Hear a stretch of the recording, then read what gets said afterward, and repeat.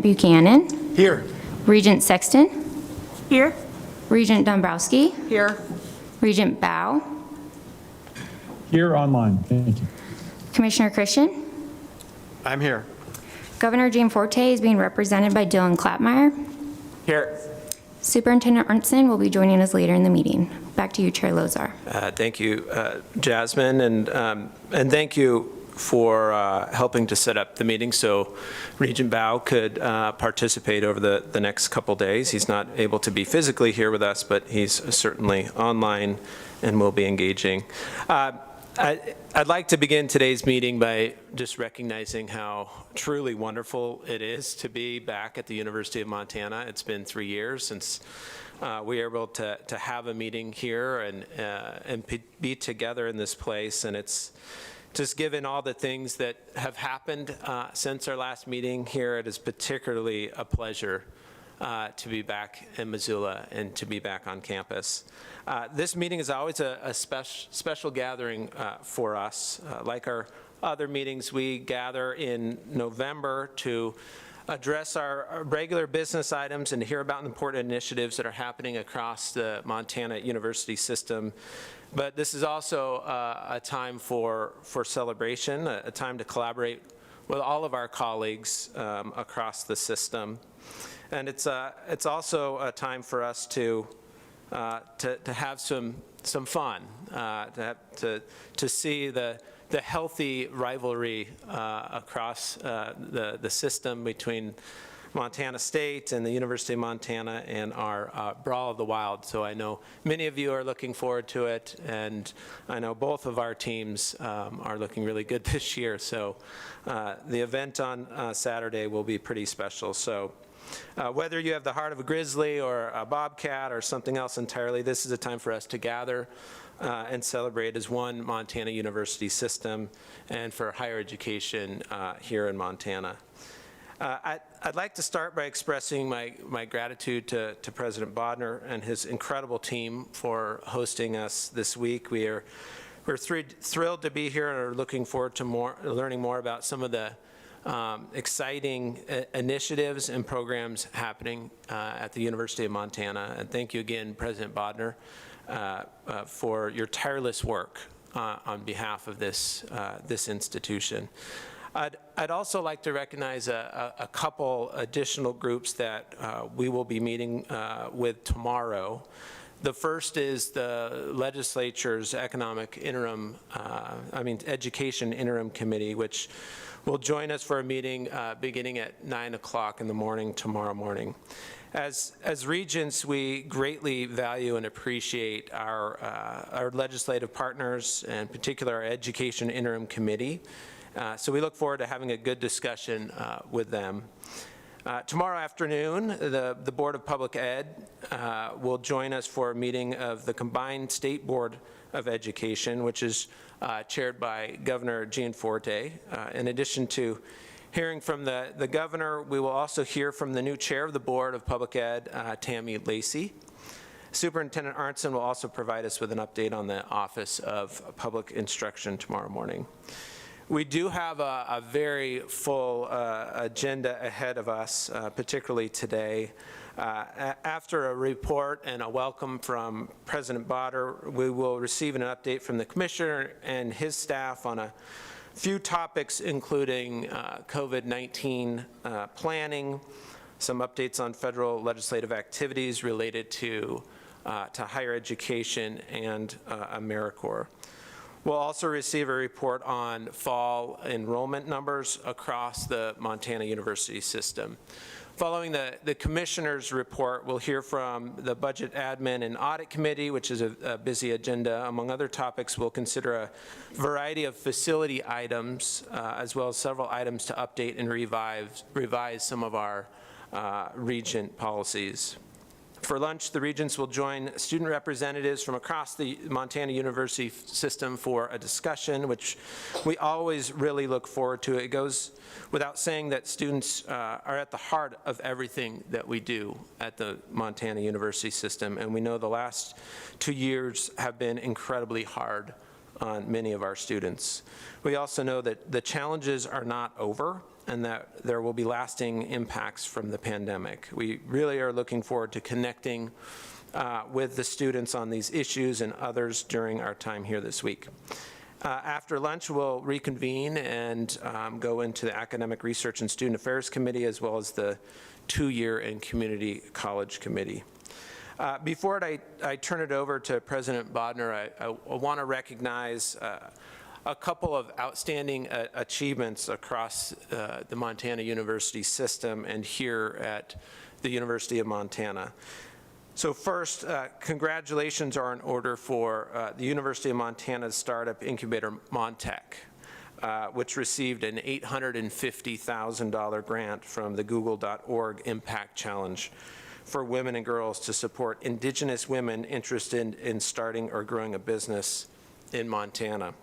Montech will join forces with Salish Kootenai College and Blackfeet Community College to develop and deliver online programming in support of new and existing women-owned businesses. was one of only 6 recipients in the United States to receive this grant. On behalf of the board, I'd also like to congratulate Chancellor Cook on the historic donation to Montana Tech for its nursing program. The gift from Dave and Sherry Lazar of $7 million is the largest in the history of Montana Tech and will provide an enormous impact for nursing students in the mining city. Congratulations also go to you, President Cruzado, for the recent opening of the newly remodeled Romney Hall at Montana State University. For those that are not aware, there's got to be very few of you, that took a lot of effort and many attempts in the Montana legislature and years of effort. It will be an incredible space for students to receive support in writing and math, for services to support our veterans and their families, and for those with disabilities. Not to mention all the new seating for instruction. So congratulations to everyone at Montana State on this big achievement. I could certainly go on and on about all the successes and accomplishments of the incredible students, faculty, and staff across the system. Fortunately, we'll receive more updates throughout the meeting today and tomorrow. And as always, I would encourage everyone to review the campus reports for this meeting, which are posted on the website. So with that, I'm happy to turn the floor over to President Bodner. Thank you, President Bodner. The floor is yours.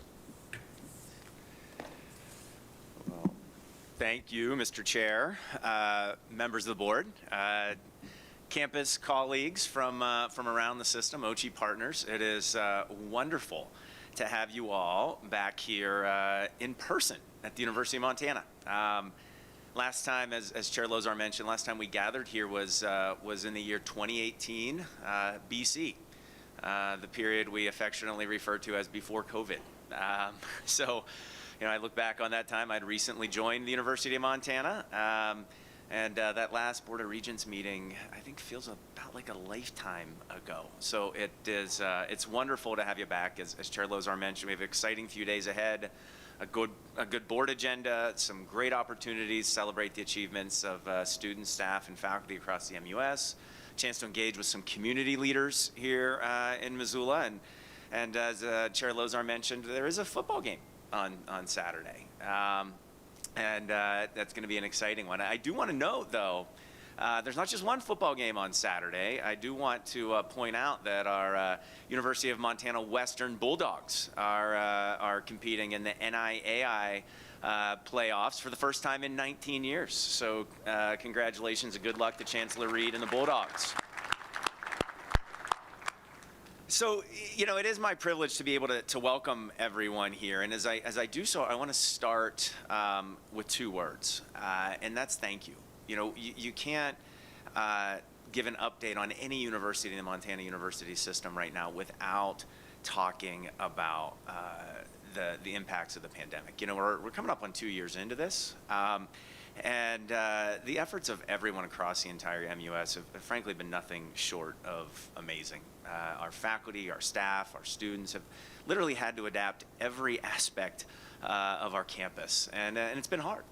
It's frankly been exhausting. And as I've told people, I can honestly say the last 19 months of leadership for me have been the most difficult of my career, a career that involves multiple combat deployments. And so it's been tough. But these months have also been, to be frank, the most inspiring 19 months of my career as well. And that's because of the fervent dedication of our faculty, our staff across the system, and here at UM to serve our students through this. You know, I've been inspired by the work of our faculty to continuously adapt their teaching to serve the changing needs of students. We had a great discussion with faculty leadership from across the system this morning, highlighting some of those efforts. I've been inspired by the work of our facilities team to adapt our classrooms and dorms and everything. I've been inspired by the work of our researchers who have done amazing work. Their work is one of the main reasons this university was cited, along with schools like Harvard and Oxford, as one of the top 10 universities in the world addressing the coronavirus pandemic over the past year. Been inspired by the work of our foundation that closed the largest fundraising campaign in the history of our state during this pandemic. Inspired by the work of our student success team and their efforts to keep the UM family connected in this time of pandemic with many activities, one of which, as you can see up there, is an ice skating rink on the Oval that'll be back again this year after as soon as it gets a little bit colder. And I want to make the point of extending that thanks and gratitude to this body as well. You know, one could easily argue that this has been one of the most challenging times in the history of the Montana University system to serve as a regent. A lot of difficult decisions and challenges and ambiguity you've had to navigate, and I want to say thank you on behalf of our campuses, on behalf of our students for your hard work. You know, in this moment of gratitude, I'd be remiss if I didn't acknowledge the partnership and work of our K-12 partners. Superintendent Arntzen will be here later this morning. You know, and as a dad, I just finished up 3 parent-teacher conferences myself last week. And I am just so grateful for the work of our teachers across this state. And I'm not sure if he's here yet, but I know later on in this meeting we'll be welcoming a very special guest, Montana's Teacher of the Year, Bill Stockton. Like a true Montanan, he's a house divided, degrees from UM and MSU, but more importantly, he's devoted his life to shaping our state's future.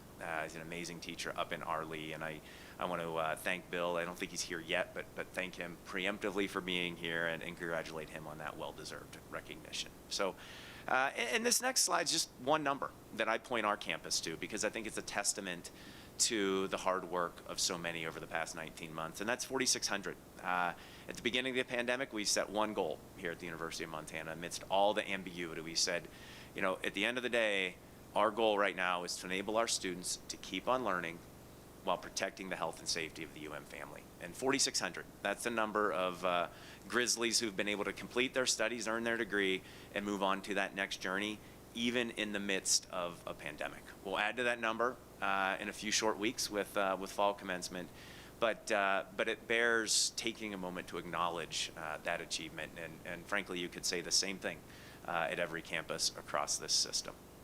So challenging past year and a half, but amidst those challenges, lots to be excited about here at the University of Montana. You know, for the first time in quite a while, we at the university have entered an exciting period of growth. And that growth's happening in a lot of areas, but I want to highlight just 3 areas really quickly where we're excited to see growth. And the first we'll talk about later on in a moment here is enrollment. You know, we saw a nice enrollment uptick this year, and that was driven, you know, by a large increase in our freshman class here on the Mountain campus, up 30%. Versus last year. It's a testament to the hard work of our enrollment team that's paying dividends. So we're really excited about that. But I would argue that what's more important even is that the improvement we're seeing in our first to second year retention rate. Since 2018, we've seen our first to second year retention rate improve a full 7 percentage points. Tremendous achievement on the part of our student success team. And I really want to focus here because we're an institution that has as its top priority to place student success at the center of all that we do.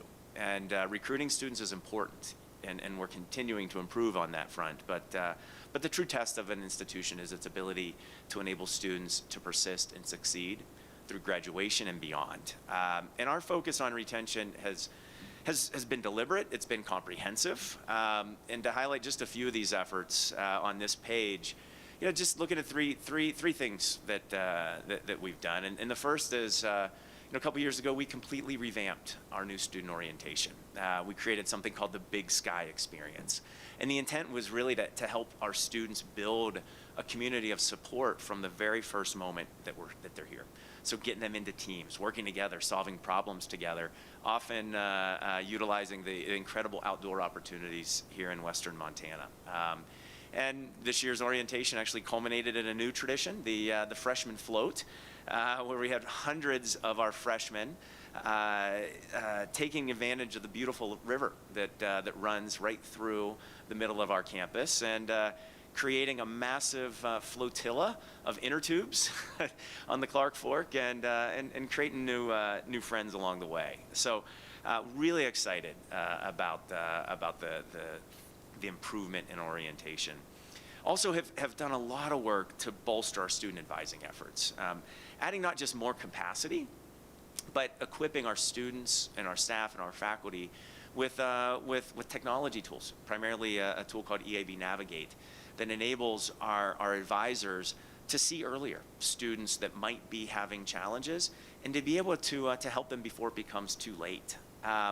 And we've also built upon lessons we've learned through programs like TRIO here at UM and other programs nationally to put in place more robust support systems for students who we've typically seen face greater challenges, particularly in that first year. And we're deeply grateful for the partnership with OCHI on Montana 10. And you'll hear more about this later from Christine Miller. I'm excited for her report, and also eager to introduce you to many of these students tonight at our reception. So, and I just really want to emphasize at the heart of all of these efforts is our institutional commitment to fostering inclusive prosperity in our community. That's really what you'll hear again and again at the University of Montana. It boils down to those two words, inclusive prosperity. And arguably, nowhere is that commitment more important than with our Native American community. As you know, at all major events here at the University of Montana, we make it a point to acknowledge that our university sits in the Aboriginal territories of the Salish and Kalispel people. And we honor the important role that Native American heritage and culture has played, not just in our university's past, but in our present and in our future. So over the past few years, we've really made a concerted effort to better support and empower our Native American students here at UM to succeed. And we're seeing great results. As you can see on this page, a 23% growth in Native American student enrollment since 2018, and a 17% improvement in Native American student retention since 2018. Those are big moves, and they're not happening by accident. This is through deliberate action. In 2018, we created the President's Native American Advisory Council. 2019, we hired Dr. Brad Hall from Blackfeet Community College as our tribal outreach specialist. This is a role that was created really in partnership with our tribal college president partners.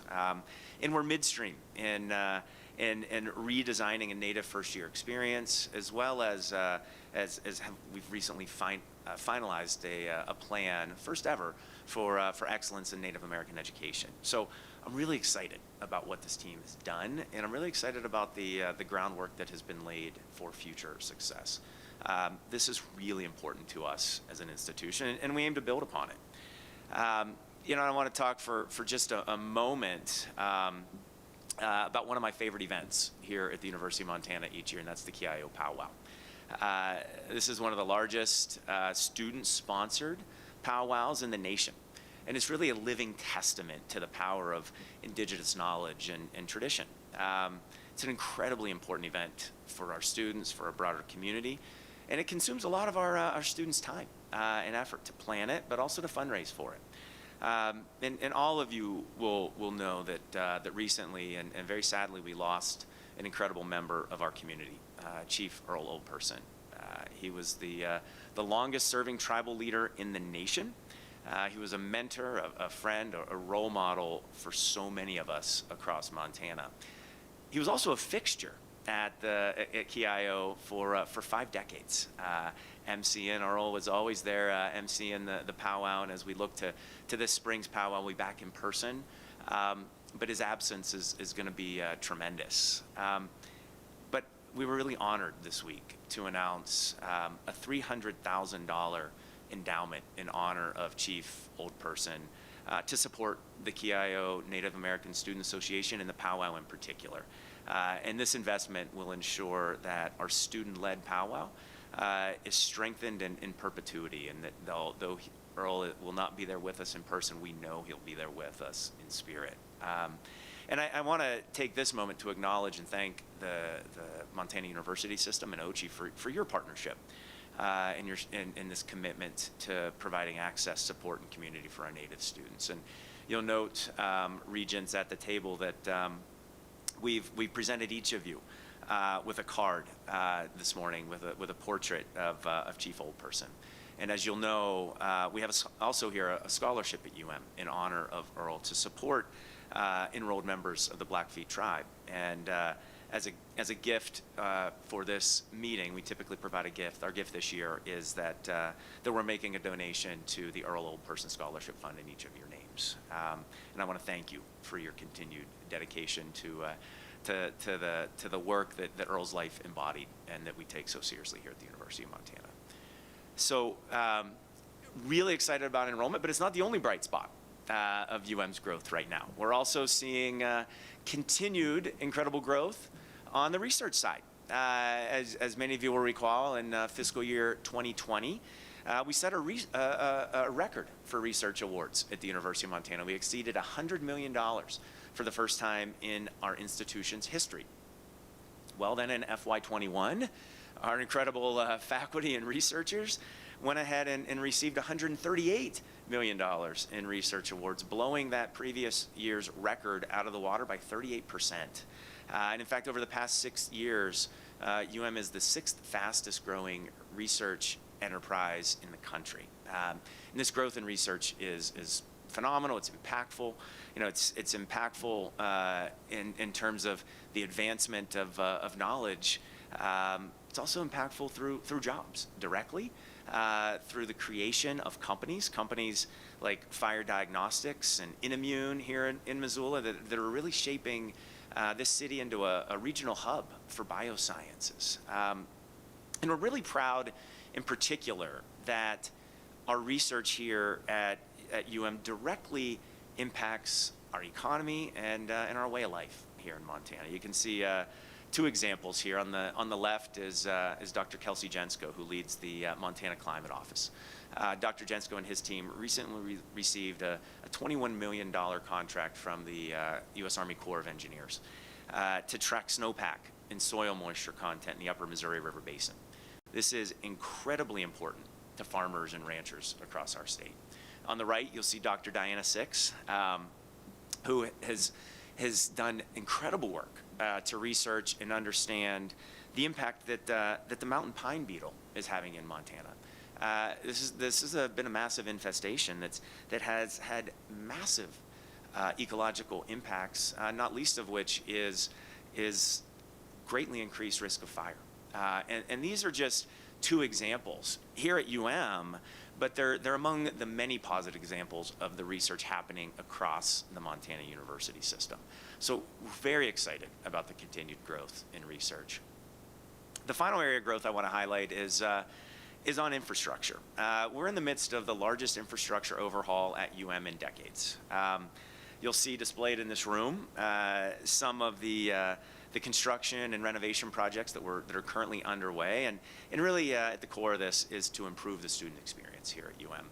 You can see pictured on this slide Urey Lecture Hall, a large lecture hall that every student at UM passes through at one point in their time recently renewed. Our music building you see on the bottom page there.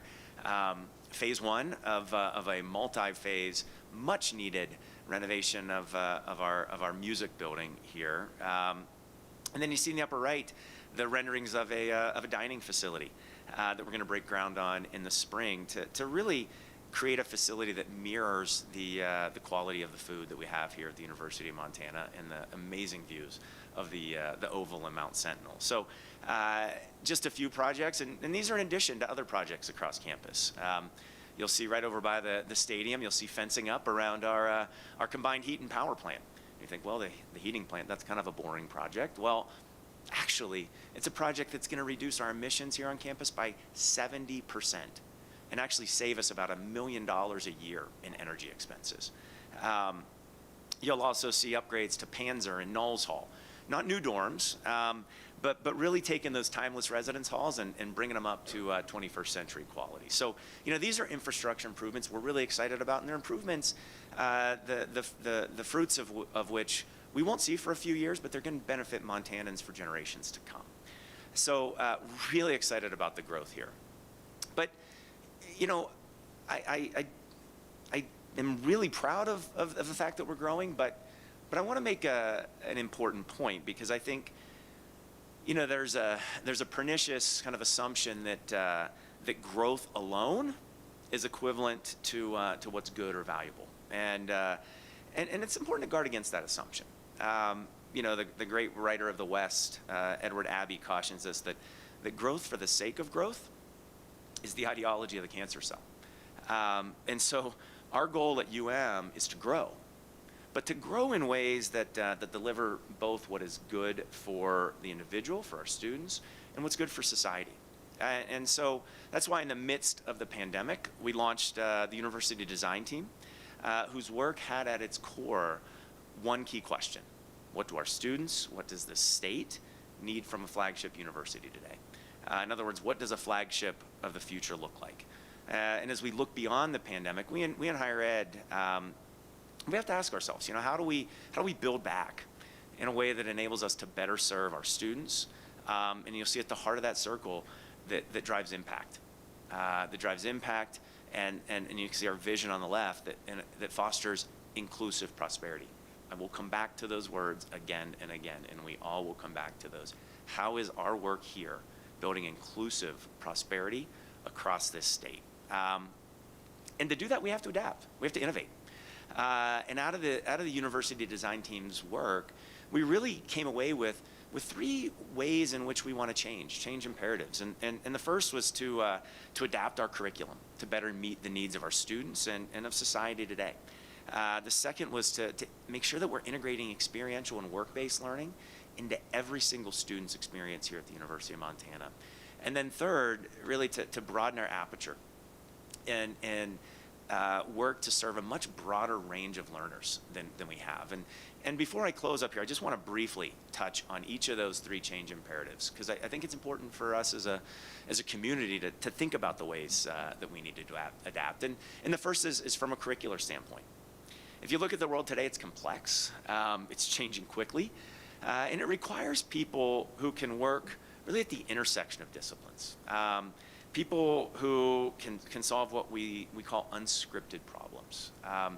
Countless studies, countless employer surveys show that the technological change and the rise of automation are actually driving increased demand for higher level cognitive skills like critical thinking, creativity, communication, teamwork, the ability to synthesize information, come up with unique solutions to problems. Frankly, the things a computer can't do. And so the world is demanding that we at UM work even more deliberately to build in our students those skills, particularly at the undergraduate level.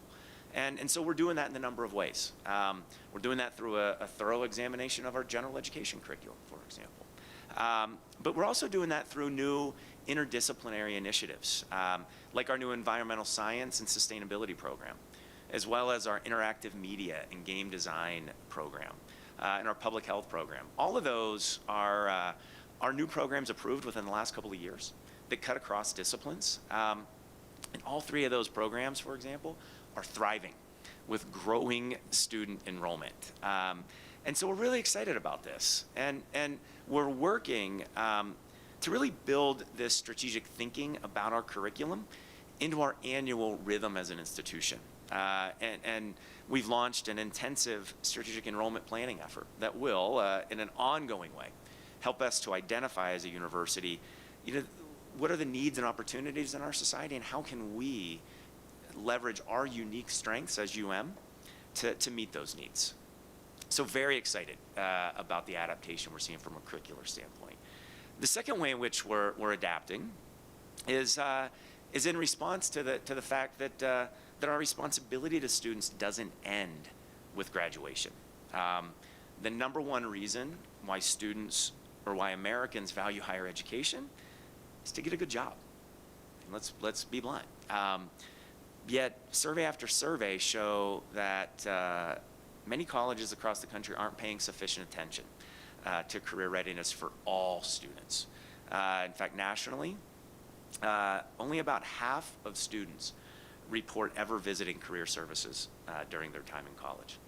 Less than half of college students do an internship while they're in college, despite the overwhelming evidence of the importance of work-based learning. So at UM, we see career readiness not as a potential outcome of a quality education, but rather as a moral imperative that we have to embrace. And that's why we've launched over the past year our signature career readiness initiative that we call Elevate U. And through this program, we're working to incorporate experiential and work-based learning campus-wide and across all majors. This begins in orientation and continues throughout a student's journey with us. These are simple skills like building a resume. Also planning for internships, either over the summer or micro internships, 2-week internships during the year with companies. It's about providing access to industry-specific career coaches for our students, as well as providing opportunities for our students to earn industry-recognized credentials in things like project management, data science, sales, in addition to their bachelor's degree. These are the things that help a student get their foot in the door at an employer and start off their career in a positive way. And this too, frankly, is an expression of our commitment to inclusive prosperity.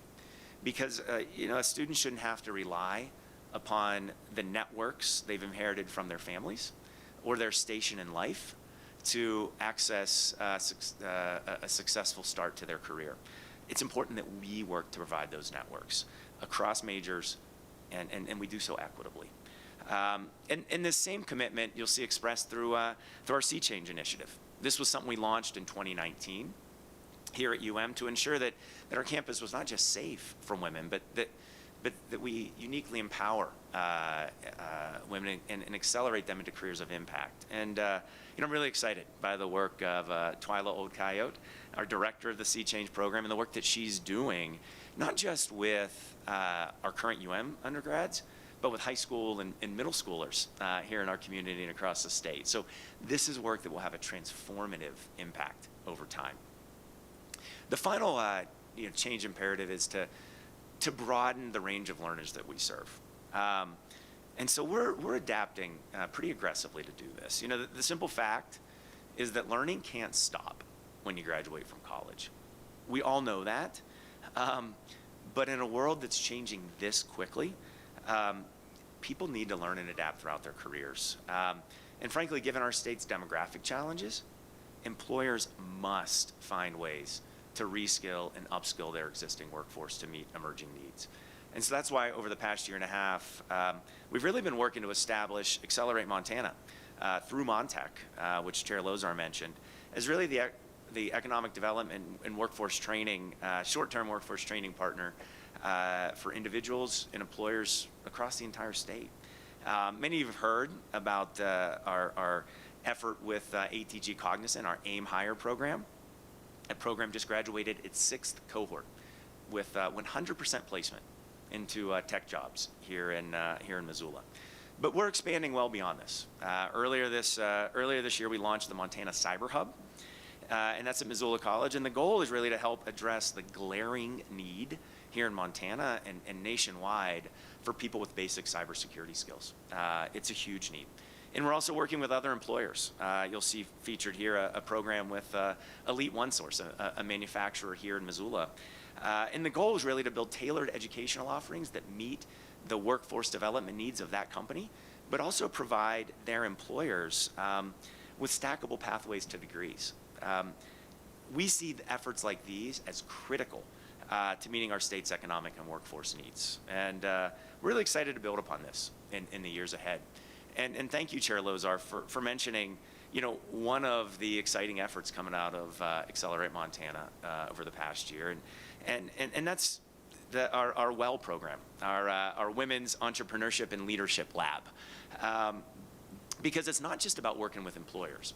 Accelerate Montana is about helping all Montanans reach their full potential. And, this state has an incredible entrepreneurial spirit, and our job is to unlock it. And Morgan Slumberger and the team with WELL have just done a phenomenal job. And as Chair Lozar mentioned, I'm so excited about this grant from Google, and in particular, the collaboration that's happening with Salish Kootenai College and Blackfeet Community College to help build the skills of Indigenous women entrepreneurs.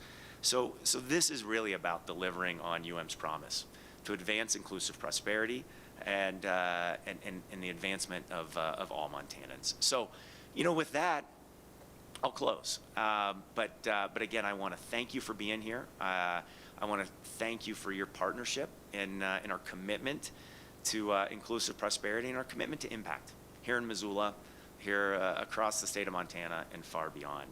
It's an exciting time here at the University of Montana, an exciting time across all of the MUS. So thank you, Mr. Chair. Well, thank you, President Bodner, for a wonderful presentation. Certainly, I counted about 22 times that you said excited, and there's certainly much for the University of Montana to be excited about and certainly proud about. You mentioned, President Bodner, this phrase, unscripted challenge, and that's most certainly has been the context that this campus has been going through, and all campuses in the university system since the pandemic. And I'm just personally so impressed by your leadership and your team here at the University of Montana in terms of amplifying the why. Why are you doing what you're doing here?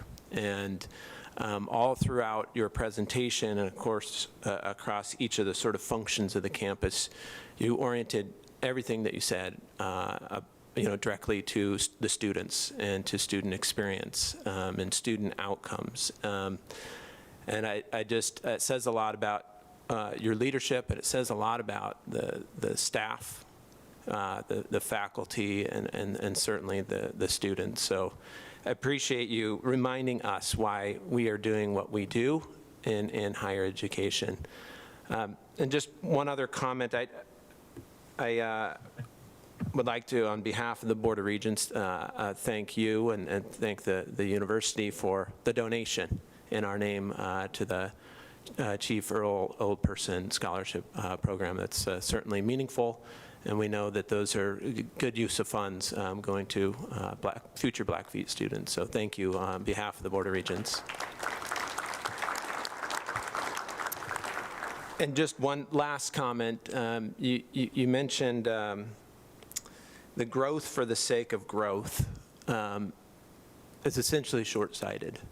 And I agree. I think one of the things that this system has done so well in the past couple years is really focusing on retention, the retention rates of our students. And while we'll have the opportunity to listen to an enrollment update, which is particularly important, of course, to the system, really want to shine a spotlight on the success you've had with retention rates here at the campus and all across the Montana University system. So we appreciate you highlighting that and all your efforts on that. So President Bodnar, again, thank you for hosting us these next couple days and over the weekend.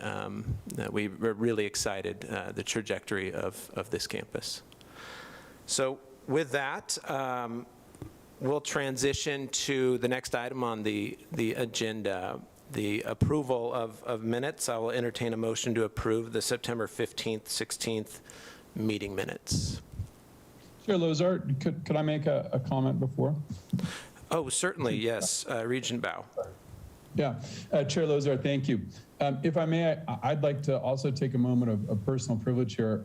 I want to express my appreciation to President Bodnar for leading the University of Montana during this time. I know, President Bodnar, that you've faced some additional challenges this fall, but you've led the university with your usual kind of focus, determination, and enthusiasm, most particular. And I'm especially thrilled to see the progress you made on enrollment and the partnerships you're building with the business community, which is just, it's all about more opportunities for students, and you keep students first. I look forward to seeing what's next, and I look forward to fully supporting your efforts. Thank you. Thank you, Regent Bao. Again, I will entertain a motion to approve the September meeting minutes. So moved. Moved by Regent Dombrowski. Is there any discussion or corrections from members of the board? Is there any discussion or corrections from the campuses? Is there any public comment? Any public comment? Well, seeing no further comment, I'll call for the vote. All those in favor signify by saying aye. Aye. Any opposed, same sign. Aye. Motion passes. Okay, well, I will now turn it over to Commissioner Christian for our system report. Commissioner Christian. Thank you, Mr. Chair. President Bodnar, thank you for your updates. Very encouraging news. Appreciate the time that all of you as board members give to us. It certainly does not go unnoticed. I know that there are sacrifices you make from your work, from your families, from your communities, and we really, truly appreciate on behalf of the entire university system you taking time out of your lives to give to us at the university system, and that's certainly been amplified in the last 24 months. We realize that. Been a lot of decisions, as Regent Barrett used to say, a lot of heavy lifting, and so we appreciate all the work that you do for us each and every day, and particularly around our meeting schedule. So thank you for being here. I guess just briefly, the comments that you've already heard really sort of sum up where we're at the end of a very challenging era for higher education. Certainly faced things that we've never faced before, unprecedented levels of health and safety concerns, but also unprecedented levels of resource management and other things that we had to be incredibly diligent about at the campus level, and I commend everyone that's doing that and doing an excellent job at it. At the same time, it's interesting because we get a little bogged down with just the daily grind in ordinary times, and you throw this on top of it, and the ability to keep up with the day-to-day to address the concerns that the pandemic's raised, and then, as we talked about in our July retreat some, to be really, truly forward-thinking as leaders that you have in this room, to think through what is the next generation of higher ed look like? Where will we be in 2 years, 5 years, 10 years? And where do we need to be? And I think maybe most important as you come out of any period in your life is to think through, and what does that mean reflecting on the era that we've just been involved in. I think you heard this morning at breakfast a very productive conversation with faculty. We asked them those same questions at breakfast in September. They came back to us as faculty would with an incredible report this morning about what can we learn from the pandemic and really move forward. And it's not one size fits all for sure amongst our campuses. It's maybe not even one size fits all with just sort of the overall encompassing thoughts around higher education, but there is things to learn. I think as Mark Haver said, I hate to think anything good came out of the pandemic, but certainly there has been, and there's things that we will take from that and blend into the fabric of what we do. And I think that's really an important calling for our institutions as we move into the next year or two in terms of planning. we learned some interesting things. We learned, there's been a lot of debate over the years about, with all the technology, do we need to continue to build brick and mortar, and is there a place for a residential campus? I think we heard loud and clear from family, from students, absolutely.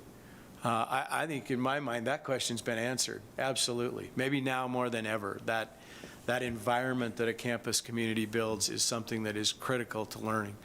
But we also know from the numbers of late that 80-some% of our students this fall are taking at least one class online. We know that students want more flexibility, more mobility between our institutions. So there's work to be done, and bringing that all together on top of everything that remains. We still have a lot of challenges, whether it's resources, whether it's mental health, whether it's continuing to fight and fight hard to be an in-person campus experience with high-quality education for students. Those are all things that sort of beat on our schedules day to day. But at the same time, I really call upon our communities to be incredibly forward-thinking about how do we bring all this together now for the next generation of student experience as we move forward. I think for us at OCHI, that sort of boils down to thinking and then rethinking those sort of strategic themes that you all have given us as a board around access, retention, and completion. I just call on a few things, and as we move through these comments, we'll get into them a little deeper. But certainly around access, we've had a continued focus on our resident student initiative. That is the Common App. That central application was, again, very successful this year. Over 9,000 applicants have used it, and we are making tremendous progress by Scott Lemon, his team, on a college and career portal that we've talked about, that we've dreamed about, that will bring all these opportunities together, from student financial aid to business and industry to all of those things. And so we'll have some updates on that here in a moment. Great news at the University of Montana around enrollment, but I think even better news across the system. We will have the largest incoming freshman class system-wide that we've had since 2011. And those are good numbers, because that's not just some rebound from the pandemic or anything else. Those are positive trends, trying to reach our goal of seeing that more students have the ability to access high-quality public education. I think, as Chair Lozar mentioned, there's been sort of nothing more important to me and to this board in the last, well, probably decade than retaining, from a business perspective, from a student fairness perspective, from really every benchmark you can think of. Enrolling is one thing, but retaining and completing students is what we need to be all about.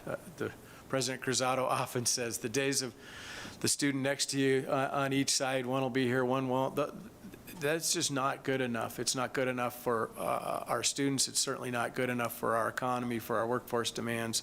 And I think that's been our focus, and we're seeing movement all across the system in that regard. We're going to talk more about Montana 10, some things we spent, again, time in July talking about.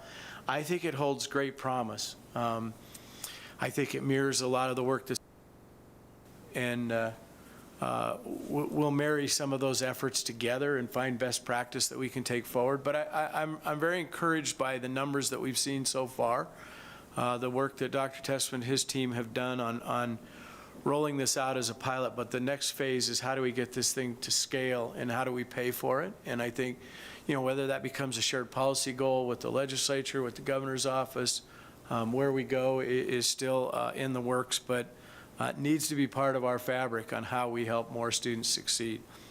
And that gets to the ultimate goal of attainment, completion. We have, even since our last meeting, made progress. We were invited to and will be part of the SHEO, State Higher Education Executive Officers Association, to participate in their Attainment Academy, one of 3 states. And we will bring together teams from the MUS, the Governor's Office, Office of Public Instruction, Department of Labor and Industry, and the legislature, and work with other states to really think about best practice. And I think that ties in so closely to what we're trying to do on Montana 10 and other initiatives that we can really work toward seeing that more students attain what they came here looking for. And I'm excited to do that, and I'm excited to do that through the lens of how does that mesh with what we've learned over the last 18 to 20 to 24 to how long this goes on months. I think that's important because there's new modalities, there's new delivery, there's new all kinds of things that will help us increase those all of those goals, from enrolling to retaining and then ultimately competing students. So I ask all campuses to have that same focus. I appreciate the efforts of the faculty that they rolled out this morning. We'll continue to engage with faculty on those fronts, but how do we learn and how do we really continue this path of visionary enterprise that's thinking about student success moving forward? We've got a number of reports coming up, and I want to get to those right now. Just sort of a brief overview. Deputy Commissioner Tessman will be giving us some updates on COVID. He's joined with or by Deshane Barrett. Deshane's with the Public Health and currently serves as the Missoula City County Public Health Officer and Director of Missoula City County Public Health Department. We're going to hear, of course, from Helen Thigpen, our Executive Director on Federal Relations. Lots still going on in the federal space. Kind of a daily moving target, but it's critically important to funding. The work we do with enrollment, with tuition, with state government is highly important, but somehow, sometimes left out in the side conversation is probably, well, not probably, our largest funding partner, and that's the federal government. And so keeping an eye on that landscape, what happens with Pell, and some other initiatives that are in the Build Back Better plan, I think are critically important. And then we will have a briefing from Sarah Sadowski from the Governor's Office of Community Service. Talk to us a little bit about her work. She's Director of Serve Montana and Director of the Governor's Office of Community Service. So I think, and we're going to hear from Tyler too on enrollment, but we're all pretty enthused about some of those numbers. We won't forget that piece. But I think Deputy Commissioner Tessman, if you and Deshane are ready, let's hear a little bit on what's happening on the COVID front.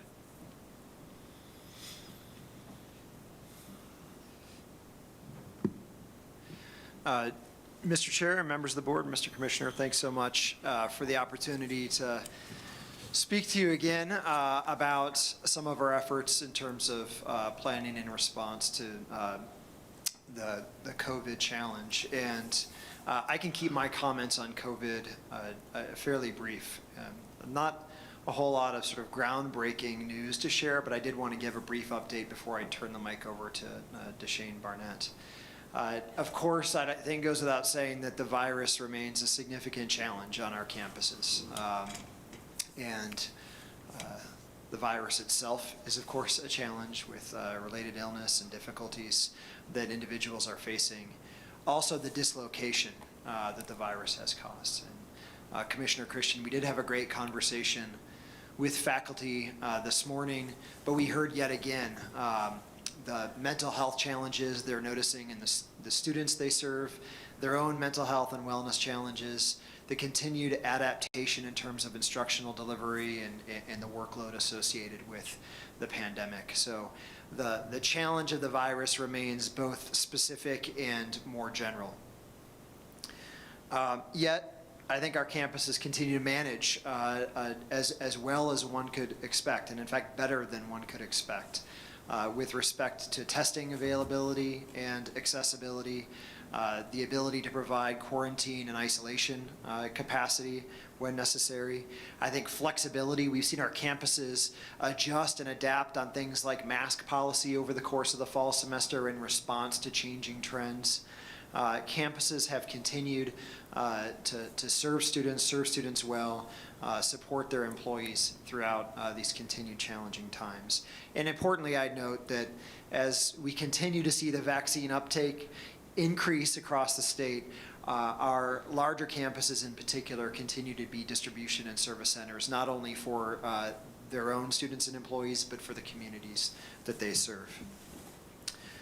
I do think, of course, we'll continue to ride this challenge. We haven't seen the end of COVID, but we can now, I think, certainly look toward the future. And Commissioner Christian, you mentioned the conversation we had with faculty, your own thinking about how we can learn from the pandemic and come out of this pandemic perhaps much stronger than we were as we entered. And I'll just highlight two key points here. One is around the teaching and learning environment on our campuses. And I think with respect to flexibility, accessibility, and quality, we have opportunities, no doubt, because of what we've learned and how we've adjusted throughout the last 18 to 20 months. In terms of accessibility, I heard a statistic this morning about lecture capture at Montana State University, and how prior to the pandemic, they would have at MSU about 4,000 to 5,000 users of their lecture capture system. This is a place where you can go and view lectures if you're not able to make it to the lecture itself. Now, during the height of the pandemic, that was up to about every student on their campus. I think I heard 15,000, 16,000 students were using it. We're not at that point anymore because that campus has returned largely to in-person instruction. But 8,000 to 10,000 students are now using that lecture capture system. And that's something I would expect to stay at that consistently high level even after we exit the pandemic.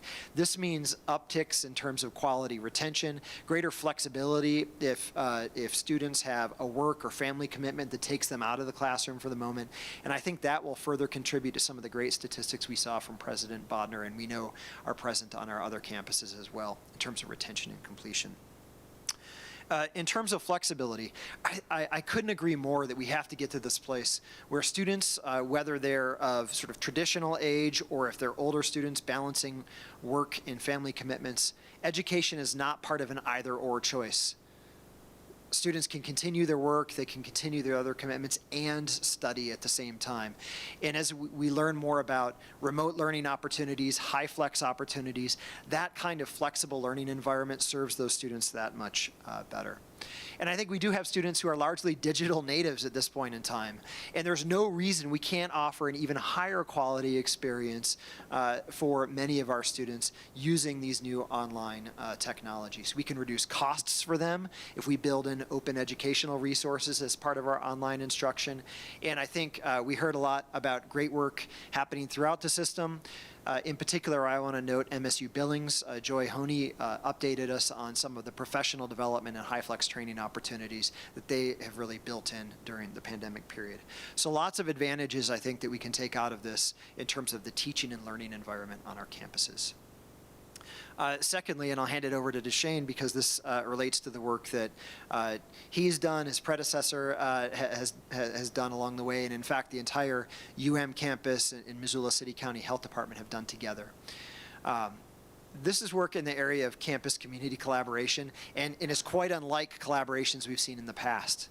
I know this has been true of all of our campuses, but the pandemic has brought our campus academics, our campus medical communities, our campus administration that much closer to city county leaders, especially in the public health realm. And I've noticed in my role at the system level the extent to which the University of Montana with the coronavirus response team, I think the University of Montana with its kind of academic approach to health advising to the Missoula City County Health Department has exemplified that collaboration.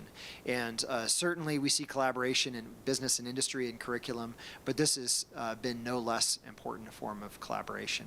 And I don't know if Deshane is here yet, but I would welcome him either to the podium now or certainly would welcome him to answer questions a little bit later if he doesn't have a chance to speak to you now. Is Deshane here? If Deshane is not here presently, I'm happy to answer any questions that the board has, Mr. Commissioner, whatever your pleasure is in terms of my role. You know what?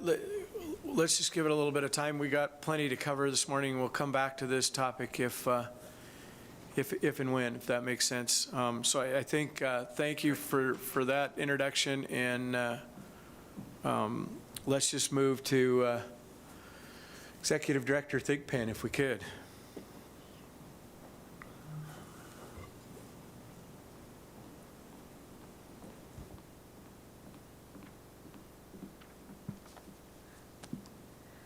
Hello. I feel like we need a theme song as each of us come up to the podium. It's such a long distance. You want so walk-up music? We want walk-up music. Okay. I'll work on coming up with some songs for all of us. Thank you, Chair Lozar, Commissioner Christian. It's nice to see everyone here again. Really excited to be in Missoula and back on campus.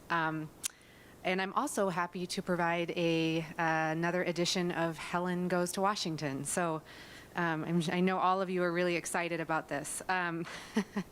So I thought I would start my remarks this morning with a bit of concrete news. This week, as I'm sure everyone here probably heard, President Biden signed the $1.2 trillion infrastructure package. This was a huge priority for the president and provides about $550 billion in new federal spending, and the rest is really focused on reauthorizing existing projects. The bill is known as the Infrastructure Investment and Jobs Act, provides an enormous investment in everything from roads, bridges, ports, rail transit, airports, water and sewer projects, the power grid, broadband access, and the list goes on and on. Passage of the bill was fairly narrow in the House, about 22 votes, but the bill did pass by a fairly substantial margin in the Senate, which is really saying something for a place that is as divided as it could possibly be.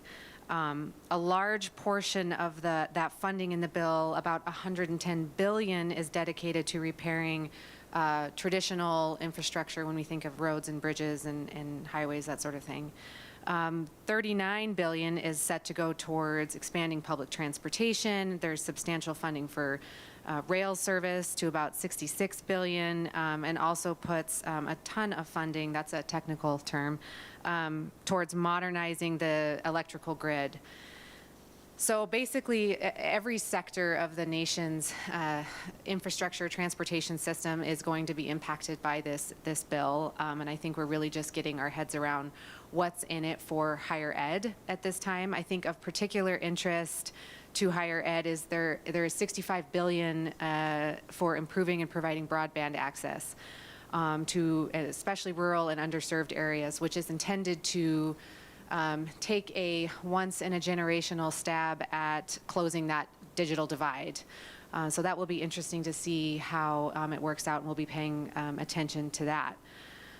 The administration is predicting that the infrastructure investments will add a significant number of jobs, something over 1 million jobs per year for the next 10 years. So if those projections are accurate, it certainly would be an incredible boost to the workforce.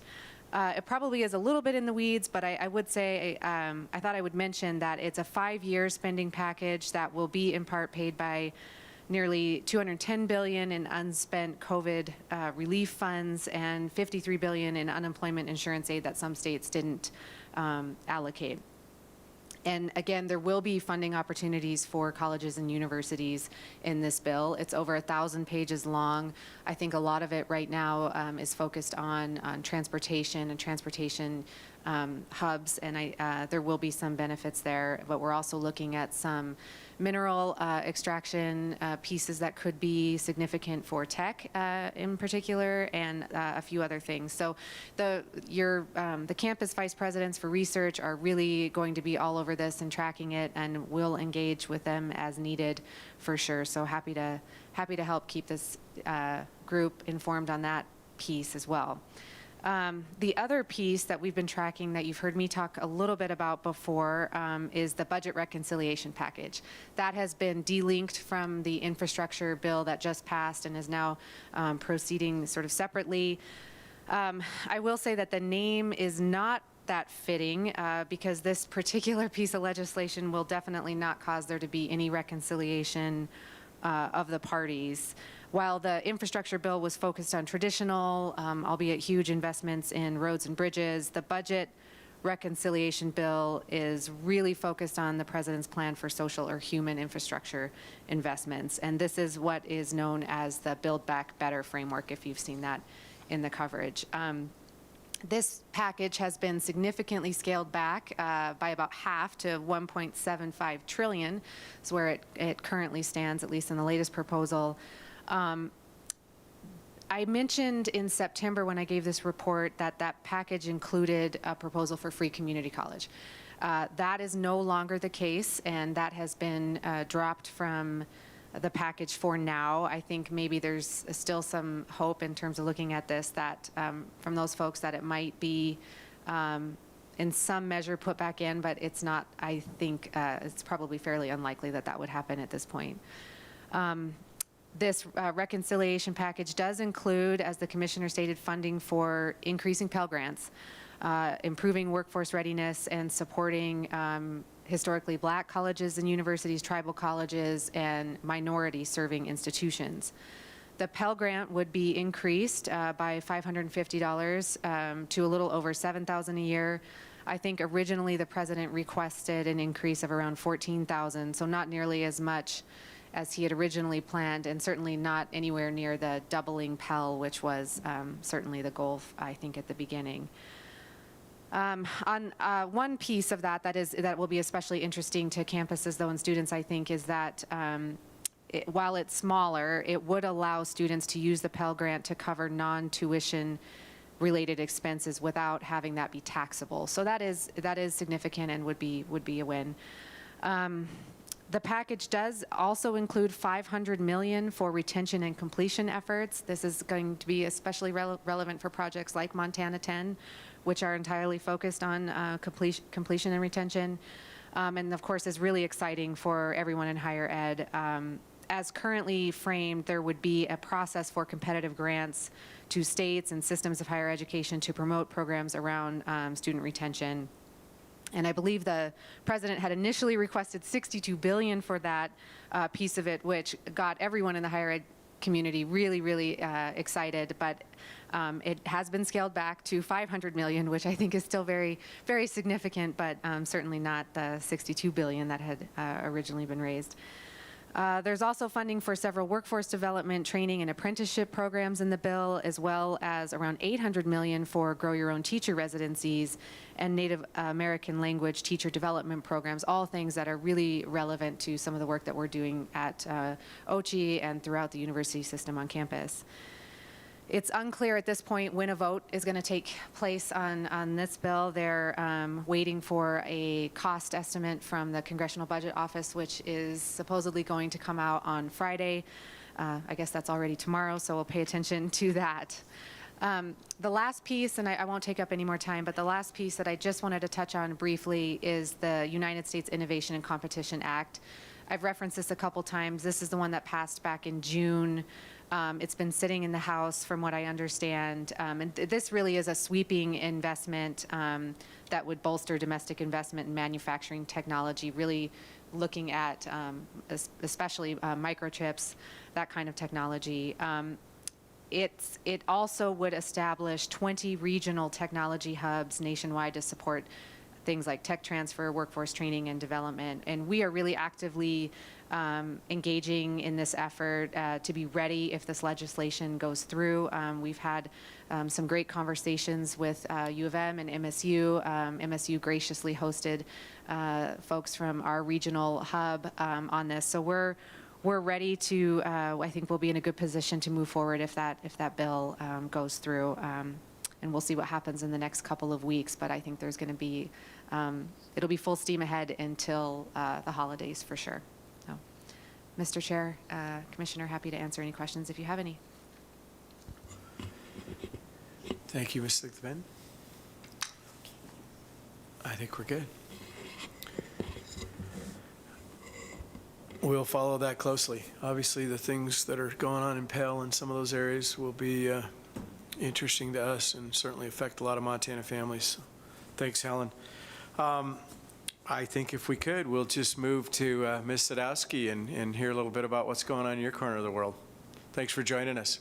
Yes. Thank you. Thanks for having me. Hello, everyone. Super pumped. We're at the lull. Mr. Nystuen. So many familiar faces, even behind your masks. My name is Sarah Sadowski. It is true. President Bodnar, thank you. You've inspired some of my talking points and made some really natural connections. So I was told I have 15 minutes. Commissioner Clayton, thank you for this opportunity. Chair Lozar, good to see you again as well, sir. I have to take notes. People that know me know I go on tangents quite easily, especially when discussing national service. Governor's Office of Community Service. So I'm here today for 3 reasons. 1, to meet you and say hello. 2, to share information as well as opportunities. Abundant opportunities. The Governor's Office of Community Service is a state service commission. We are unique to all the governor's offices, as well as a variety of offices like this magical place in Helena. I tell people we're the ones with the star on the map, and there's more than one reason for that. So I know as I walk into Missoula and other places, they think Helena's kind of boring. Helena's actually awesome. So I bring you that in good news and a collaborative spirit today. Yes, so OCS is what we're known as commonly, as well as Serve Montana. I also want to thank Jasmine, who said, hey, I can help you with those handouts. I'm going to change that plan, and I'm going to just start shoving things your way, sir, at my convenience, if that's agreeable. Thank you. Awesome. So our primary business is national service, AmeriCorps, and community volunteerism, not AmeriCorps. So through AmeriCorps, we've got 6 programs right now, about 550 individuals serving. Mr. Nystuen has served on our great commission on community service. President Cruzado has spoken at our Serve Montana Symposium. I see Stephanie Hicks was back, also a former member of our commission. And if I had more than 15 minutes, I'd be like, where are my alums in here? Whenever there's a room this big, someone else besides me has served. So I did serve for 2 years in AmeriCorps Vista, 20 years ago after leaving this fine campus right here as a graduate of UM. So what we do now that ties to young adults, volunteer service, is that we have in partnership with Reach Higher Montana and Montana Campus Compact, we are facilitating about $100,000 worth of scholarships across our state for high school seniors who attend Campus Compact institutions, of which the majority of all of you are. So what we do is we process 100 applications a year from our great Montana high school seniors. We did reduce the 100 hours to 50 due to COVID, and many of them continued to serve beyond the 50, which was awesome. So that thing just opened up. There is a link on your agenda to our website. We've got a lot of activities. We're reaching out through high schools, but I also just want to say thank you. Your financial aid offices are really making this happen between that 3-way partnership with Reach Higher, Campus Compact, and our office. So the other piece, which I'm going to just dive into, is AmeriCorps. For those of you who are not familiar with AmeriCorps, we've been up and running since Vista began in the early 60s, and more recently since the early 90s. As you mentioned, Chief Earl Oldperson, as well as the great former president of UM, George Dennison, both those individuals were at the first inaugural class of AmeriCorps members in Helena in the early 90s. So it's pretty awesome to come full circle. We have a variety of opportunities for individuals to serve as well as get the word out, as well as to say, hey, nonprofits, higher ed institutions, we can be a strategy to meet your needs. So I get a little excited when I'm like, oh, retention, success, career matching, career pairing and matching is a critical element of workforce development. You guys in higher ed are inspiring people to serve, as well as to pursue their hopes and dreams. That pairing and matching as they launch from higher ed is critical. Our dual mission is that we meet community needs and we develop our contributors. So we're taking a variety of folks across our state from Montana, including our tribal partners, and bringing many folks in from outside Montana to meet needs in the conservation field, in education, healthy futures. We've got Richland County Health Department. We have a variety of activities. What turns out here, knowing you all are here for higher ed, I love, I work with large groups, and so when I hear folks talking nearby, it makes me kind of curious as to what they're talking about. There's a long history of national service with higher ed across our great country, as well as right here in Montana. So from Glendive to Flathead, Western, all the way out to Fort Peck, folks have been serving since the 60s and 70s, as well as right here in today. Folks are out doing AmeriCorps today on campuses. So as we look, there's a few ways. Campuses have said our AmeriCorps members are going to serve and they're going to mentor high schoolers. They're going to work on retention strategies. The other piece that's really critical for you all to know is this magical thing called an education award. And as I hear, $7,000 on a Pell Grant, our Ed Awards, so for a full term of service, is tied to the value of the Pell Grant. So right now we're about $6,200-ish, just under that, for our full term of service. An individual can earn 2 of those in their lifetime, really bringing down that cost of attendance. That thing is good toward student loans as well, federally backed, and tuition at all of our great institutions here in Montana. So I wanted to share a little bit about that. What is the Ed Award? I would also share with you that our friends at Montana Campus Compact, those of you who are members of the Compact, have been matching our Ed Award at a variety of levels that works for your campus. For example, Carroll College, I was looking, I'm like, where's President's Check? I was like, up to $1,000. So if a student puts in a $1,000 Ed Award, they are doubling that for that student. It's pretty awesome. So I want to just thank you all. If you don't know about that, I hope this is great news. And if you are someone who's like, yeah, that's cool, we've been doing this thing, I'll tell you it's adding up and it's making a difference in people's lives. So what I've got is a few things. I'll just start filing off a few handouts for you. And of course, AmeriCorps Montana stickers. The best stickers of all. No one else is giving you stickers, right? Not yet. It's early. I look at your agenda. I'm like, oh man, don't forget about us like after Friday when you're like, or after Saturday or whatever this meeting ends, right? Really important work you guys are doing. Love hearing these updates. So the piece is that I have one more round of handout for you. What I'm delighted to tell you is I've got data up through 2017.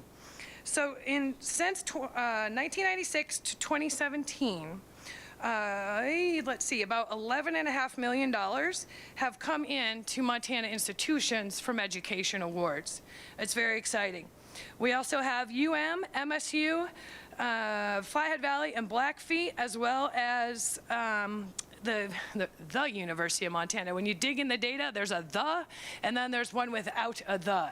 So we know that Butte is in there. We know that some of your partner colleges under that are in there. Those are our top 5 campuses. I also provided other education totaling almost $4.5 million, where students exactly have used to pay off loans, as well as go to truck driving school, an Erie backcountry medicine. There's a variety of things. Back in the day, we had this cosmetology school that was like, yeah, we'll take the Ed Award. We want to support students. So I just thought you guys might find that interesting. Missoula Emergency Services would be another one there. So I will hand that shortly, but what I want to make sure that you know of is that we have 2 ways of looking at this thing across the system of higher ed in partnership with the Governor's Office of Community Service. I would love it if every single college graduate out of our great state knew that AmeriCorps was an opportunity for them to serve. We aspire, we draw people who are seeking careers, who are seeking paths to their careers, a variety of motivations. I think, man, that's like the low-hanging fruit, if you ask me. My goals and dreams are big, okay? So all college graduates would know. The other piece is that we have hundreds of service opportunities here in Montana, from rural Montana, eastern Montana, onto campuses, as well as in our backcountry settings with Conservation Corps, rural Montana soil and conservation districts, a variety of opportunities. It would be great if our Montana college students were able to have access to information in as many ways as possible about the service opportunities right here. There's about 75,000 AmeriCorps members in the country, and our AmeriCorps members are special. We know it. We work really hard at the Governor's Office of Community Service to make that a reality. And the only way we know it's true is if they tell us themselves, which a few of them have done over the years. It's pretty awesome. There's other places, as I was looking across that history, as well as where AmeriCorps and higher ed are partnering in real life today across our country, there's really awesome things as well. We are seeing that housing shortage that you guys are aware of in our state.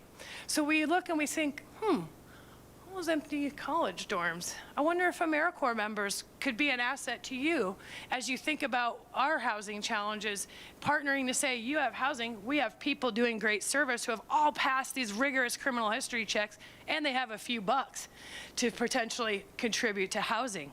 It also would tie back to increasing the knowledge among Montana students because these fine Montanans have housing already. So we are seeing a challenge of non-Montana folks who come in and are really, really challenged with housing, rural and not rural.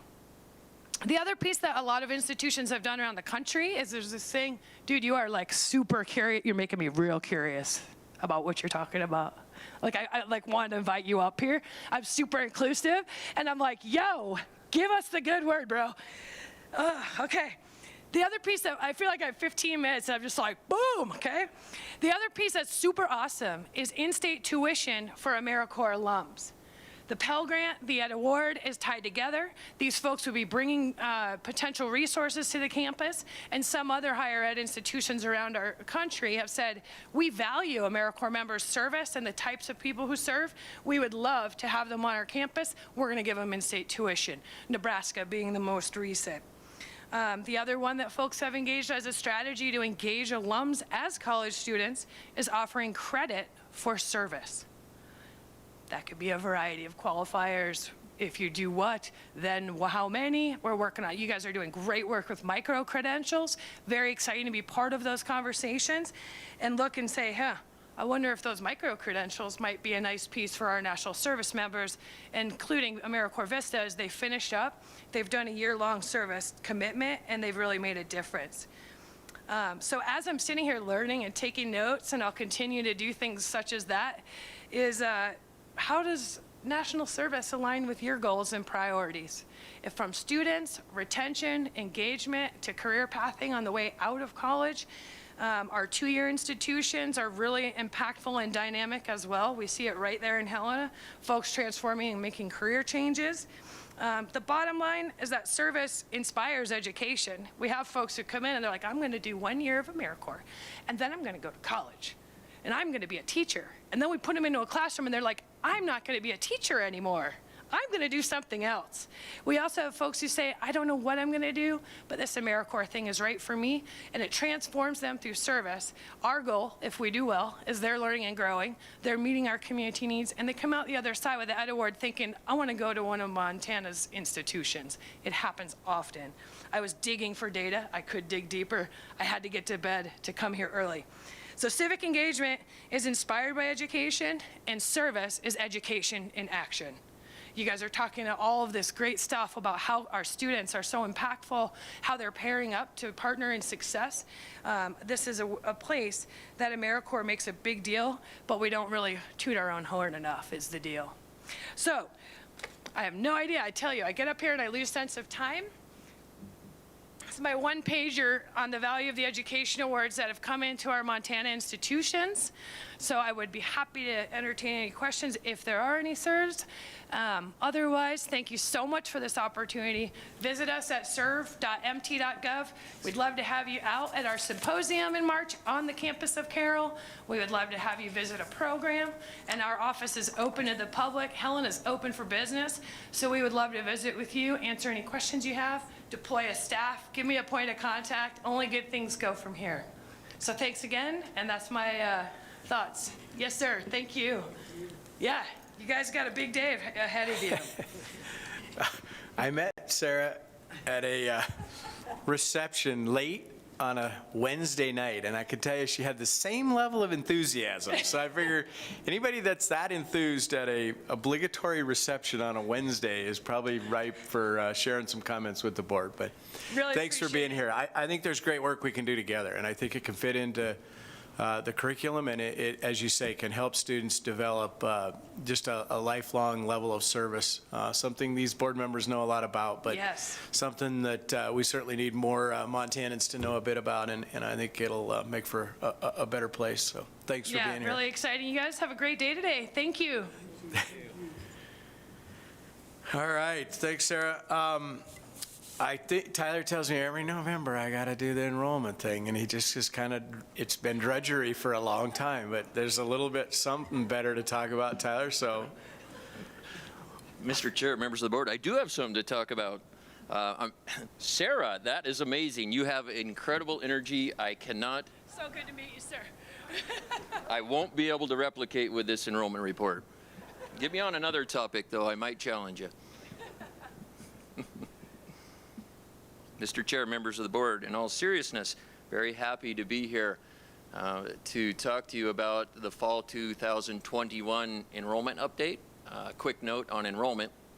It's never final till the end of the semester. We like to provide this report at the November meeting, following the September meeting where we reviewed budgets. Much of those budgets hinge upon the numbers that we project in enrollment, and so now after the 15th days at all of the campuses have been finalized, they serve as a real preliminary mark in terms of what we're going to do this fall and where we're headed this year. You can see on the screen the 20-year history of fall enrollment. Most of that is the end of the term. We compare the last 2 years here are these census dates, but for all intents and purposes, this is where we're at. A lot has happened in those 20 years. Big things, obviously, go without saying, a great recession and a pandemic. So a lot of details underneath the kind of 30,000 foot overview. I'm going to talk about just a few of those, mostly related to this fall compared to last fall.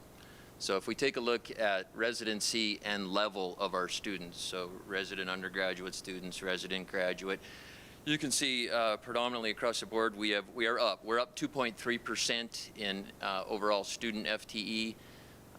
That is seen across the board. We still are, as a system, battling the declines of resident undergraduate enrollment, obviously related to the kind of natural decline in high school graduate students coming out each year. I'm going to talk about that in a little more depth toward the end of the presentation.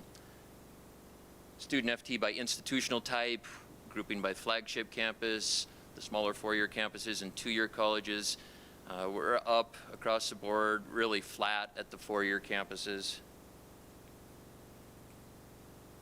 The MSU side, we see predominantly there's increases, some small declines at Northern and Great Falls. On the UM side, most of the campuses are up or flat. Community colleges, Dawson continues to grow. That's an encouraging sign. So this is the part I really wanted to get to. So we shift from FTE, the count of instructional activity basically, to head count, just simply counting the number of students. And we take a look at where we're at. This is the Montana University system, not including the community colleges. There's always a debate on whether we have them in there or not. In this case, since the first slide didn't have them all the way back to 2001, I left them out. That's the only reason. You see we're up 4.9% when you talk about head count. A lot of that has to do with the return of dual enrollment students. We had a decline in the COVID last fall, of dual enrollment. That bounced back big time. You can see it in the number of students that are 18 or younger than 18 enrolled. That's up 70%. Our first-time freshmen, as the commissioner indicated, has a big increase, 17%. I'm going to show you a slide on that here in a minute. We look at first-time freshmen residents only. We saw some growth there, so that's very encouraging. So it's that first-time freshman residents only that we'll kind of drill down into. Here's the overall look for first-time freshmen visually. Haven't been this high since fall of 2011. We also have the breakdown by campus. This would be something more that I'd let you look at on your screen, not very conducive to a large screen. Before we go there, let's take a look at some national trends just so we can benchmark. Undergraduate enrollment across the nation down 3.2%. Undergraduate numbers 6.5% down over the last 2 years. Graduate enrollment continues to increase. These are trends that we saw. We're bucking the trend on the undergraduate enrollment. because of a healthy increase in non-resident students. And then the other trend we're bucking is that nationally, first-year students, our freshmen, have declined nationally 3.1% over last year and 3.9% among traditionally aged students. So that's a real strong area for us. Just wanted to give you a visual of the projections of the Montana high school graduates. This obviously is a key point in our resident student access initiative, improving our capture rates, looking at the number of students that we can get directly out of high school. We're right there in the middle in that flat zone. We've dropped, about 1,000 students per graduating class. This is public and private. And then leveled out for the last 5 years, and the road ahead looks like some increases. We're going to grow by about 800 graduates and hit about somewhere close to 11,000 per year. Capture rate, I can't have a presentation on enrollment without capture rate. It's a metric that we use to constantly evaluate our ability to get recent high school graduates to immediately come to the Montana University system following high school graduation. We track it over time. The last 3 years, we've seen this decline. That was the advent of the Resident Student Access Initiative. We put measures in place. We're still monitoring that. Difficult to tie it directly with the pandemic, but we're holding our own. We want to see increases in that over the next couple of years. College going rates, so not just those recent high school graduates that come to the MUS immediately following high school graduation, but go anywhere in the nation. So that's the difference between capture rate and college going rate or continuation rate. So this is a look at the last, 15 years of college going rates, Montana high school graduates from public and private high schools going anywhere in the nation.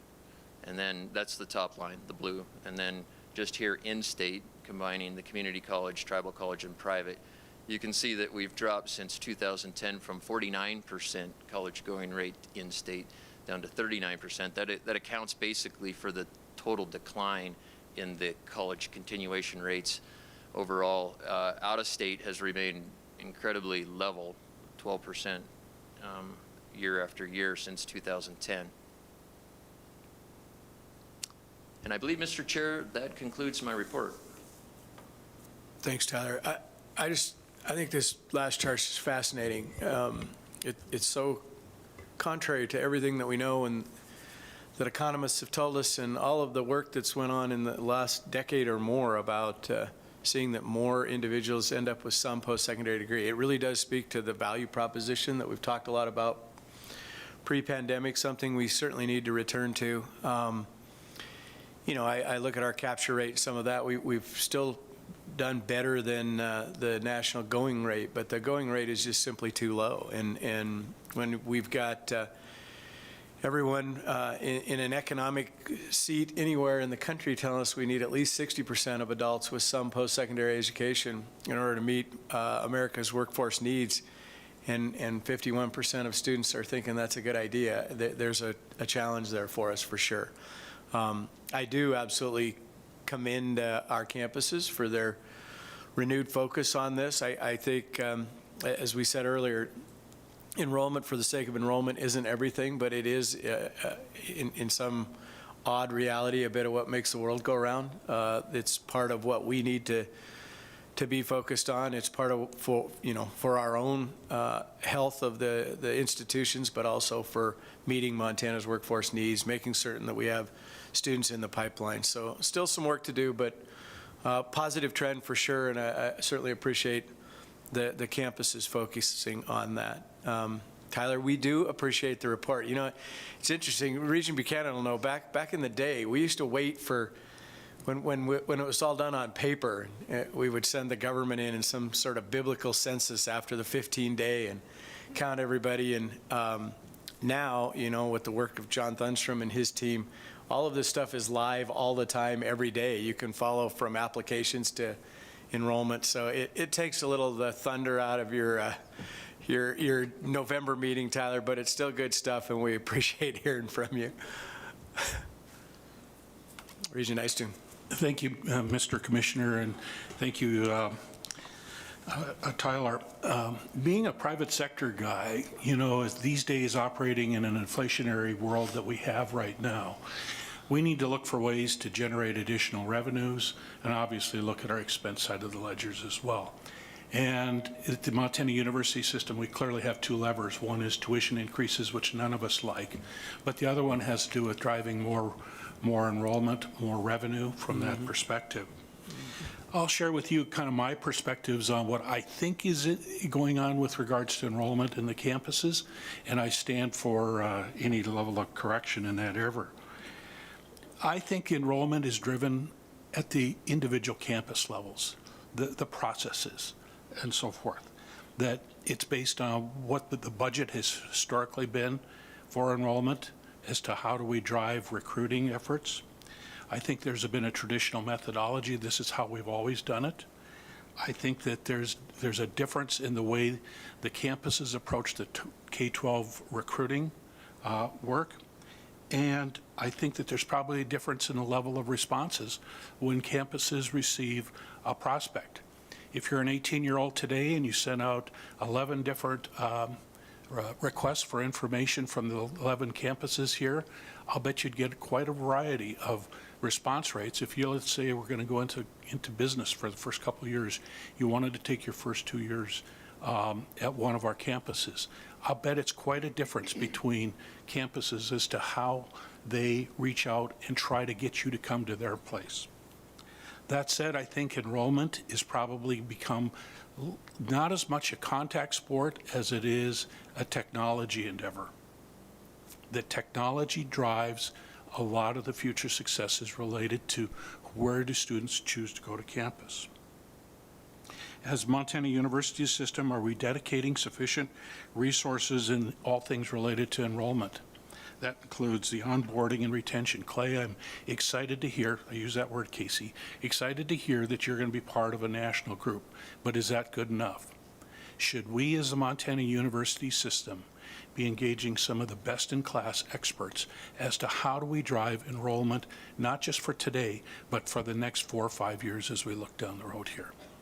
That we should be having, I think, some minimum standards as to what we should be expecting from the campus levels and on up. Too often I get the feeling that the campuses are somewhat guarded in how they approach enrollment from a standpoint, especially recruiting, because if they got a secret sauce, they're not as inclined to want to share that with the entire university system. I think our competition these days for students is a workforce that you can go out anywhere right now and get $20 an hour without any skills. Students in high school right now and beyond have got the opportunity to make a decision. Do I want to invest dollars and time when I can just stay in the workforce and just be able to kind of get by and move forward the best that I can there? Or should I be investing in a long-range prospect of higher personal and economic wealth through attending some type of college, university? So therefore, what I'm asking is, are we doing as a board sufficient amount? Are we providing the right level of resources for the commissioner's office and most importantly for the campuses to drive enrollment for the future? Thank you. Thank you, Regent Nystuen. I appreciate those comments. I can tell you from a resource standpoint that that has certainly been the focus, probably back 10 years, but at least in the last 5 years, is to see that much of that recruitment effort is still happening at a campus level, but we have certainly worked with campuses to empower all of our campuses to engage sort of best practice, that technological advances, frankly, vendors that now specialize in this corner of the world all over, to see that we're trying to drive the right resources in that direction. And I think that has meant an increased resource flow from the campuses, but I think we're starting to see some rewards in that context. And yeah, we'll continue to push in that direction. So we're giving campuses as equal a footing as we can, and that all campuses are empowered to engage in that conversation.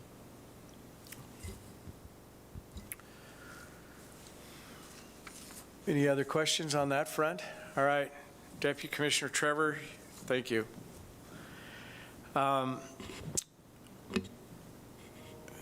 The life, the once quiet life of a community health or city county health director has changed a little in the last 20 months, and something has come up for Director Barnett, so we're not going to have him. But we'll circle back to that topic. Obviously, that's not far from what the board needs to keep apprised of, and know that we're working on that on a more frequent basis than I would like to say. But that, you know, part of what we were going to talk about is that the relationship, which is part of what we tried to do at a system office, going back to this fall semester, empowering campuses to work with their local health departments to make sure that each solution for each campus fits within their communities, is what we were going to speak to about there. But those relationships are alive and well all over our campuses across Montana, and so we'll come back to that in time. Just a few announcements, I guess. Campus reports, as always, are there. Lots of great information in there. Encourage you all to spend some time with those. Chancellor Cook seems to be getting a lot of nods this morning, but I do want to mention that he has recently received the 2021 Student Affairs Administrator in Higher Education Region 5 Scott President's Award, which is a long title, but more importantly, what that's all about is that it is an award presented to a professional that's recognized by all constituencies as having a special interest in student life for a significant period of time, and that demonstrates consistent advocacy and participation in a holistic student experience. And that's certainly what Chancellor Cook has brought to the table, and we are greatly proud that you're receiving this recognition. So Chancellor Cook, congratulations.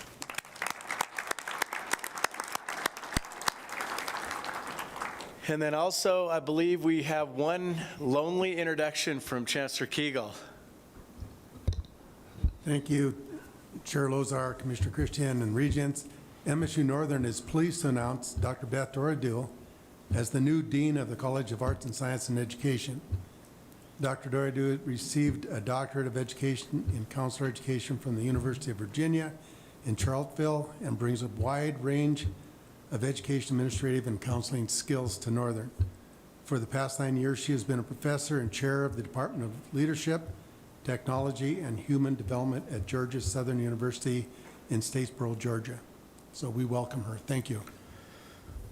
Thanks, Chancellor Kegel, and welcome. Mr. Chair, that concludes our report. Thank you, Mr. Commissioner, and thank you for all the presenters for sharing their insights this morning. I thought it was a great mix of topics that we covered. Before we take a quick break, I know this body has talked a lot over the past 10 years about enrollment, and I certainly thank Tyler for giving the presentation, and I think we've been sort of waiting for this particular set of metrics to see, you know, the head count in our Montana University system increase, and these are some fantastic numbers of, you know, almost 5% total increase in head count is phenomenal. Nearly 17% of first-time freshmen is phenomenal. Seeing a positive increase in residents, first-time freshmen, is phenomenal. And I wanted to just underscore the creativity, innovation, and the work that both the campuses and the OCHI team has put into you know, increasing the conversation about the value proposition of being in higher education and what it means to our Montana families. So thank you all for all the efforts behind seeing these increases in numbers, and this coupled with the increases in retention. The Montana University system is in an incredibly strong position. So with that, we're going to take a quick break. We will come back and start just after 10 o'clock with the Budget, Admin, and Audit Committee. We'll be back in about 15 minutes.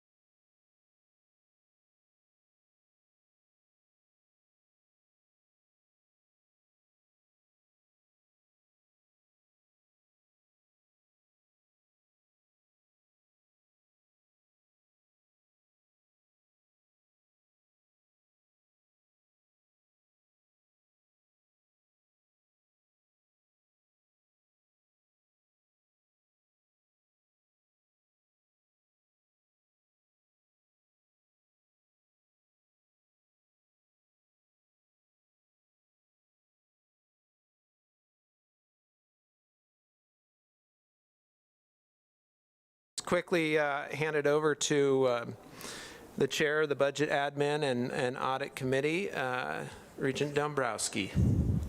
Good morning. Thank you, Chair Lozar.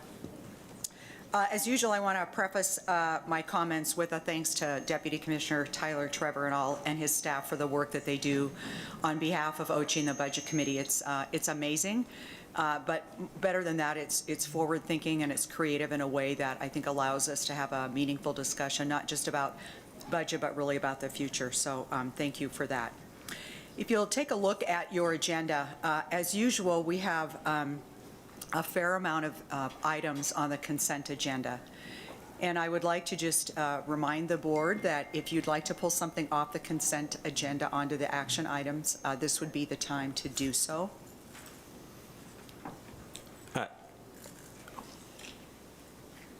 Please, Regent Nystuen. Thank you, Madam Chair. Seeing 14 nuns listed under item E, that's concerning to me. I'd like to have that pulled, to have a discussion about item E. Staff item. Staff item E.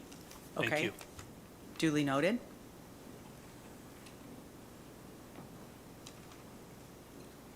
So we will pull staff item E onto the action items for this agenda. Any other comments?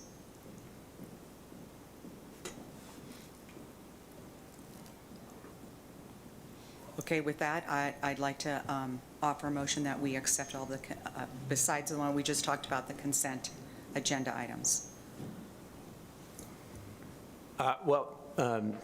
Please. Madam Chair, I don't think we're taking action yet on the consent. Excuse me. Yes, sorry. I saw action items. on here, and yeah, we'll take that tomorrow. Yes. But we'll remove E and speak to it today. Yes. Thank you. Okay. Let's move to the action items listed, please. As a matter of course, would we talk about this particular item we moved first, or would we go through the first action items as? Okay, I'll just start with the action items as listed, and we'll put E at the end of this, if that's okay? All right. As usual, again, on the Budget Committee, there are many action items that speak to many things. So I'm just going to turn it over to Deputy Commissioner Tyler Trevor to take us through this. Thank you, Madam Chair. The first item here, I'll call Director Muffick to the podium. There he is.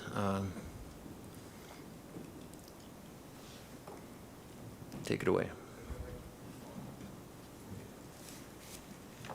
It's on. No?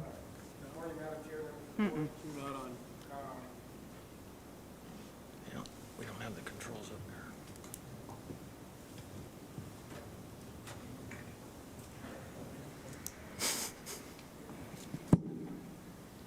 there. All right.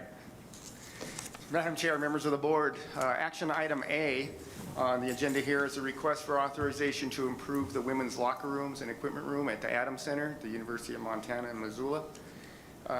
Ange, could you maybe flick to attachment 1 or 2, or I can do that from here? So we could just kind of have a vision of what this project looks like.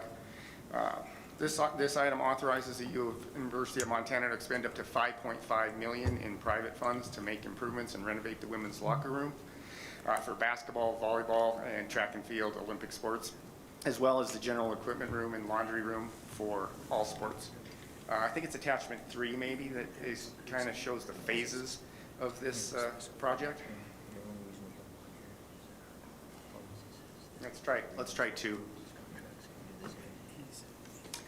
This project is phases 3 and 4 out of 4 phases, and is a continuation of the sequential phasing work. Phases 1 and 2 were approved by the Regents in May of 2019, and those phases included the men's locker rooms being redone. The men's locker rooms are almost complete now, and with their completion frees up the space for the equipment room. You can see that in phase 3 there on the right side of the rendering. And then phase 4 will be the women's locker room. It includes about 4,000 square feet of space. Again, these are private funds, and they will be put to use to make these changes. Stand for any questions, Madam Chair. Any questions from the Regents? Okay, thank you. Thank you. Madam Chair, I'll take the rest of these Okay. action items, B through L here. As a follow-up to the September board meeting, these were all information items for policy changes, and I explained to the committee and the board that OCHE is in the process of, the continual process, but a reinvigorated process of evaluating our policies, modernizing them, updating, consolidating, improving. And so this has led to quite a few changes. A lot of these, or some of these, relate to the legislative session we recently went through. Others are just merely updates. And so I think to most efficiently get us through this, with your indulgence, I'll give a few sentences for each one of these. Please stop and ask questions if you want more detail, and let's, I guess, dive in here. Item B is a request to revise our tuition and fee approval policy. This is a change here in the definition of student-driven fees. And so what we're doing here is clarifying that student-driven fees, actually better developing the definition within the policy to reflect our current practices. And those practices are that student-driven fees, number one characteristic is they come from the student government. They are offered up by the student government. And number two is the revenue generated by those fees must be retained by the student government, managed by the student government, and used for the purposes that that fee was created. It sounds like it's pretty mundane and straightforward. It's just a clarification to make sure we're on the same page. The other one is that these fees can come to the Board of Regents at any time, not just every other year. We encourage in the policy that that would be in May still, that we would give us a chance to have an information item before they come and create some kind of consistency to those requests. That is the totality of item B. I'll move on to C. This is a change to our waiver and discount policy. This relates to a recent change that we've enacted in 2019, and that is to allow waivers for members, enrolled members of the Montana National Guard at the undergraduate level. And for the past 2 years, we've, a year and a half, we've done just that. And this is a second dollar waiver, actually. I felt like this needed a little bit more explanation here, is that guardsmen come with a couple different avenues for tuition relief. They start with the federal government. There are some state level scholarships, and then the decision by the board in 2019 was to basically make those ends meet by providing the remainder of their tuition bill a waiver. And so we've done that. There's, I think this fall, 57 students taking advantage of this. This is a change to allow those students to also receive a waiver for graduate education.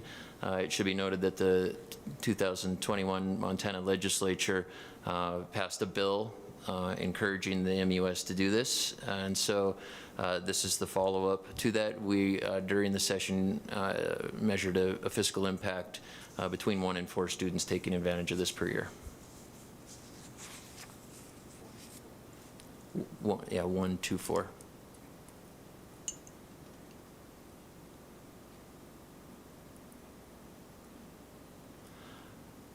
Item D, this is coupled with item E, and really what this is an increase to spending authority thresholds for construction and renovation projects on campus.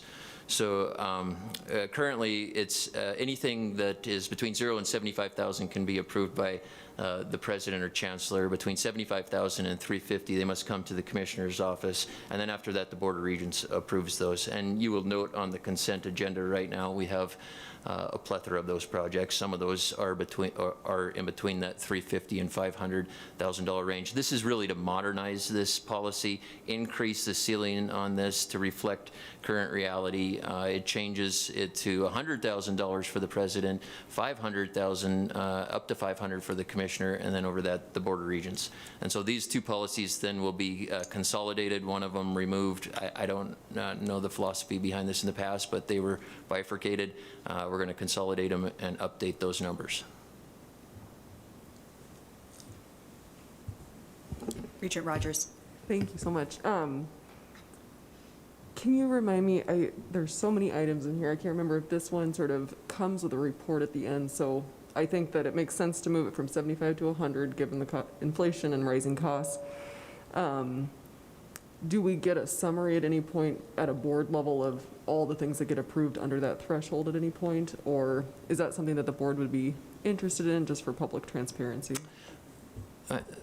Madam Chair, Regent Rogers, I don't believe we produce a report on this. We certainly keep track of the projects that we approve through the Commissioner's Office and those through the Regents, through our agendas. We can compile that and certainly have it at for board purview at any time. Other questions?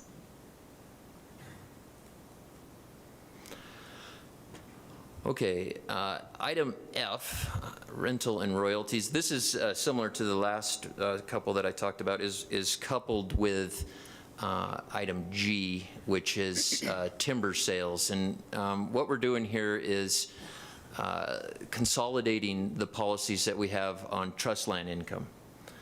You'll remember every other spring meeting in May, we would approve the allocation of timberland income, and whether the campuses would, or whether the board would elect to return those proceeds to the corpus or allocate them to the applicable campuses. That was a separate policy. We also had a policy that generally described trust land income, but it was labeled rental and royalties. It's kind of the 1977 nomenclature. So what we're doing in the body of this policy is updating the definition of trust land income to better encompass the totality of the revenue sources that we receive, and then combine it with the timberland policy to consolidate policies and kind of keep them all in one spot.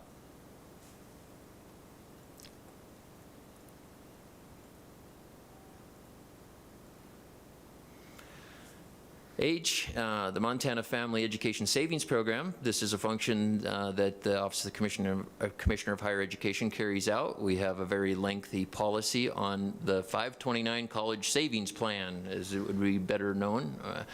Achieve Montana is its name that we use to market it. This is previously a 20-page policy created in, I believe, the early 2000s that had a lot of operational direction in it. And what we're doing here is squeezing it down to just the policy. We did a similar thing with resident student financial aid, where I just think we had a practice in the past of putting a lot of operational measures embedded within the policy, making the policy harder to digest and follow. And so this focuses it, and key is it also updates it. The federal government has recently updated the criteria of 529 plans. One of the things it does is now allow for students funding for K-12, so families can save for the use of it as students move through high school. Our legislature just passed a bill allowing for this. We're following along and updating our policy and consolidating it down to now 3 pages.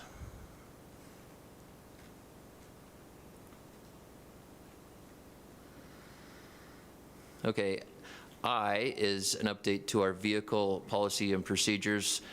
This is a follow-on to a change to the policy, I don't know, in about 2010 that focused on reducing the use of 15-passenger vans in the Montana University system. This just sort of caps off that policy by making it crystal clear that 15-passenger vans and any bus larger than that, than 15-passenger, is not allowed to be in the fleet of a campus for insurance policies, safety policies, and procedures. And so we're just clearly stating that within this policy.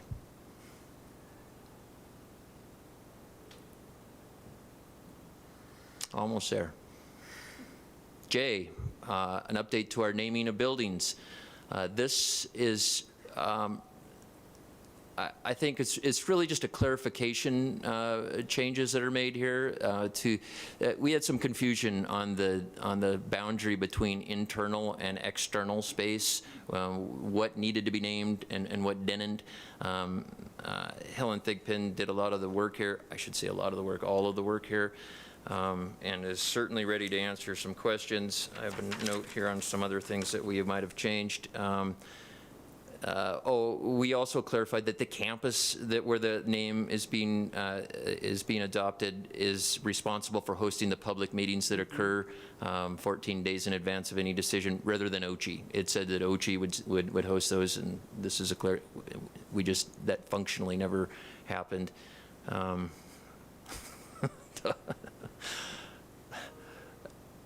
And so that's about it there. Any questions? Finally, almost finally, K is a request to, this is an authorization of building projects. This had the $350,000 benchmark that it would kick over to the Regents for approval of construction projects. This merely mirrors it with the other two to kick it up to $500,000. And then L is a transfer of interest in real property when campuses lease space of university-owned space. This policy capped the amount of leasable years to 20. This allows for an exception to that 20 if the campus makes a case where the exception is a benefit to the Montana University system. Questions, Regent Rogers? Just out of curiosity, what's a good example of this? Madam Chair, Regent Rogers, we have a good example of this with Montana State University recently leased some land to the fire department, the city. And so there was a lot of reason why you would want all that operations to occur longer than 20 years. In fact, they came and we gave them an exception. You gave them an exception. This just gets our policy in line with the direction we were headed in terms of practices. Thank you. Regent Sexton. Thank you, Chair Dombrowski. I just wanted to thank you, Tyler. I know this is hard, sometimes thankless work, and it would be very easy to kick this down the road to other people, and it's, I really appreciate all the work that you and everyone who was associated with it did. And I just also recognizing these aren't massive changes, it's just cleaning up policy and language and making sure that our policy reflects what we actually are doing. Thank you. Regent Loza. Thank you, Chair Dombrowski. Yeah, I echo the same comment. I know some of this is kind of a matter of practice of cleaning up our policies, and certainly you guys have done a great job. I mean, there's so many different action items here. We didn't see too many members of the board discussing it because I think they're so logical, and they were discussed in the committee meeting. I would just note the one item or one topic in here that has had the most board conversation is Regents Policy 1004.1, the naming of building projects. And certainly I support the slight adjustments that we made. I appreciate you guys making some adjustments between the September meeting and now, but just wanted to note that one is an item that this board has talked a lot about, and I'm very comfortable with the adjustments in the language. Thank you, Chair Lozar. Any other comments before we pull the consent agenda staff item E forward, please? And Regent Nystuen, I'll turn it to you since you asked for that action. Thank you, Chair Dombrowski. When you look at item E, Personally, I'm a little disheartened to see the word "done" printed 14 times in the right column. While this list is what's the list that the Regents have under their purview today, my comments reach beyond the commissioner's to the commissioner's office and the campuses at all levels. I've been so amazed this last year how you all powered us through COVID for the last 20 months, and there's still more months to come. But from my perspective,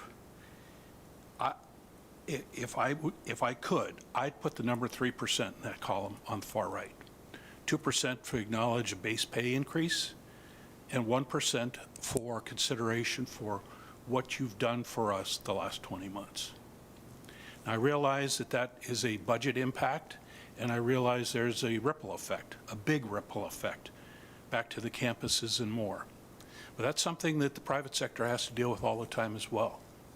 How do we go about keeping our best and brightest working for us, engaged, feeling valued, and feel like that we're not being taken advantage of?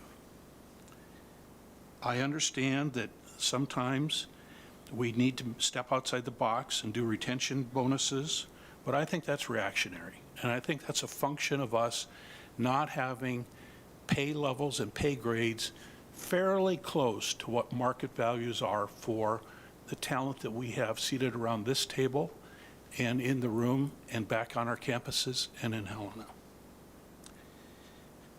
I realize that there's, this is work to be done, but I think that there should be a look into the future as to how do we lessen the wage gaps that I think that we're going to only get bigger as we move forward here. How do we engage in some of the best and brightest to help make sure that we're paying, if we had a peer group of, let's say, 10 university campuses around the region here, are our employees generally at 70% of that, 80%? Maybe some are beyond that, I don't know. But I think we need to invest in our human capital. And I think this notion of 0% increases doesn't square well with me. But I'm just one of 7 voices around this table. But I think we can do better than that. Thank you. Thank you, Regent Nystuen. Thank you, Madam Chair. Regent Nystuen, there have been a couple things that you've been very consistent on in your board service, and that is our work around enterprise risk, and you consistently underscoring that our human capital is the most important thing in the university system. And I very much appreciate certainly your comments. I think they're spot on. I do believe that the none on that column aligns with the other sort of standards or increases across the rest of the university system outside of the individuals that we have here. But and maybe the commissioner going to speak more to that.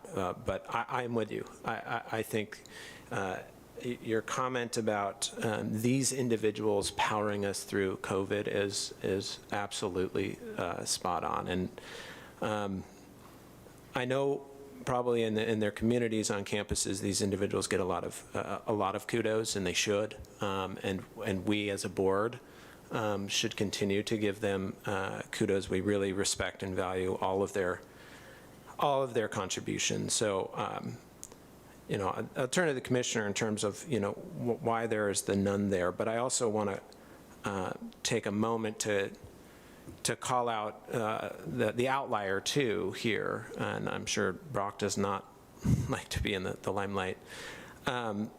But this individual with this very rare compensation increase for this board has just done an incredible job throughout the pandemic, throughout his service at OCHI, and I was very pleased to see this increase for Brock and our ability to retain just an incredible asset to OCHI into the state of Montana. And I know in the past we've done similar things.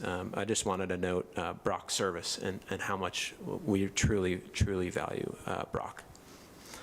So I don't know, Mr. Commissioner, if you have any comments on the none in that column. Thank you, Mr. Chair, Regent Nystuen, Madam Chair. Yeah, I don't know if I have a lot to add. I would say, Regent Nystuen, your thoughts are very much appreciated.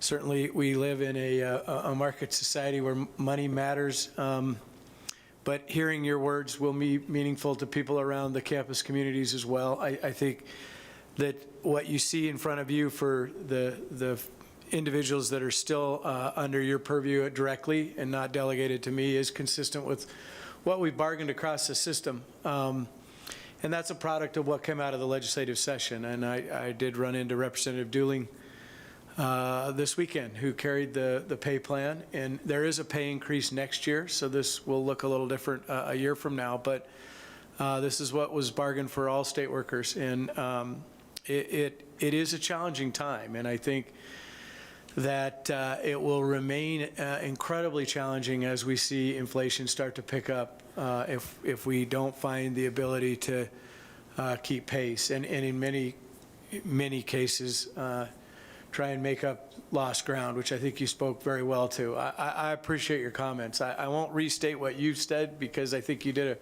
a very great job of it, but it is a challenge. We are falling behind. We have lived behind in Montana, and while I appreciate some attributes of the Big Sky tax that people like to talk about, our ability to recruit and retain high-quality individuals in every walk of life, from the administration to staff personnel to research faculty teaching our students, that remains an incredible challenge. And what's happening with the cost of living in Montana is adding to that. So I very much appreciate your thoughts. Know that that's close to our thoughts, and we continue to work on that, and we'll continue to advocate for that front, both in the legislature and with this board as we move forward. We often have tried to do what we can do, but we keeping with the guidance we got from the session, we bargained a none across the board. And so you know, your comments resonate to the 8,900 people that you have under your watch, and we appreciate your concerns around that front. Thank you, Mr. Commissioner and Chair Lozar. You know, I worry. I shouldn't probably use the word worry. I'm concerned about the backbone of our campuses and our ability to continue to provide quality learning environment. If the sidewalks aren't plowed, if there's a reduction in hours at the diet food service areas, that things don't go repaired, that we just don't have that ability to do it. I think we as regents should be considering, what are we going to do to drive additional enrollment? And what are we going to do about tuition? I know, Commissioner Christian, you've got some ideas as to where you think we might be doing here. But while tuition increases captures all the headlines, I think it's inevitable that we have to do that to preserve the integrity and the quality of this system by looking at what are we going to do to keep our people fully engaged and supported financially, fiscally, as we move forward here. You know, there are ways that if we as a collective body put our heads together, we can solve how to buffer the tuition increases. I think about our foundations, what an incredible job they do in raising big, high dollar amounts for new buildings, new programs, all those kinds of things. But I also think about some of the foundational work with regards to scholarships.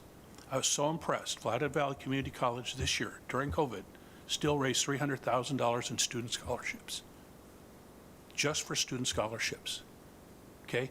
That'll go a long ways towards buffering a few dollars an hour, extra credits, or for tuition increases as we move forward here. That same thing can be done with Bill Kennedy in Billings, and Chris Murray in Bozeman, and Cindy here in Missoula, and others.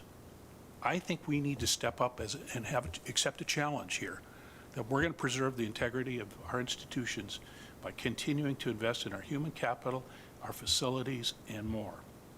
And we need to look at both sides of the equation. eliminating programs that are probably not carrying their weight fiscally, financially, and so forth, as well as what else do we need to say? You know, businesses around the country right now are saying, we need to close some branches. Customers aren't coming. We don't have the staff to do that anymore. I think we need to look at what are we doing with academic programs, services, and beyond, and say, we're going to have to eliminate some of these things that would be low-hanging fruit from the standpoint of programs and so forth. Okay? So I think this is a broader conversation that the board needs to be having with the commissioner, with the campus leaders, to try to figure out how we're going to pull this together here. So this is more than just the word 14 times printed, the word none printed 14 times in the right column. It's really to talk boldly about where are we going for the next year, 2, and 5. Because the decisions we're making today are going to have long-range impacts on where this university system goes in the future. Try not to be preachy about it, but I'm pretty passionate about where we go with these campuses and our system. Thanks. Thank you, Regent Nystuen.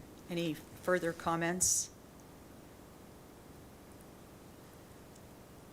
For other members of the board, I think the Budget Committee's conversation around this, although maybe not quite as passionate, Regent Nystuen was certainly on point in terms of the future and the dilemma and what then are the options in order to look at this into the future. So thank you for that. And I would say the Budget Committee would take your charge seriously as a place to start. Thank you.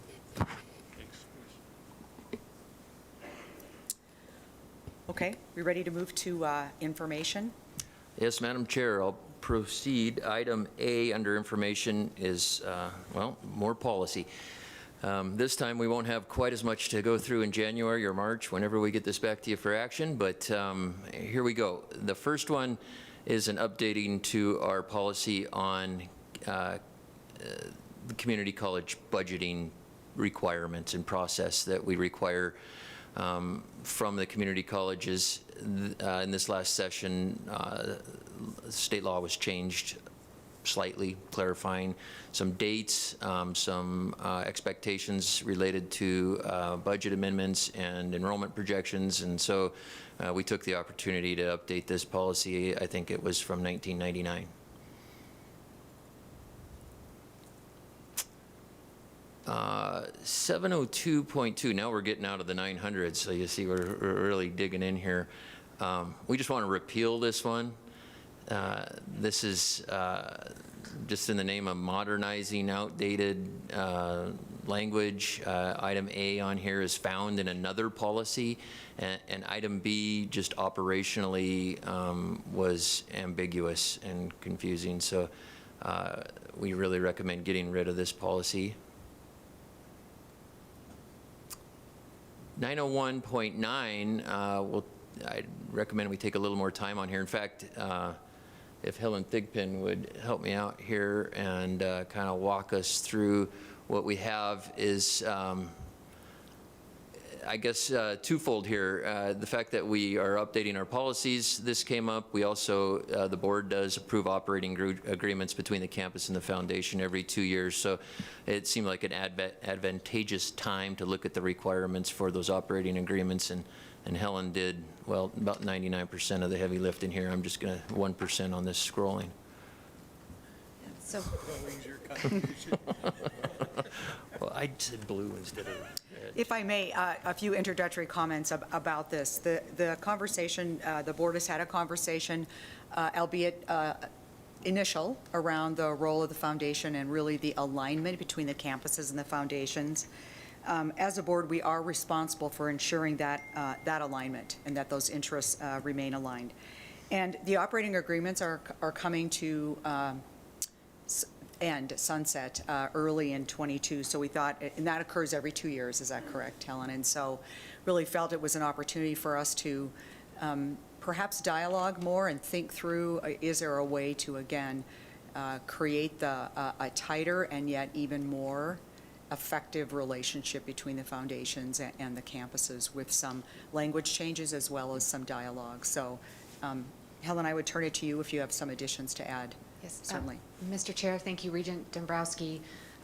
Really appreciate the opportunity to kind of walk through this policy. I will say, just sort of at the outset, that some of the changes that you see, especially the changes at the beginning, are pretty non-substantive.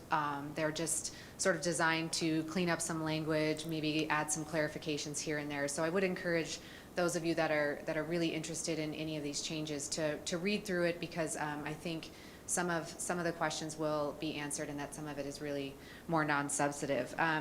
The piece that we focused on, as Regent Dombrowski alluded to, is really related to the operating agreements between the campuses and their affiliated foundations. And those are essentially, written agreements that come to the board every 2 years for review and approval. And this review is really part of your obligation, your fiduciary duty as regents, to ensure that the campuses and the foundations are sort of aligned and carrying out their obligations. So, Madam Chair, Regent Lozar, the operating agreement changes are pretty straightforward. They're listed under subsection C there, and really kind of goes through and adds some clarification around what would need to be included in those agreements. So just to run through them real quickly, it would require the foundation and the campus CEO to have an opportunity to discuss campus needs and priorities and other matters on a more regular basis. We have quarterly basis in there at this time, and that was specific. The foundation, it also clarifies that foundation fundraising will be consistent with the stated goals and priorities of the campus, and that the foundation will not solicit or accept gifts that are inconsistent with those goals. Would include a provision that upon dissolution of the affiliated foundation, all assets will be transferred to the campus or the entity chosen by the campus, and would also clarify that the foundation will receive input from the campus CEO prior to the appointment of new members to the board of the foundations. And then again, it says, and just clarifies, which is already the case, that the foundation will follow all other requirements stated or implied by the policy, as well as federal and state laws applicable to 501c3 organizations. And I think that's a good point to sort of take a pause here and remind the board that the foundations that are affiliated with the campuses are private or independent 501c3 foundations. And so there really is there's a governing role for the board, but also need to be very cognizant of the fact that they are legally independent organizations that support the institutions that they are affiliated with. And then in subsection D, Board of Regents authority, the intent there was just to really add some clarification around the authority of the board and fleshing that out a little bit more. And I think that's all fairly straightforward, but happy to answer any questions that this group may have. Again, it's an informational item at this point, so you will have an opportunity to come back and talk about this at your meeting in January. Mr. Chair. Thank you, Helen. Are there questions around this item at this point? Excellent work. Thank you very much. Really appreciate that. Madam Chair, we have one more under item 8. This is labeled campus entertainment. Really, the title should be campus hospitality, and when I bring it back, I think I'll change that word entertainment. This is an update to an outdated policy, and it clarifies, makes some very small changes just to clarify some items that we're missing. And so we're increasing an amount before you have to fill out a form, and we're also clarifying that students can be treated like anybody else during hospitality. So that leads us to item B, online fee discussion, and I'm going to have Director Joe Teal come up and walk us through a presentation. I'd just say a couple things here. The reason this is on our plate here as an information item, and remember back to September, we created a work plan for the Budget and Audit Committee, and one of the items that kind of came out of the May board meeting and approval of tuition and fees is for OCHI to take a harder look at fees and find areas where we can improve not only our policy, but the allocation of those fees and the need for them, and just kind of continually do some continuous quality improvement on the assessment of fees. And so it led to this item, and I'm just going to crack it open and let Joe go from here. Thank you, Tyler. Madam Chair, members of the committee, excited to bring this item forward today. This has been developed with the help of a few different groups, including a small committee that Regent Sexton has kindly served on. And as Tyler mentioned, it's coming from a charge that you gave us to take a deeper look at some of our other fee categories. And online fees right now are particularly relevant, and I think a good place to start. And this slide characterizes some of the reasons. One is, right now they vary pretty widely across our campuses. They can be a very substantial part of the tuition and the cost to students taking a number of online courses. And also, the way in which the revenues for online fees have been used has changed over time. Early on, the tools that online fees supported, learning management systems, instructional designers, other tools, were really focused purely on the online student crowd. But we've seen, particularly during the pandemic, but also before, each of those tools become whole campus resources, resources that are benefiting and really vital to the entire student body. So we see kind of an issue of equity, that these revenues are sourced from students in the online-only space, but they go to support students who are face-to-face as well, and really the entire student body. And so what we're bringing to you today on the online fee front is really this set of principles that we're going to use as we conduct an analysis, working with campus partners, working with our online learning group across the state, to take a look at our online fees, how they're assessed, the policy behind them, and see if we can make a change that fits with some of the direction you've given us as a board. And those principles really are, try to be more transparent. So right now, online fees sit in a non-mandatory fee category. They're applied at the course level, which means often they don't appear in the disclosures that our campuses provide in terms of cost of attendance. They don't often appear in terms of some of the financial aid calculations.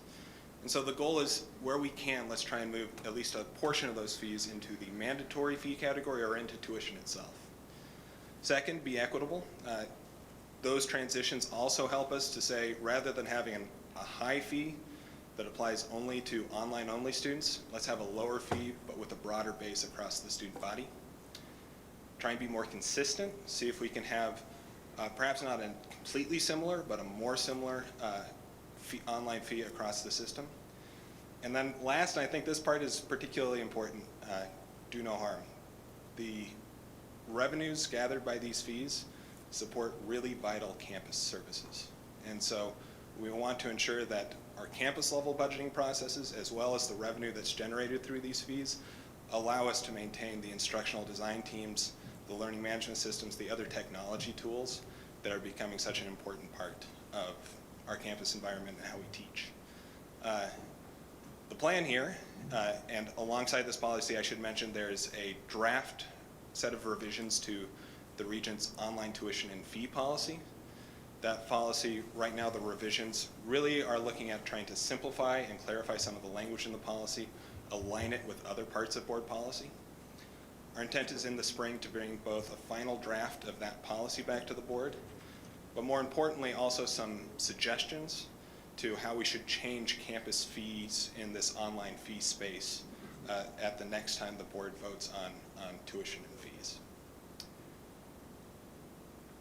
The second piece that this conversation really brought up was around the learning management system. So a learning management system is a tool that helps to organize and coordinate all forms of learning in terms of video capture, sharing slides, discussions, and as I've mentioned, they've become a really indispensable tool for our faculty and our students to manage learning on campuses.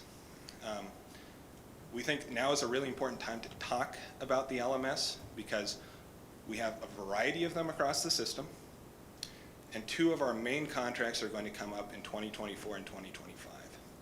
We think that this is potentially an opportunity to try and centralize and have a single contract for this really central IT tool for our campuses. And that could have a number of benefits.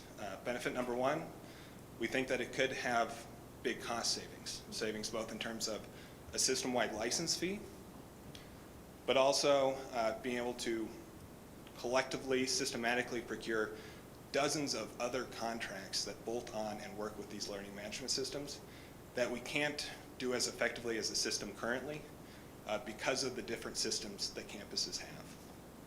And finally, on the cost savings front, we think that long-term, the IT professionals, the instructional designers that help to use these systems, it's going to facilitate them sharing expertise, sharing professional development, making them less costly to support, to train faculty on over time.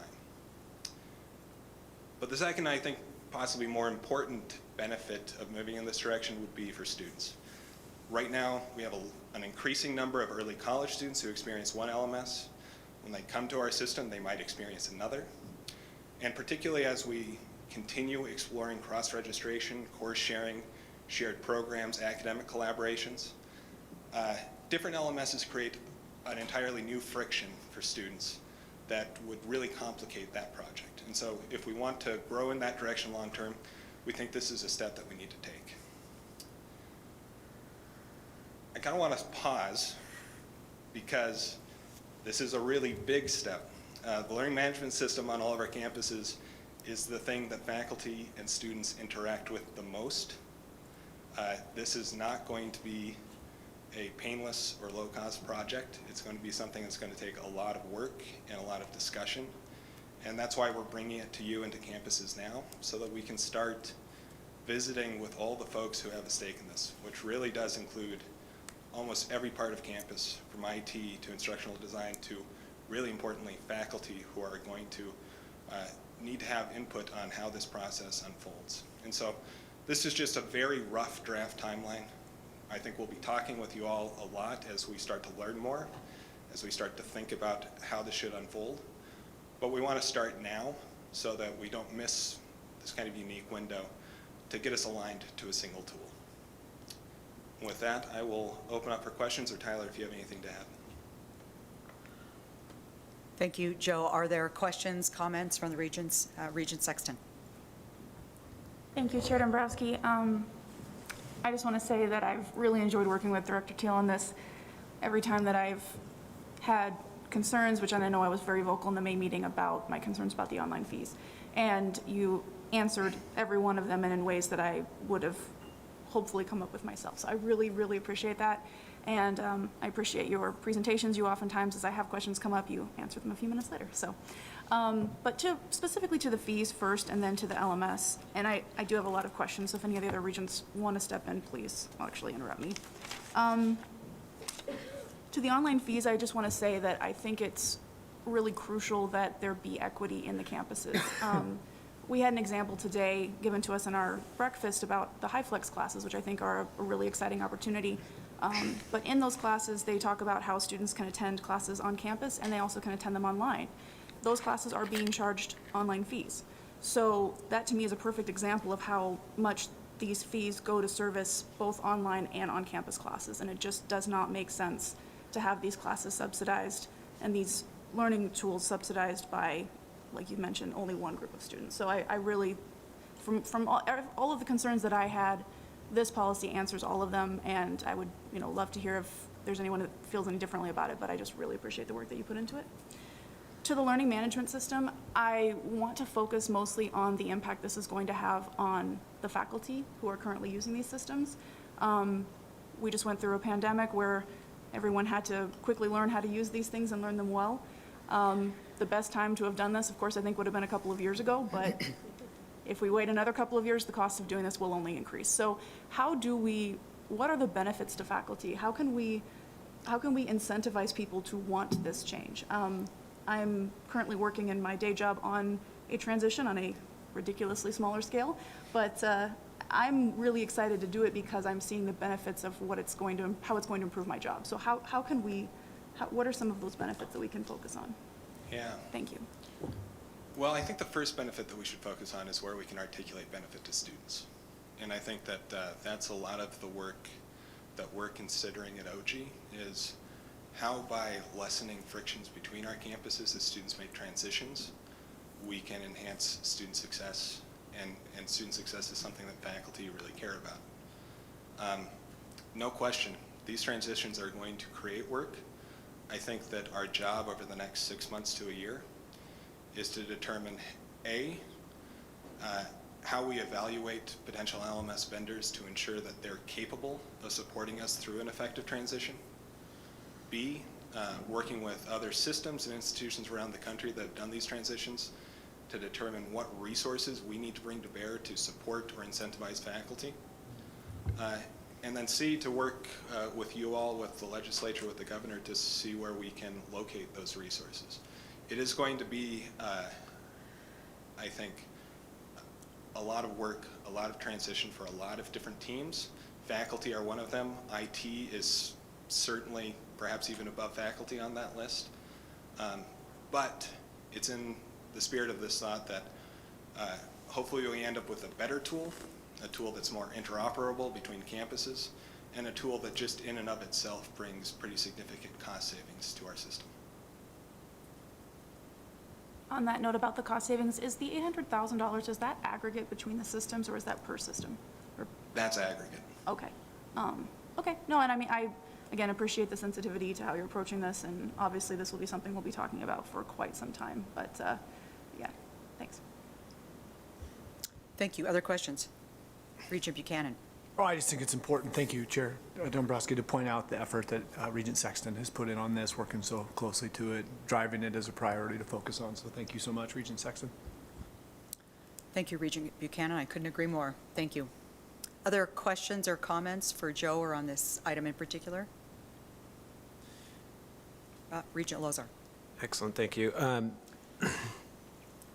So Joe, I'm curious about the timeline. I'm kind of jumping ahead a little bit here, but you know, one of the things you mentioned is there are other systems that have gone through this process, and I'm just curious of the type of research that you've done or the relationships you've developed across the country to help sort of guide the reality of taking this incredibly large step for the Montana University system. This is something that we talked about 6 years ago when we were talking about, you know, what is one MUS, and this is this was always one of those things that came up. It was certainly an item that came up in a program audit, I think, with shared services, with the legislature kind of looking towards ways in which we can leverage tools across the system. So I think this is a really good step forward. I'm glad you're pausing us to orient us to the reality that this is a big deal.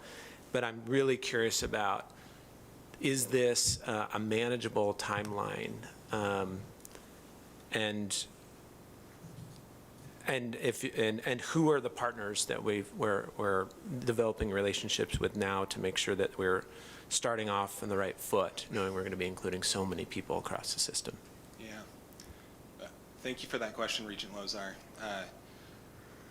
We certainly have some great partners, I think, through our counterparts in CHEO agencies, State Higher Education Executive Officers.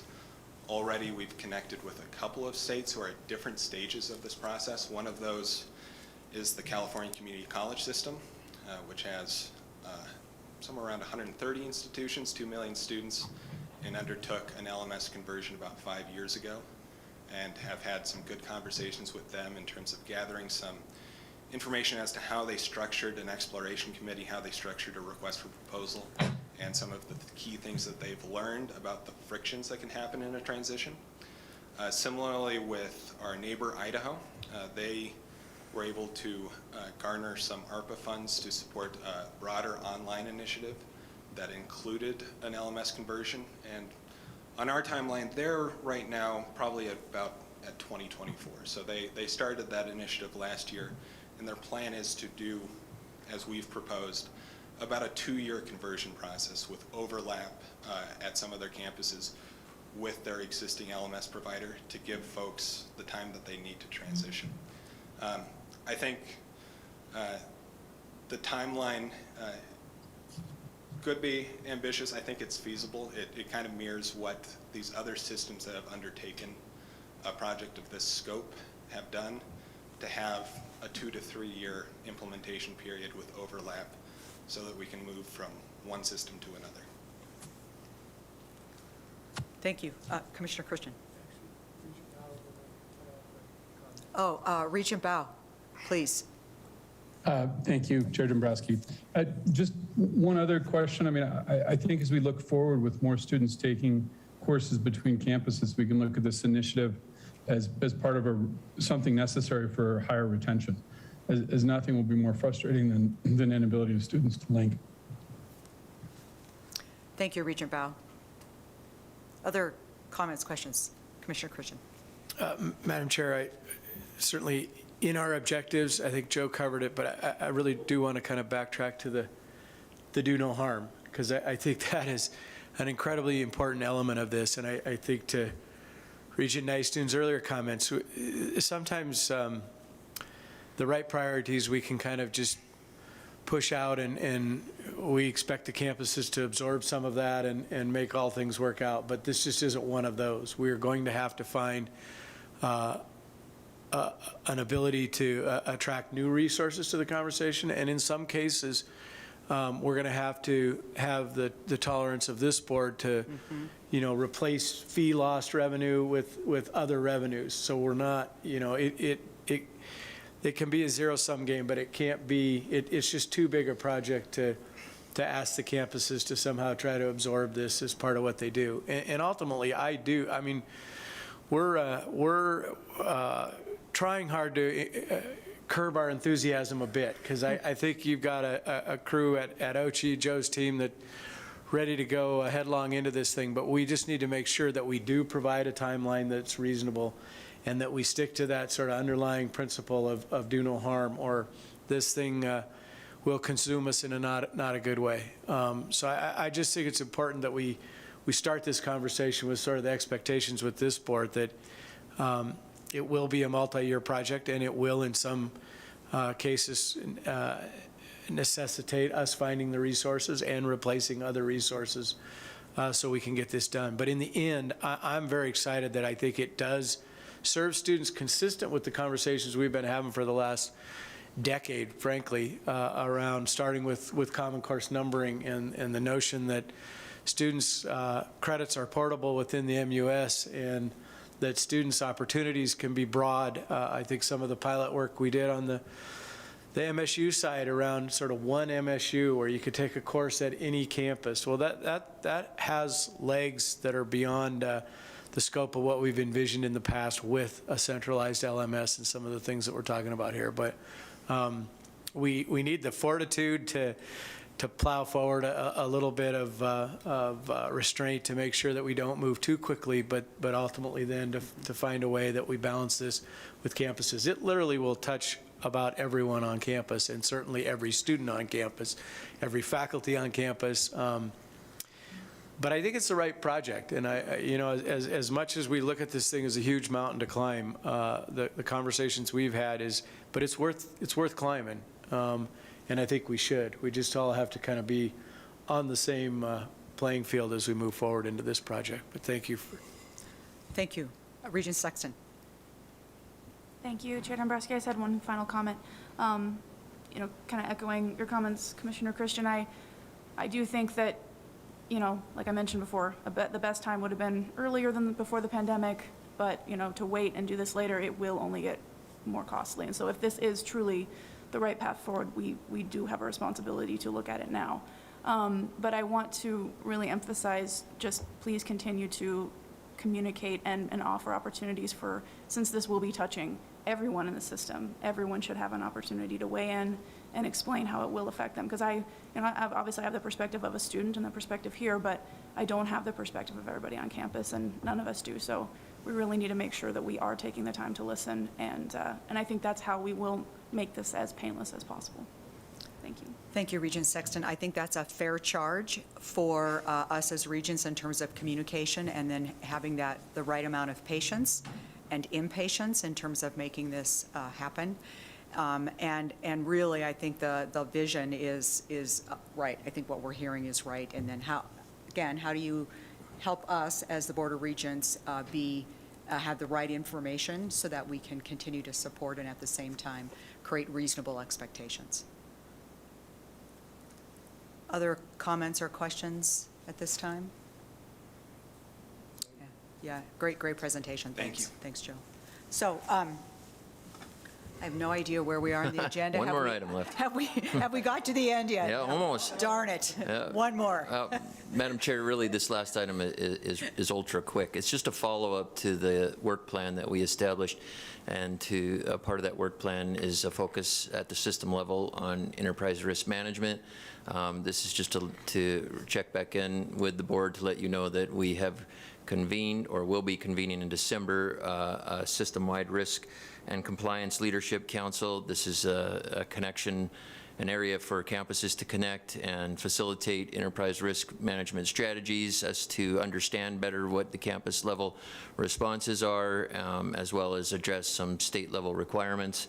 We'll be checking back in with you, and I don't want to miss the opportunity to talk about shared services here, because that's what this is all about. If we can identify common risks, which I'm pretty positive we can solve those together as a system. And I think that's an approach that and a focus this group will have, is to find those system level commonalities that we can tackle together rather than independently. Well stated. Thank you. I might just maybe make the suggestion we call it the Regent Nystuen risk, and because that has been a priority for him, with all due respect, and a good priority. So, yes, Regent Nystuen. Thank you, Chair Dombrowski. I am excited. When I went in for my orientation to the Commissioner's office over 6 years ago, I said, what's our enterprise risk management? What's that look like? And I didn't get a lot of, oh, let me pull that out, it's right here, type thing. I understand that's fine, but, you know, I think I'm so excited to see the campuses involved in that, but I think we as the board should also be looking at this from a board level.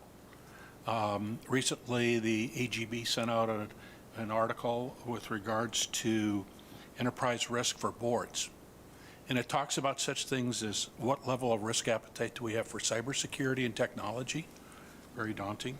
Governance, which is basically how we operate as the board of a enterprise that has a budget of what, $1.7 billion with 40,000 students, 9,000 employees. What could go wrong, you know? Take a look at what our business model risks are in an ever-changing world. As we look beyond just the state of Montana, we're competing globally these days. What's our business model risk? The strategic risks. How do we look at examples of the one MUS system and that?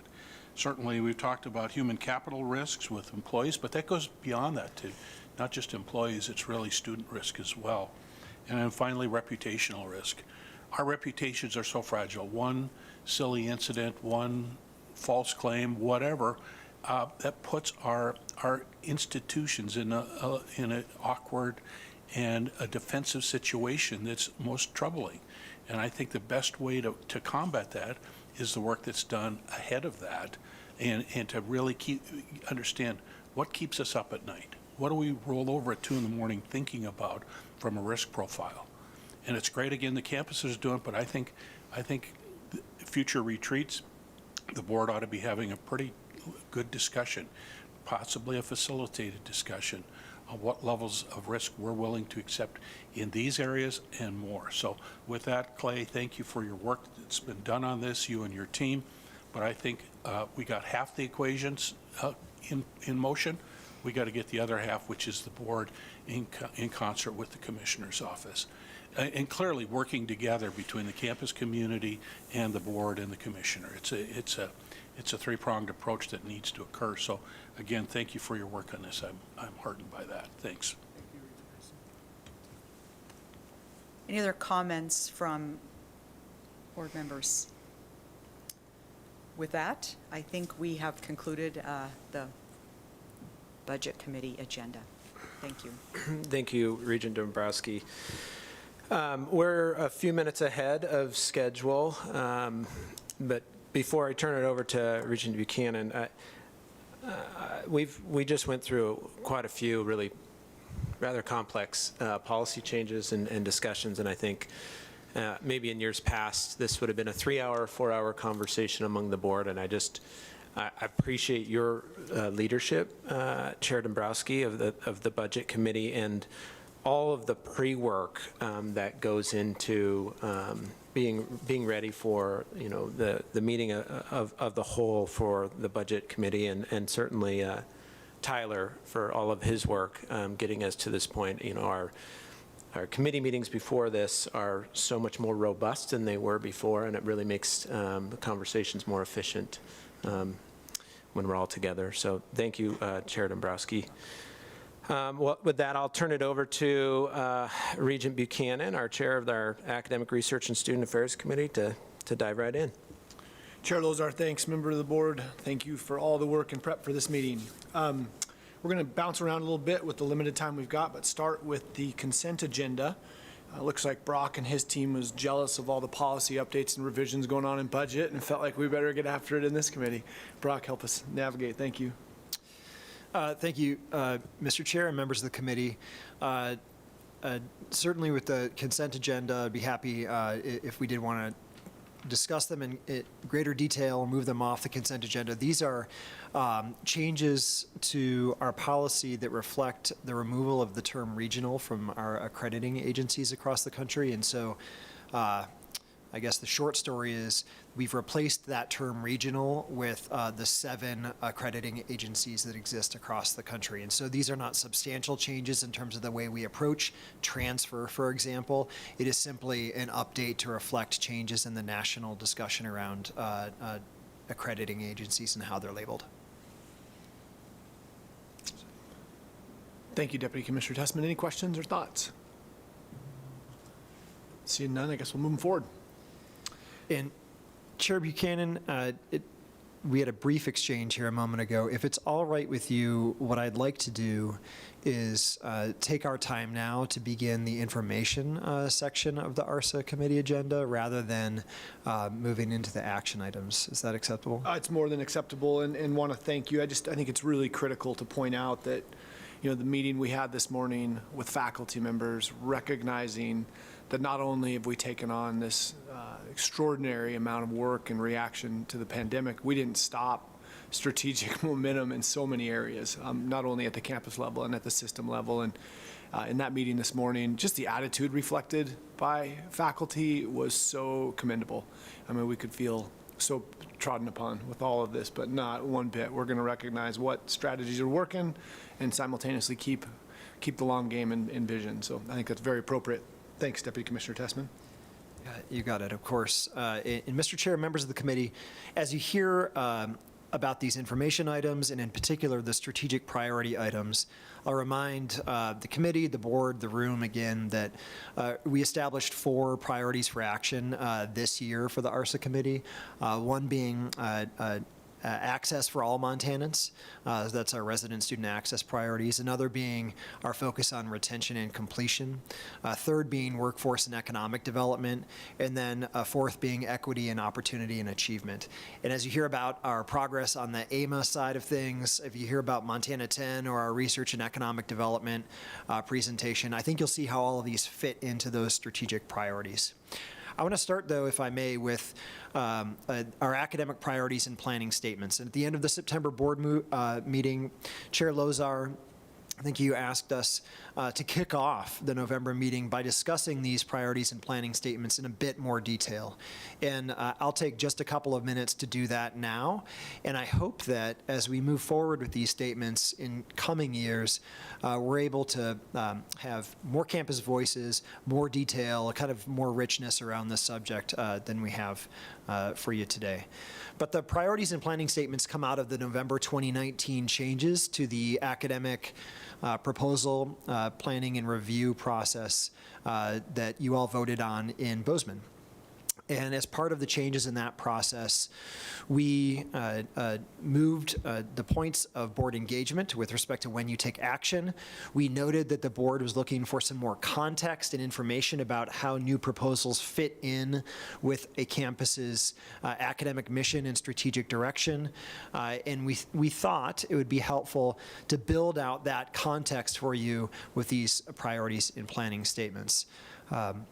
There are about 40 pages attached to this item. I'm not going to roll through all 40 pages. Instead, what I'll do is pass along some of the great work that Director Teal and the rest of our team did in synthesizing some key findings from those statements.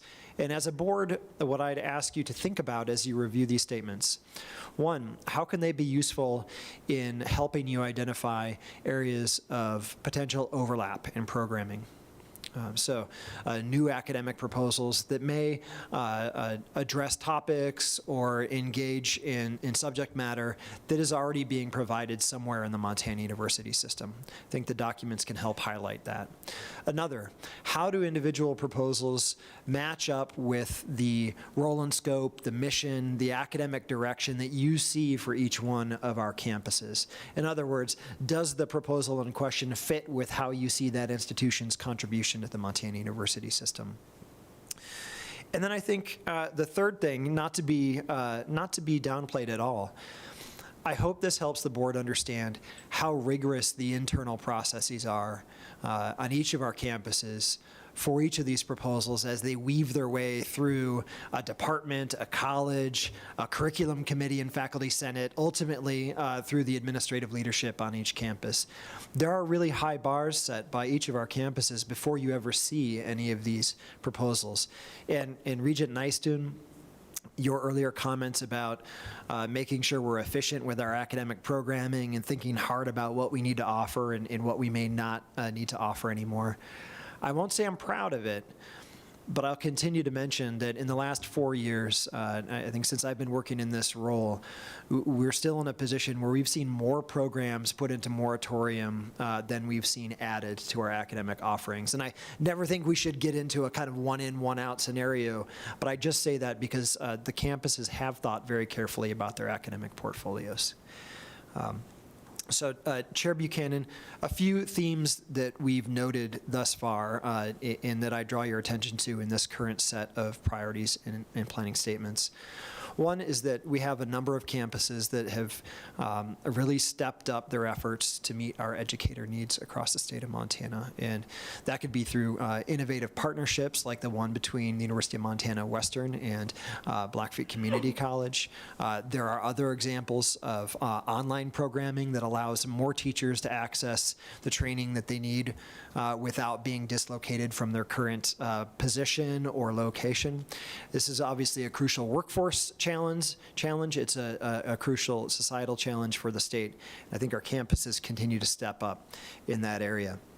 Another theme you might notice is that we have more and more of our campuses, in particular our two-year campuses, focusing on short-term, generally stackable credentials. So these are credentials that are compressed and are completed in a time period shorter than that typical two-year associate's degree. A lot of them are offered online, flexible delivery mechanisms, and they are tailored to respond to workforce needs. You'll see some cybersecurity, cloud computing credentials being developed. And like I said, they're stackable. And I think most of you in the room probably understand what that means.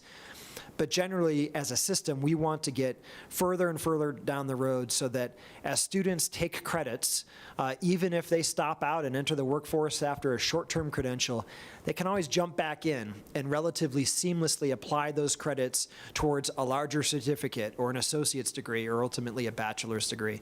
So that stackability is another theme that you'll notice. And the last one I'll highlight is really around an emerging workforce development strategy. I'll spotlight one of our community colleges, Miles Community College, and also Great Falls College, City College, and Gallatin College here. Miles Community College took a really innovative approach to meeting the meat processing needs of the state, and over the last year or so has developed a hub and spoke model where the didactic instruction, the kind of traditional content, is delivered online through MCC. Students in the program have the ability to gain work-based learning, their hands-on training in their local communities with meat processors that are nearby. So you don't have students moving halfway across the state in order to take this program. Instead, they get the credits through Miles Community College and work in their communities. Similarly, Great Falls College, City College, and Gallatin College have been really successful in really resuscitating a respiratory therapy program. And you can think of no greater need than the state's had than respiratory therapy over the last year and a half or so. And Great Falls College really took the lead here, worked with their MSU partners, and allowed students in each of those communities to get the training that they needed without having to leave their home communities. So there are great examples of this kind of hub and spoke model in play as well. So moving forward, Chair Buchanan, I'd invite your thoughts or thoughts from the committee. We want to understand how we can make these documents even more useful to you all as a committee and to the board more generally. And whether that's workshopping each campus's document ahead of a board meeting or finding a different way to present the documents to you, I know that our campus leaders are really excited to see how the documents can be a sort of form of board information and education. I'll stop there and see if you have any questions. Thank you. Thanks, Deputy Commissioner Tessman. Any thoughts or comments? This process, again, only being here within a year and sitting at the table, it's been interesting to be reminded that we've got, multiple segments of universities and colleges within our system. Some that are flagships, some that are regional. And I think it's been a very healthy discussion about where we're doing no harm in the sense of duplication, or if you think about flagships, there's been some discussion that's been shared with me about not as critical of a component there, not overlapping if we're trying to create comprehensive campuses. So I've been very grateful for the candor and the robustness of this discussion. And Deputy Commissioner Tessman, you and your staff are to be commended. You're consolidating this broad slate of thoughts pretty well and summarizing extremely succinctly. Seeing no other comments? Great. Yes, Regent Sexton. Thank you, Chair Buchanan. Yeah, to that point, I've been interested lately. There's been a lot of conversation about, especially particularly in this committee meeting, we had a conversation about duplication and where is it healthy to have duplication. And I definitely wasn't here when the priorities were set in place that were, basically asking that there not be excessive duplication. But I would like to see it at times, and I probably will be exploring that myself, of where we can see healthy duplication, specifically at the, two-year college level. Because when I first joined this committee, it appeared to me that, we just don't do duplication. So just for my own personal edification and so I can do my job better, would really like to, I would appreciate additional conversations about where we think that could be a healthy thing, especially as we look at the idea of cutting costs in areas, to Regent Nystuen point, just so that we all know we don't necessarily have to be on the same page, but so we understand how we feel about that and we're communicating it appropriately and it's clarified to the campuses. So, thank you. Thank you. Great comments. Yes, please, Regent Rogers. Thank you so much for the summary document. I think that is really helpful so that we can go through, read the details in the longer report, but have these broad themes and overviews. I've found it helpful between the two-year committee as well with some of the presentations we're doing there and having this laid out, so I appreciate that. The one thing I'll call it is the final piece, the implementing of the 3-year program follow-up. I'm really excited about that and looking forward to seeing what that looks like next fall, and appreciate your continued vigilance on that. Mr. Chair and Regent Rogers and Regent Sexton, appreciate both sets of comments. Starting with the last set of comments, we do have, again, with the shift to this new approval process, an upcoming set of kind of initial program reviews, and we looked at 3 years post-launch. I do think we need to tap into the realities of the pandemic just a bit there in terms of thinking about really our timeline in reviews. But as we trust campuses and really dig in with campuses on the planning and proposal side, we've been really clear. We want estimations on enrollment, financial estimates that are honest and conservative, so that as we look at 3 and 5 years out, we can make a true judgment about whether those programs have successfully launched or not. And I know the campuses are up for that. And I'm not sure if excited is the term, but I think they're anticipating the onset of that review process. And as we get ready to break, Regent Sexton, your comments about duplication, I believe the board's charge is to avoid needless duplication, right? And that term needless is really an important one. If we want to buckle down further and make sure we continue this pattern of being as efficient as possible and not providing sort of more programming or clunkier programming than the system needs, we need to also keep in mind that resident student access is our top priority. And in many cases, adding a new program in one of our campuses, especially if it's in a sort of underserved part of the state, it's not about that new programming taking students away from another campus or being needlessly expensive. It's about that new program actually attracting students to college and getting them through to a degree when they would pursue no degree program otherwise. So it's part of that resident student access initiative. Thank you. Thanks, Deputy Commissioner Tessman. If it would please Chair Lozar, I suspect we could wrap up here a little early and get to our lunch with the students, so I'll temporarily adjourn the ARSA committee for the moment. Yeah, thank you, Chair Buchanan. Yes, let's take a break for lunch. But I would just make mention that we are going to start promptly at 12:30. I do believe we'll be having some guests join us, so please be back and be ready to reconvene at 12:30.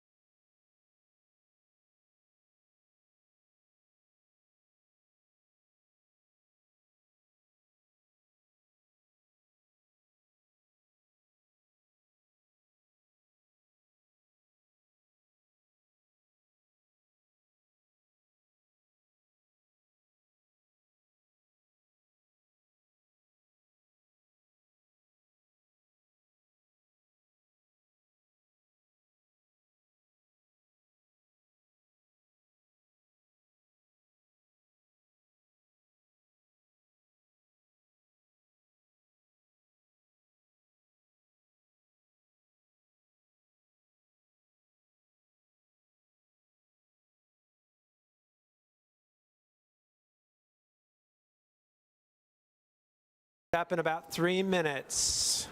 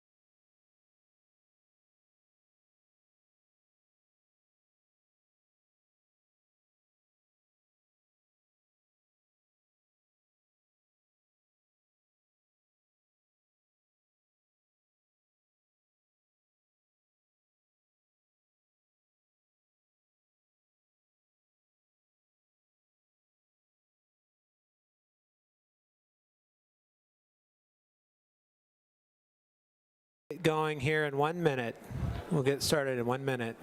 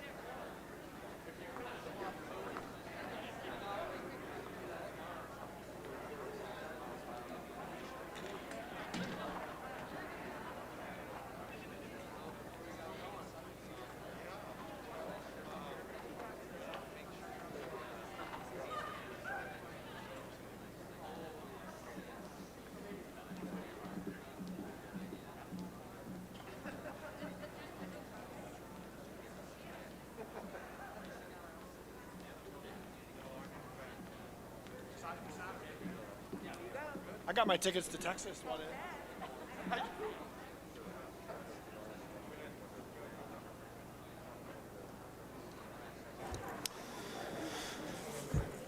All right, welcome back to the meeting, and thank you all for getting back in time. We've got a couple really important items to cover before I hand it back to Chair Buchanan. Just wanted to thank Jake and MUS for a great lunch. I think there were over 50 student leaders that joined the Board of Regents, and great table discussions. And that's certainly something that we've been looking forward to as we sort of blend from the virtual conversations with students to in-person. So it was just a pleasure to be with each of the students. With that, I'll hand it over to Chair Buchanan. Thanks, Chair Lozar. Members of the board will call the Academic Research and Student Affairs Committee back to order. And to echo your comments, it's such a pleasure to visit with the incredible students of our system. Thanks for your contributions and commitments to lead your student bodies. Exciting couple of items up here. Mr. Cook, you willing to come up and introduce action item A?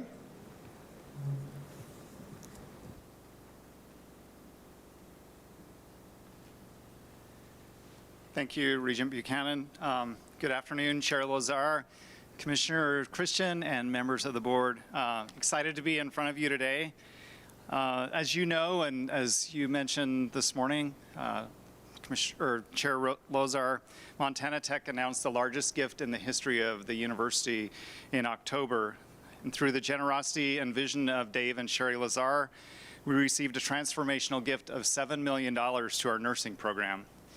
You may also recall at the September Board of Regents meeting when you were in Butte with us that we have 3 goals at Montana Tech: student success, programs of distinction, and a healthy and vibrant campus ecosystem. In direct and deliberate and distinct ways, this gift will allow us to do all 3 faster and better. We're really excited about this gift, obviously. The Lazars have been associated with the university for approximately 10 years and were introduced to Montana Tech by one of our alumni, Tom Bandy. Through their support with the Natural Resources Research Center and numerous other initiatives, including an endowed professorship in the School of Mines and Engineering and our state-of-the-art nursing simulation center that's currently under construction. When completed, the center will bear their name, the Lazar Family Nursing Simulation Center. Sherry and Dave split their time between Whitefish, Montana and Houston, Texas, where they are involved in both of those communities. And Sherry has a passion for helping people. As a caring educator at heart, she understands the challenges and the needs to improve critical access to care in Montana. Her first teaching job at a disadvantaged school in Texas contributed to her desire to actually want to help others who are less fortunate. Dave is the former CEO of Halliburton and current CEO of Centerpoint Energy. In between those, he served as the CEO for Blue Cross Blue Shield, and during that time, he saw the need to improve rural health care in Montana. Their passion for Montana Tech and health care led them to advancing the Nursing Simulation Center and ultimately to this gift. Their goal is to provide students with state-of-the-art tools and instruction to be the best that they can be and provide high-quality health care.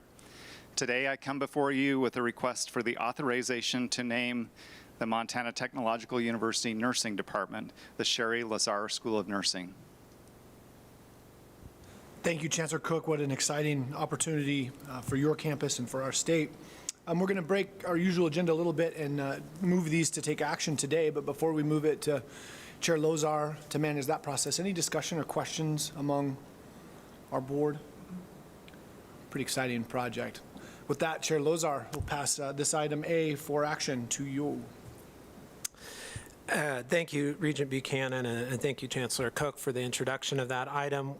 We are moving away from the committee back to the committee of the whole to take action on this particular item, and I will entertain a motion to approve the request to name the Montana Tech Nursing Department the Sherry Lazar School of Nursing. So moved. Moved by Regent Buchanan. Is there any discussion or corrections for members of the board? Is there any discussion or corrections from campuses? Is there any public comment? Seeing no further comment, I'll call for the vote. All those in favor signify by saying aye. Aye. Any opposed, same sign. Well, motion passes. Congratulations, Chancellor Cook and Montana Tech. Thank you very much. We appreciate your support. And our sincere gratitude go to Dave and Sherry. And I will hand it back to Regent Buchanan. Appreciate it, Chair Lozar. Madam President Cruzado, I suspect you'll be helping us entertain Yes. this motion. So congratulations, Chancellor Cook, and good afternoon, Commissioner Christian and members of the board. It is my distinct pleasure to come in front of you to request a very special approval from the Board of Regents. I think that all of us had an opportunity to read about the incredible generosity of Mark and Robin Jones from Dallas and Whitefish, Montana. When last August they finalized an agreement with Montana State University for a philanthropic investment of $101 million for the benefit not only of MSU College of Nursing, but really their intention is to benefit every Montanan in this state. When I first met Mark and Robin, it was absolutely clear that they wanted to explore options to make a transformational impact in this state. We talked about the history of land-grant universities addressing the most urgent needs of the nation. Back when we were first formed, agriculture and engineering were at the forefront of our minds. Today, of course, healthcare, and particularly access to healthcare, it's an important problem to solve for all of us in Montana. So in our conversations, what we decided was that by partnering with the distributed model that we have with our College of Nursing, they would be able to fulfill their ideal. They will be able to have a statewide impact. I remind the region, since our inception, the College of Nursing has recognized that in order to make sure that we fulfill the land-grant mission, that we deliver those educational and service programs in 5 different locations throughout the state, in Bozeman, Billings, Great Falls, Kalispell, and Missoula. So with their very generous investment proposal, we will be able to establish a new midwifery program, which is absolutely exciting for all of us. We will be able to set aside a fund for scholarships for our nursing students. We will be able to create professorships to benefit our wonderful faculty who work so hard and who carried that torch, particularly during the pandemic. And we will be able to secure 5 stable, permanent locations for each of these programs. So in addition to that, I just need to say, in Mark and Robin, we have not only found incredible investors who believe in the promise of Montana State University, but also incredible friends. We meet regularly. We organized ourselves in 7 different subcommittees at Montana State University to make sure that we start working on this and that we deliver their outcomes as soon as possible with their concurrence. And these are meetings that we hold every other week. Robin attends every meeting virtually, and they provide us with their guidance and with the vision that they want for us to fulfill. So in recognition of that, the faculty and students of the College of Nursing thought that it would be appropriate for their College of Nursing to bear the name of Mark and Robin Jones. We followed Board of Regents policy. We conducted public forums. This news has been out for over 2 weeks now in order to gather input from the state of Montana. And so On behalf of the faculty, student, and staff of Montana State University, I would kindly ask the Board of Regents to consider naming the College of Nursing as the Mark and Robin Jones College of Nursing. President Cruzado, thank you, and Mr. and Mrs. Jones, so glad that you could join us today. Thanks for making the time this afternoon and for the incredible commitment you've made. Members of the committee, any discussion as this has been presented? Not seen any. Chair Lozar, we pass for action item B under the action agenda. Thank you, Regent Buchanan.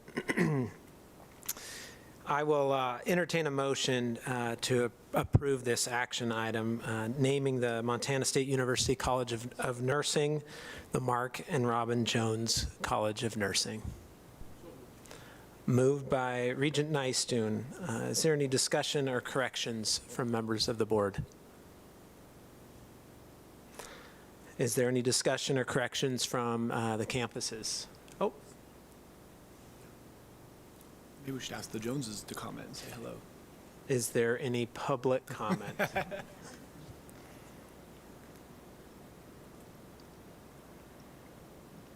Seeing no further comment, I'll call for the vote. Those in favor, all those in favor signify by saying aye. Aye. Any opposed, same sign.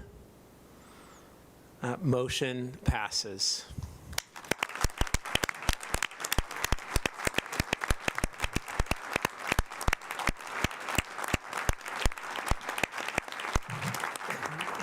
And Mark and Robin, we thank you for joining us this afternoon, and certainly would love to hear if you have any comments. And before you do, I just from the Regents, we very much appreciate the vision that you've brought to this investment. Certainly, the investment will have an impact on all Montanans for many, many generations, and it'll have an impact on the Montana University system. So we very much appreciate you seeing as the university system and Montana State as a great place to invest. So thank you very much. We'd love to see if you have any comments. Well, we feel very honored. We very much sort of appreciate this recognition. That's not why we made the investment.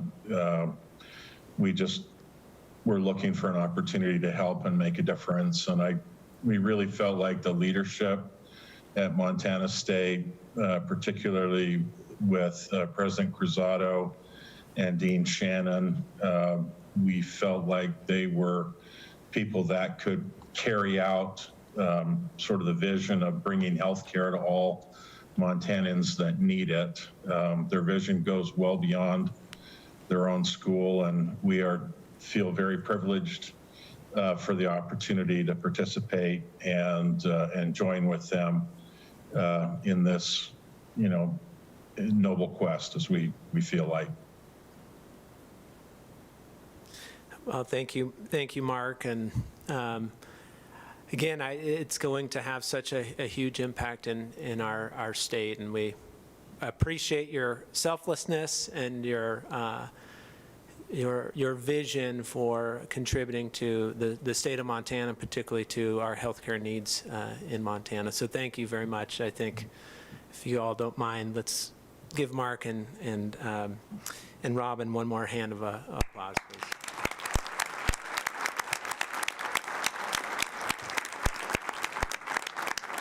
Thanks again.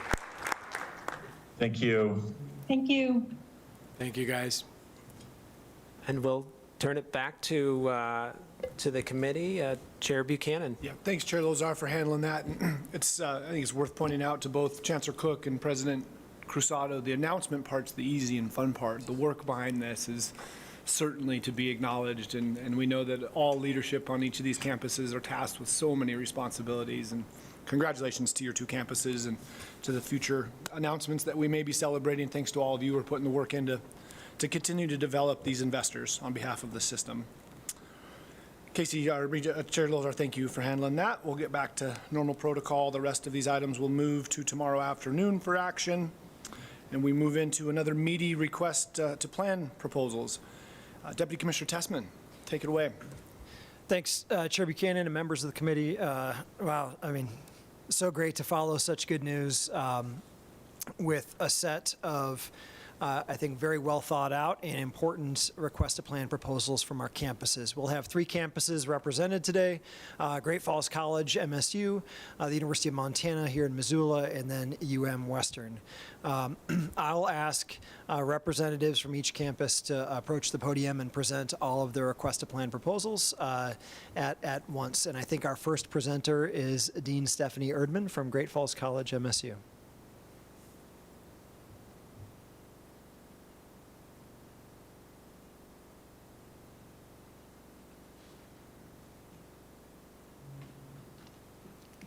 Deputy Commissioner Brockman, Chair Lozar, thank you very much for the opportunity to present our requests for 2 new programs at Great Falls College.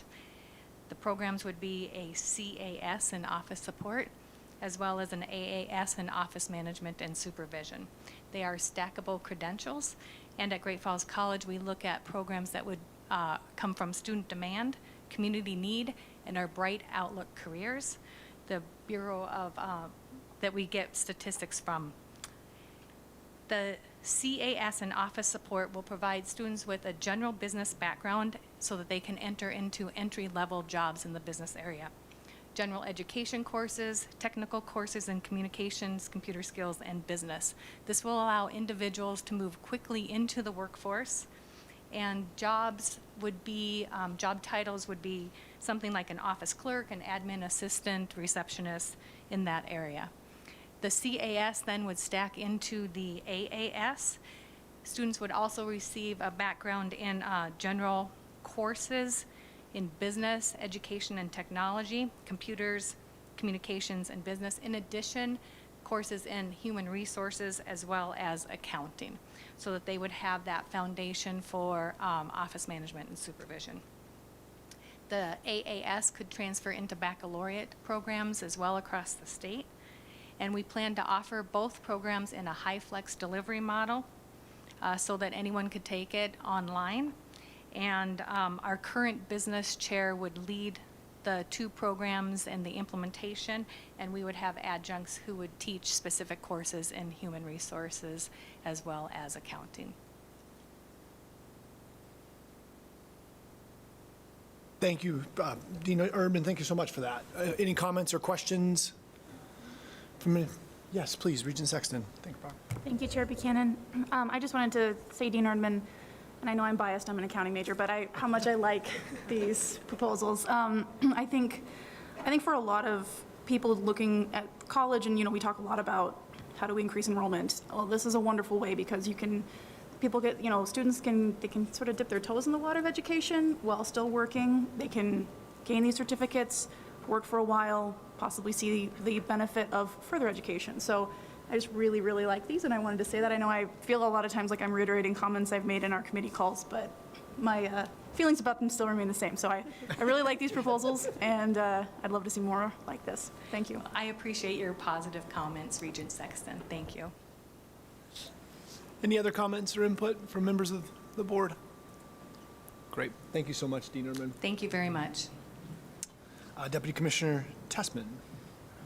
Thanks, Chair Buchanan, members of the committee, and thanks, Dean Erdman. I think these proposals both fit in with that kind of flexible delivery, short-term programming, stackable credential theme that I mentioned as part of our earlier academic priorities and planning statements presentation. Next, we'll have the University of Montana, and I believe we have Acting Provost Humphrey here to present a set of items. Provost Humphrey.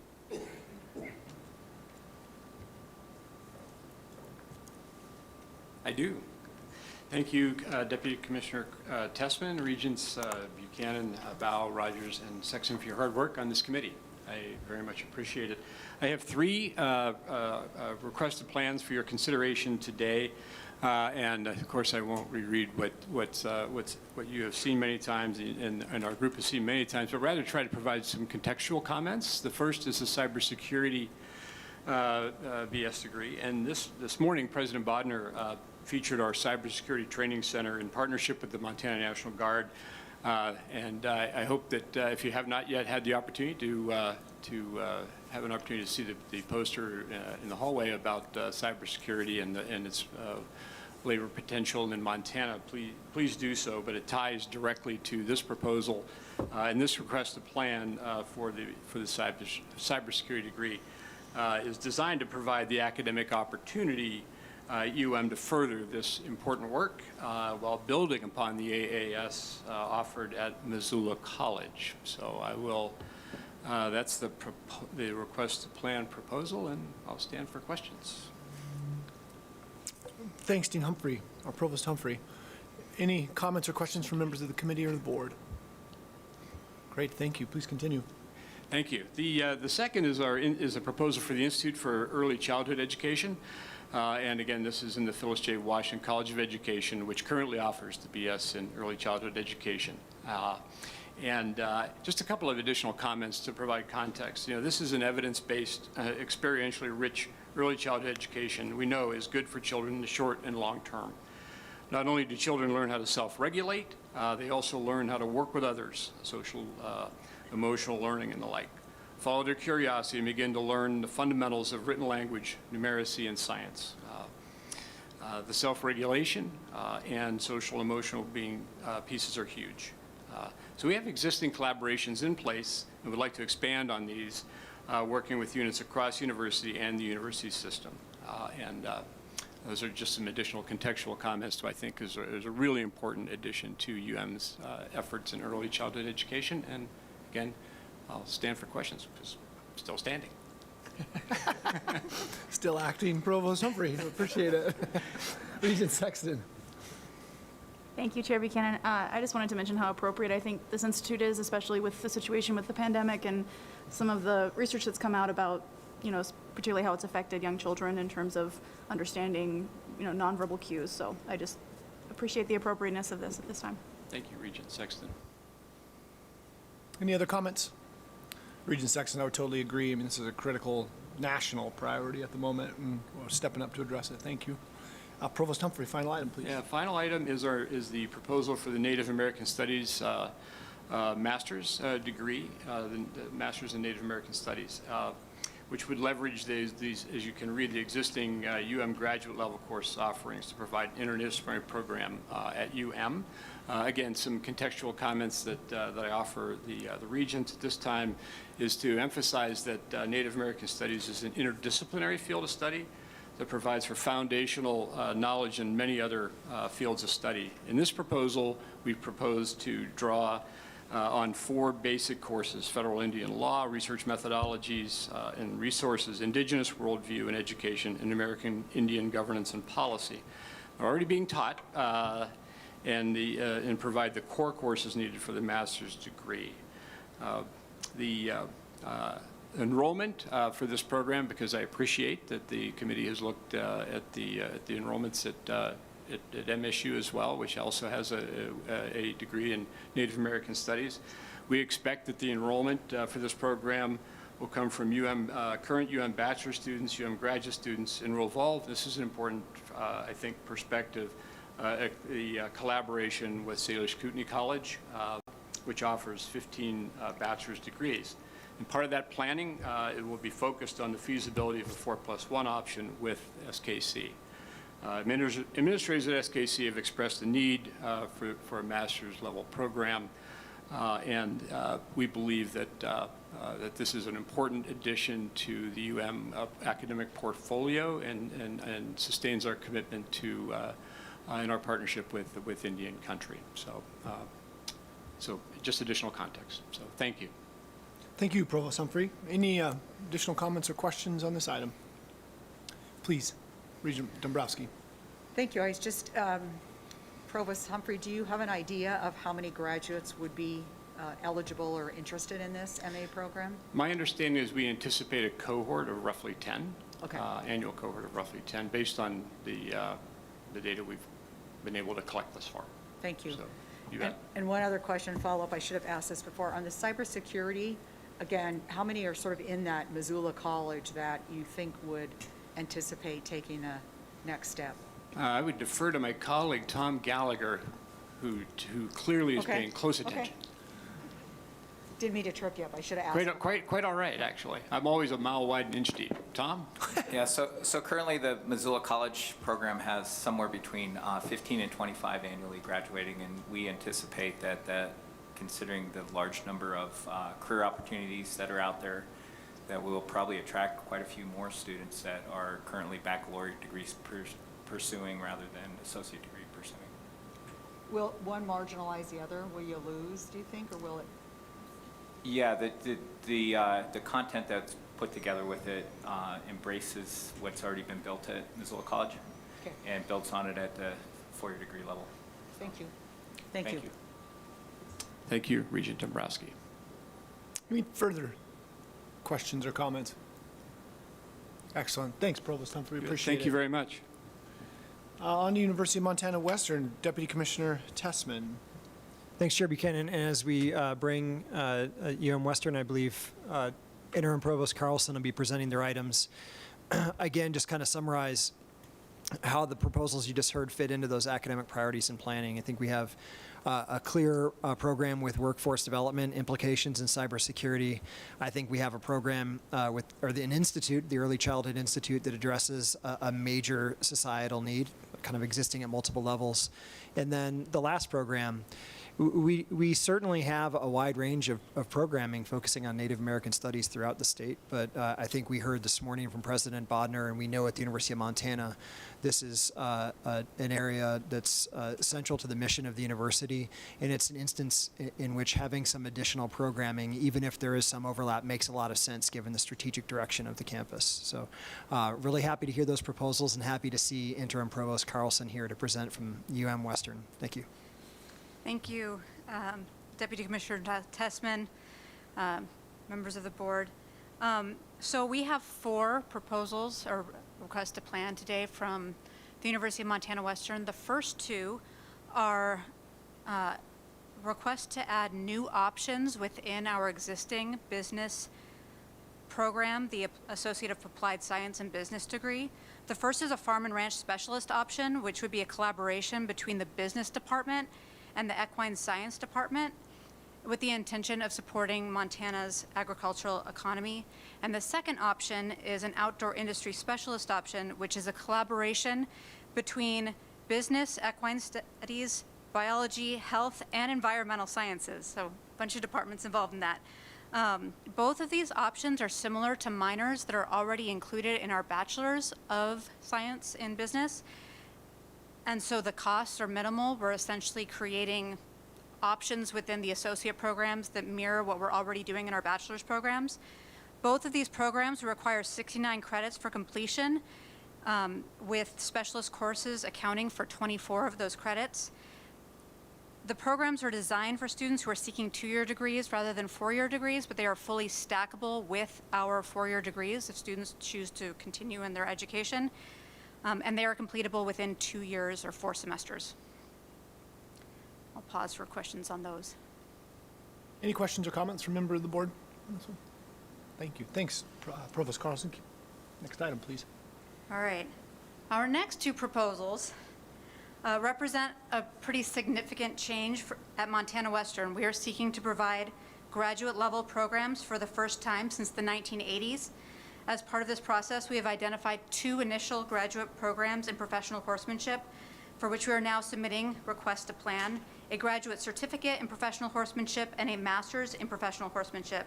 We currently offer a bachelor's degree in natural horsemanship. This is a highly successful program on our campus, and it is unique in the nation. The proposed graduate programs build on our undergraduate program, and like our undergraduate program, these are being developed in collaboration with the Montana Center for Horsemanship. The mission of the MS in professional horsemanship is to provide graduate students with an education in horsemanship methodology and techniques, business and research knowledge to become trained professionals in the real-world equine industry. Horsemanship skills taught in the practical classes are heavily based in the principles of equine behavior, along with horse training methods of experts in horsemanship and similar disciplines. Academic aspects of the program are designed to increase students' knowledge in management, research, and awareness of the modern equine industry. Students will complete about 40% of their coursework, primarily in business and marketing, online, and then will complete the experiential component of the program at the Montana Center for Horsemanship during the summer. Currently, the Montana Center for Horsemanship is used by our undergraduate program during the academic year and is not used during the summer months. So this is a way for us to make use of a facility that we have on our campus. It sits basically empty during the summer and provide basically a low residency master's program. The master's program, like our bachelor's, is unique and will meet a growing market for equine jobs in Montana, across the country, and nationally. According to the American Horse Council Foundation, the horse industry contributes about $50 billion in direct economic impact to the U.S. economy and has a direct employment impact of nearly 1 million jobs. In addition to students interested within Montana and across the country, we have international interest in this program, including interest from students associated with the Licence Horsemanship Center in France, with which we already have an existing relationship. The certificate in horsemanship focuses on the experiential components of the master's program and will involve a 3-month course of study during the summer months. This certificate is aimed at students wishing to increase their knowledge of horsemanship to qualify for higher positions in the equine industry, as well as those who are interested in developing advanced horsemanship skills outside of a traditional academic program. I'll just conclude by saying that to support these programs, Montana Western is in the process of developing the framework for graduate programs on our campus. We're very excited about this prospect, particularly as these specific programs build on an area of strength of Montana Western and also support our mission to be a leader and innovator in experiential education. Take questions. Provost Carlson, thank you. Any questions or comments from members of the board? Talk about on brand for Western Montana, right? I do have a question. As you build out the master's programs on your campus, how does it look? Does it look differently than other campuses because of the block system? For this program, I think not so much because of the way it's being developed as a low residency program in the summer months. So we may have block summer classes built into the program, but the on-campus portion does not overlap with what we're doing on campus for our undergraduates during the regular academic year. The experiential component, though, which is so central to Experience One, is absolutely part and parcel of this. Exciting, thank you. See no other comments? I think you got one more item, or did we wrap them up? Nope, Business that was up? it. Oh, I'm sorry, yep. Great, thank you, Provost Carlson. We sure appreciate your time and Thank work you. on this. I think that is the request to plan list.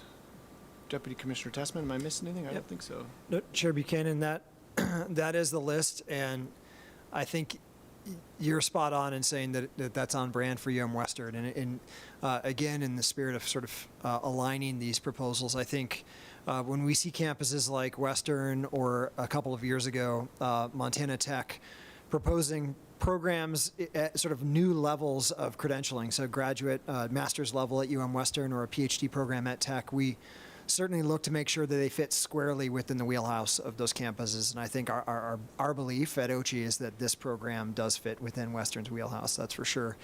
And as we leave the request to plans behind, just remind the board, right now these proposals are kind of in a middle point of development.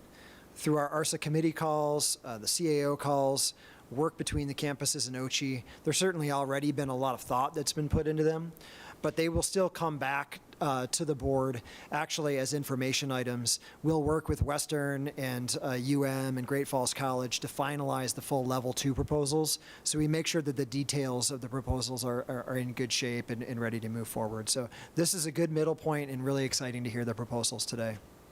With your permission, I can move on with the remainder of our information items, items B and C, which would be the program reviews and then the Yep, we've got the tech mission statement, item D of action. That sounds really good. Yep, I missed that Thank one. you. And we get to invite Chancellor Cook back to the podium. Thanks for catching that. Chancellor Cook. Oh, great. Provost Gammon.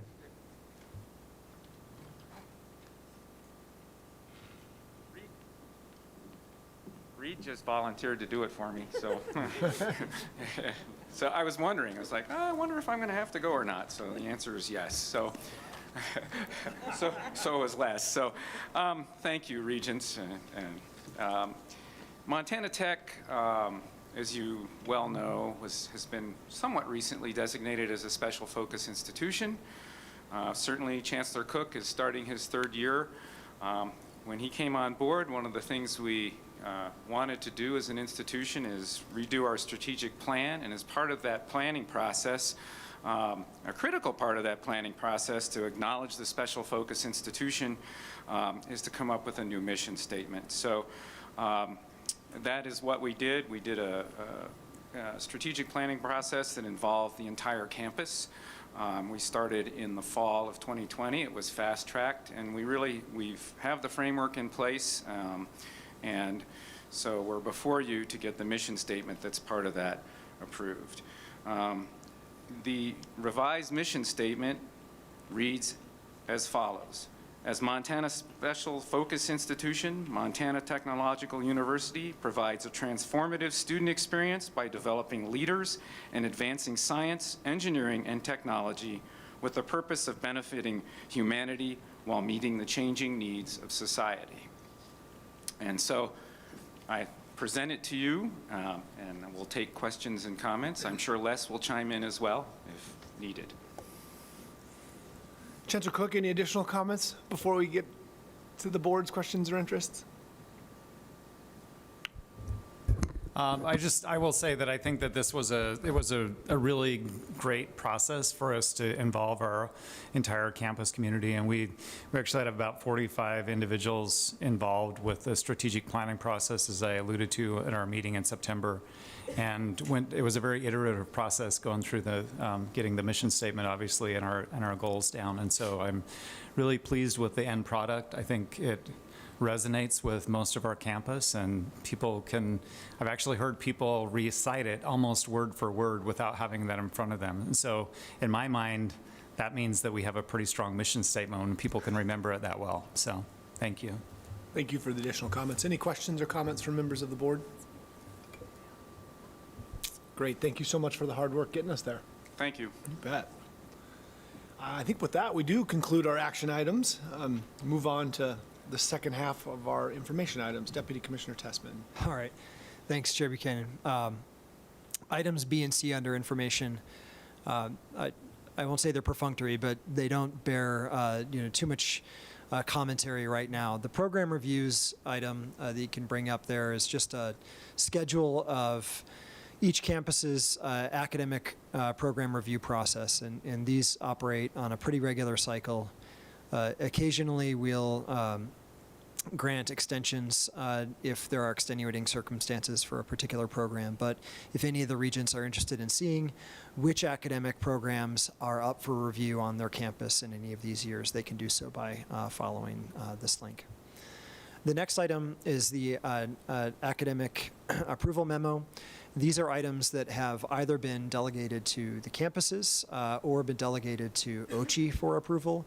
So short-term certificates, some moratoria, other, I guess, more minor academic items are contained in this memo. And it typically runs into the hundreds of pages. I'm not sure how long this meeting's memo is, but it's a great resource for us. We do consult that as we look at overall programming trends in the system. And again, to return to Regent Nystoon's earlier comments, this is all part of our kind of accounting system for how efficient we are on the academic end of things. And certainly be happy to answer any questions now or future questions if you wanted to dive into that memo. Members of the committee or board, any questions or thoughts on this? Deputy Commissioner Tessman, thank you. That concludes information. So we move into strategic priority items. I know that a lot of work is going on in each of these items, and I would say that as we continue to work with the members of the committee, these three items pop up as personal priorities of every member of this committee with a lot of interest and energy behind them. So thanks for continuing to elevate it. Thank you, Chair Buchanan. And I mean, the November board meeting is a big meeting in lots of ways.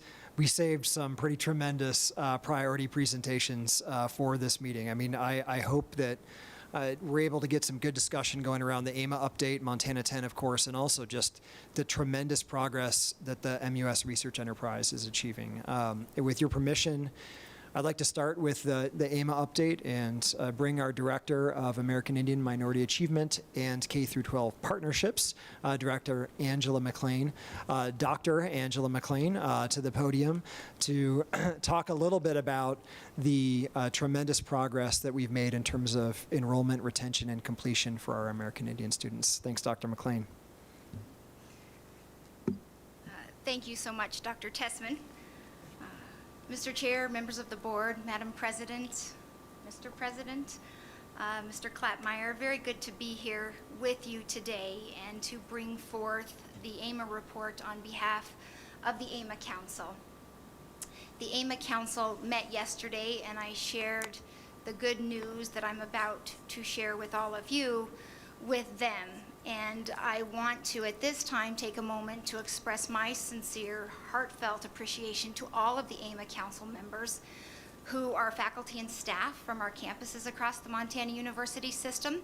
We also have our partners from a couple of our tribal colleges on the AMA Council. We have a partner from the Office of Public Instruction on the AMA Council and 2 K-12 school leaders from Montana on that council doing this important work and guiding the results that you will hear more about this afternoon. It is exciting today to have this opportunity to celebrate this good data with you, as November is recognized as American Indian and Alaska Native Heritage Month. So our timing could not be better. What I'm about to report to you, I think, is the direct result of intentional, hard work by our campus leaders and by their teams on each of their campuses at your direction, Mr. Chair and members of the board. And really under the strong guidance of Dr. Tessman in our office and the expectation that we leave no stone unturned when it comes to our service on behalf of the American Indian students across the Big Sky State. And so with that, I would like to move into some of the data that we have for you this afternoon. The first item I'd like to point to is the fact that American Indian student enrollment saw across the Montana University system an 8% increase in enrollment. Right now, in the Montana University system, American Indian students make up 6% of our overall student population. That is quite remarkable. I know that you heard earlier this morning about enrollment increases across the Montana University system as a whole, and this is another remarkable data point that we get to recognize as a part of the great work that's happening on each of our campuses. If we could move to the next slide, I'd point to the flagship enrollment. We saw a 4% gain over last year's data. Right now, American Indian student enrollment makes up 5.1% of our overall enrollment on the flagship campuses in the Montana University system. The next slide shows our four-year campus data, and this is extraordinary. We saw a 19% gain over last year's numbers.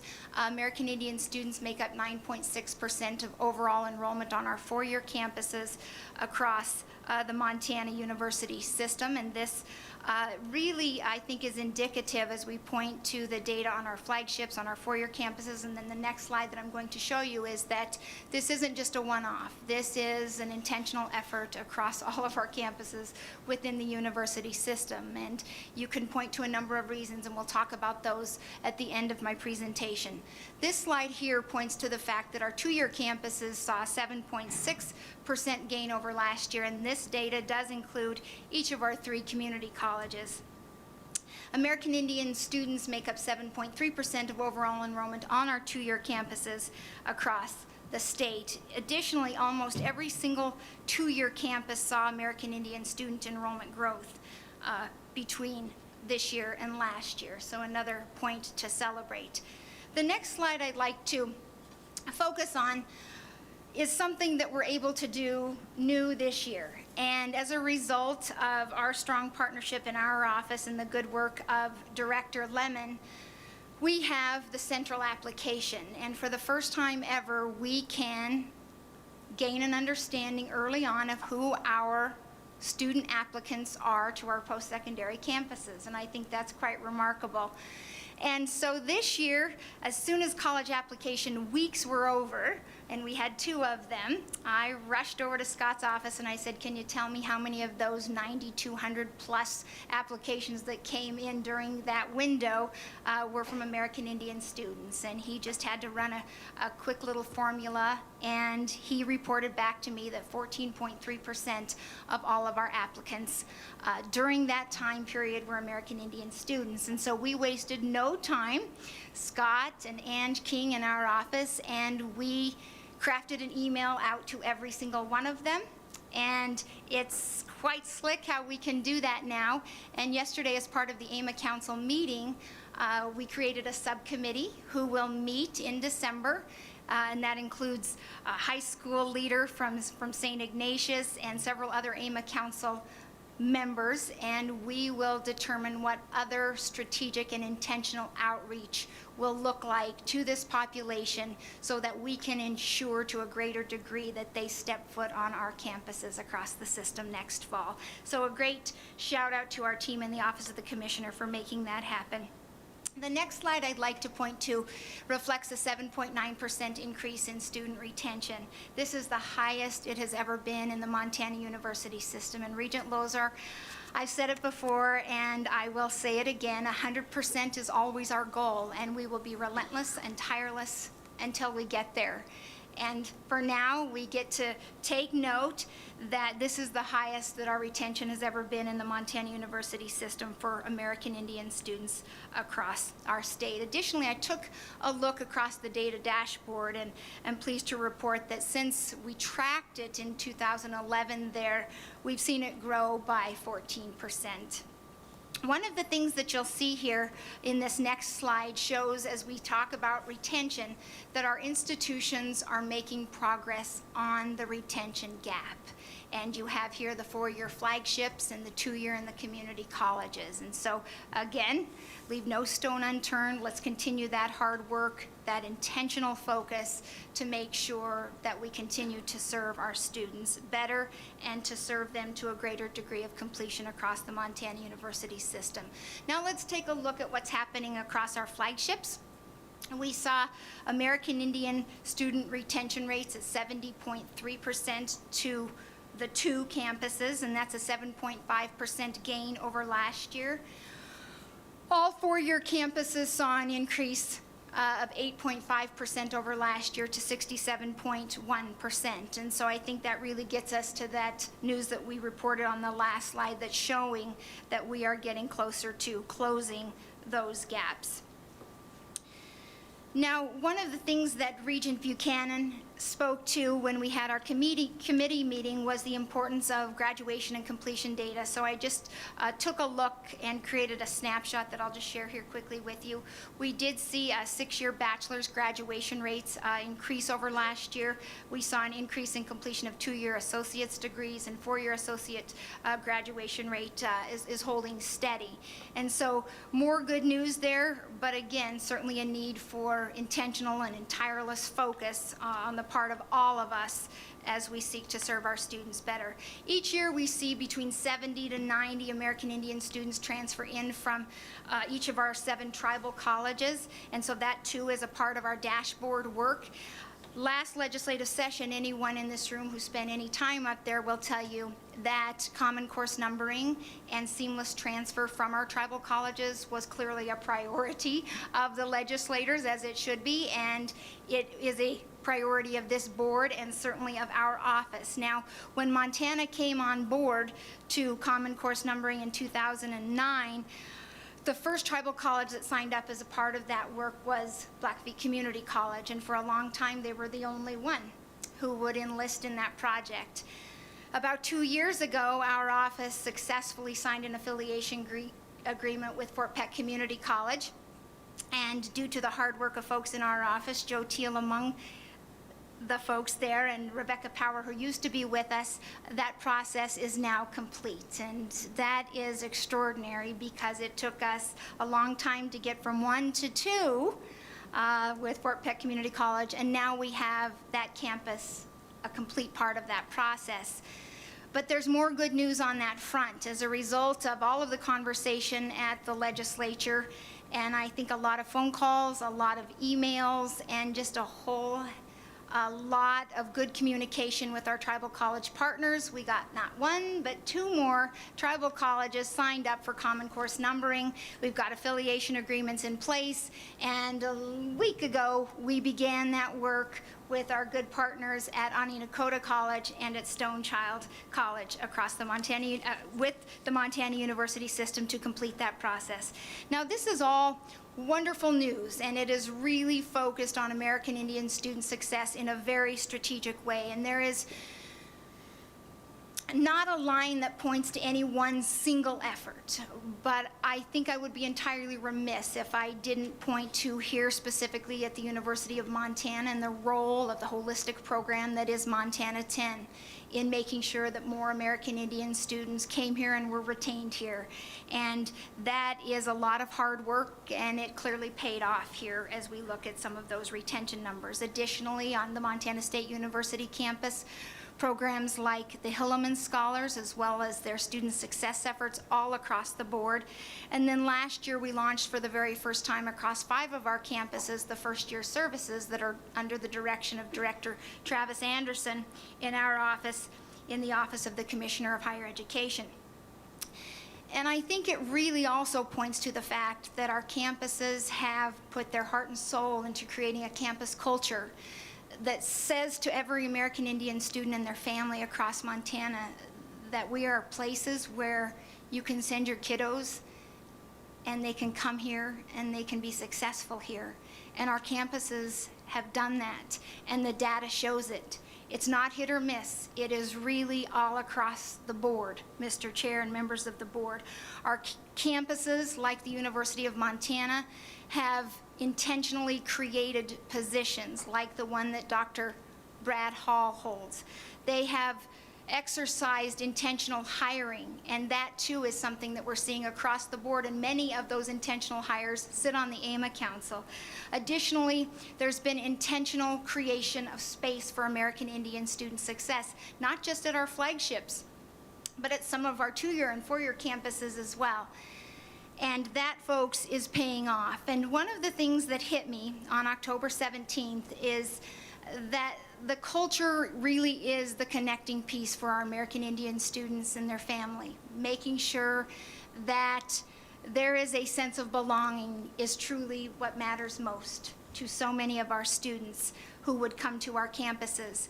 And what was really powerful to me when I went to the grand opening of American Indian Hall was that as part of the grand opening ceremony, they engaged the students at Montana State University, many of them who had spent long hours in the American Indian Student Success Center in the bottom of a building, and the Success Center was beautiful, it was wonderful, but it wasn't American Indian Hall. But what was really powerful that day was those students left that space and they walked over to the grand opening of American Indian Hall, the inaugural opening of it. And what speaks to what is happening at Montana State, and in fact all of our campuses the best, is a quote made by George Line Morissette, who was a student at Montana State. And I think this is indicative of certainly what's happening there, but of truly what is happening all across the MUS. And here is what George Line had to say when speaking of the new center that was being opened that day. She said, "The Native American community here really is a family.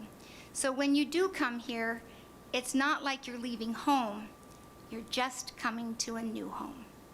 And so, Mr. Chair, members of the board, I think that's what your campus leaders and their teams around them have created. We will be tireless, we will be relentless in continuing to grow those numbers and deliver on that promise of a Montana University system education for all of our students. Thanks so much. Dr. McLean, great report. Thank you. Any comments or questions to add to that? Yeah, Regent Dombrowski, please. Impressive, first of all. Thank you for sharing that. Can you go back just a couple slides? I just want to make sure that I'm getting maybe all the way to the beginning. I should have maybe asked this, but I want to make sure I'm really understanding the numbers right there. So there was an 8% increase in enrollment from what? Last year. From last year to this year? Board, yes. And 8%. So what's the N? Do you know the number that represents? I certainly do. 2503, if Wow, I just okay. recall from, Well, yeah, now I'm looking at the 2503 going, okay, that's what that means. Okay, terrific. Can you go one more slide? So I was just trying to figure out, as I look at these, really the and in each, but I think the 2503 is enough. Still, very impressive. I appreciate the focus. We believe in our Native American residents and students, and we need them in the workforce. Thank you. Commissioner Christian, please. Thank you, Chair Buchanan. Dr. McLean, thank you for your work in this area.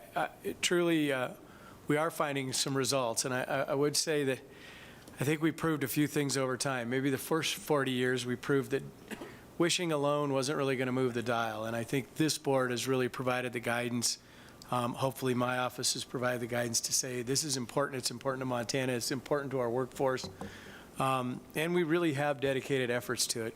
Campuses have dedicated effort, from hiring to people to creating center space that's important. Now, what, $30–40 million of investments in Native American centers. I mean, this has been a focus, and it is moving the dial. It's certainly been all of, or at least the lion's share of Dr. McLean's work, and it's paying some dividends. And I think we appreciate the support that we've had from this board over the years to really kind of prioritize that, allow us the flexibility to move resources in that direction, and just incredibly proud of the work that our office has done, the director's done in seeing some results here. So we encourage the campuses to stay the course and make sure that all of Montana citizens are active participants, not only in higher education, but giving them the opportunity to participate in our economy.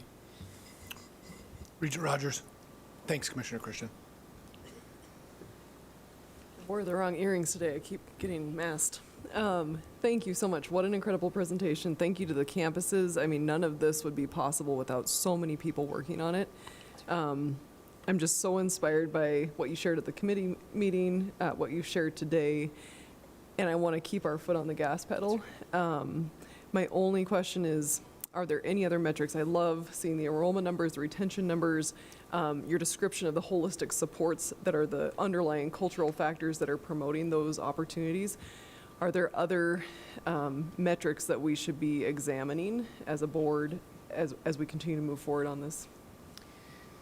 Mr. Chair, members of the board, one of the things that we did for those of you that were on the board when we brought forth the 5 recommendations was we had the first 2 that were related to the single points of contact. The third recommendation was all around campus level data.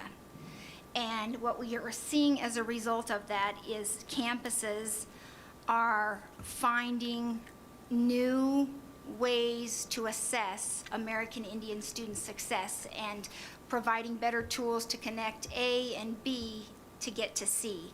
And so that's not something that's happening under a directed level, but it is something that is happening as a direct result of recommendation 3 that is something that this Board of Regents passed. Now, if you were to go and look at the American Indian Student Success Dashboard, it's pretty comprehensive. We do track and follow American Indian employees, tenure track faculty, et cetera. We track graduation, completion, we track Pell, we track American Indian tuition recipients across the Montana University system, so it is pretty comprehensive. That said, this came up yesterday again in the AMA Council, and so we will continue to drive that conversation home until we can really be in a place that we have some of these other pieces of data that folks still feel are needed to make a full conversation around this. What a great question, Regent Rogers, and I think the way I look at it is, Dr. McLean, you've raised the bar. This effort, the campuses, we've raised the bar, so we've got a new baseline, right? So now the goals are more aspirational and always uncovering tools and strategies to continue to improve it. What a great story, and President Bodnar, President Cruzado today sharing examples of fantastic engagement, stories of success here. It's so important, and our foot is on the gas pedal. Regent Rogers, thanks so much for continuing to prioritize this. Chair Lozar, please. Hell yeah. This is phenomenal. I don't want to repeat a lot of the things that my fellow regents mentioned, but just hats off to the commissioner and to Dr. McLean. I think this is the example of what we need to do in the university system. Dr. McLean mentioned multiple times intentional and concerted efforts, creating place of belonging for students, and the outcomes are here. Certainly, there's been some financial investments, but probably not a lot. And so this is just evidence that really amazing things can be done if we're really thoughtful. And I know we're going to get into the conversation about Montana 10, but this is, compared to where we were several years ago, this is just, it's really hard to believe the progress that we've made. So I thank you. I want to thank the EMA Council as well. I know they put a lot of work and a lot of guidance and a lot of heart into their work. So I appreciate all their contributions along the way. So Dr. McLean, this is heartening. Thank you. Chair Lozar, thank you. President Cruzado. Yes. Thank you so much, Regent Buchanan and Mr. Chair and Dr. McLean, my own Dr. McLean. Future graduate, I will be more than happy to come for that degree at our next commencement ceremony.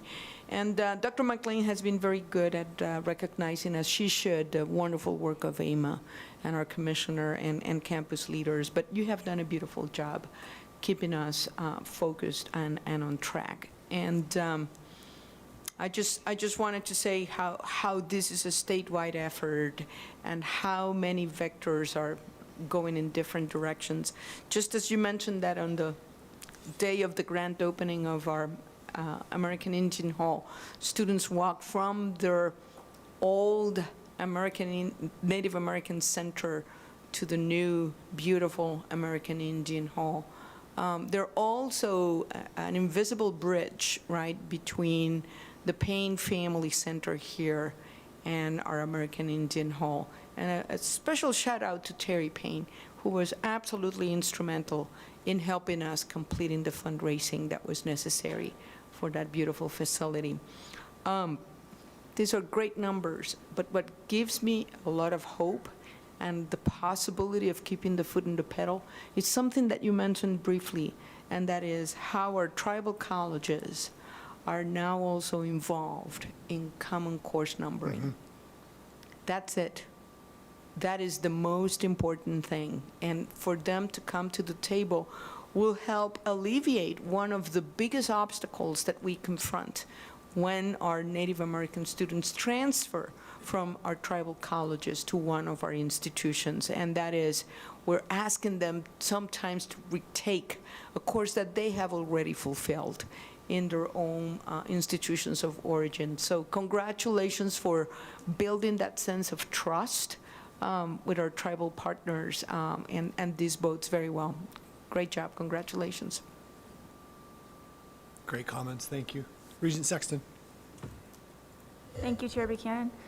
As difficult as it is to follow the articulate comments of President Cruzado and Regent Lozar, I just want to say how it's very rare whenever, you ask a philosophical question, you get an answer so quickly. And in May, I asked the question, we all need to be asking ourselves why we're here.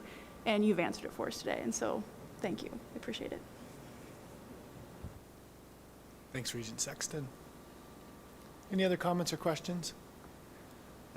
Pretty well-received presentation, Dr. McLean. Thank you so much. Thanks for the work. And to Regent Lozar's, we know that you have a team that's working with you, and pleased to everyone that's not here and able to participate, share our excitement. And expectations for continued excellence. Thank you so much.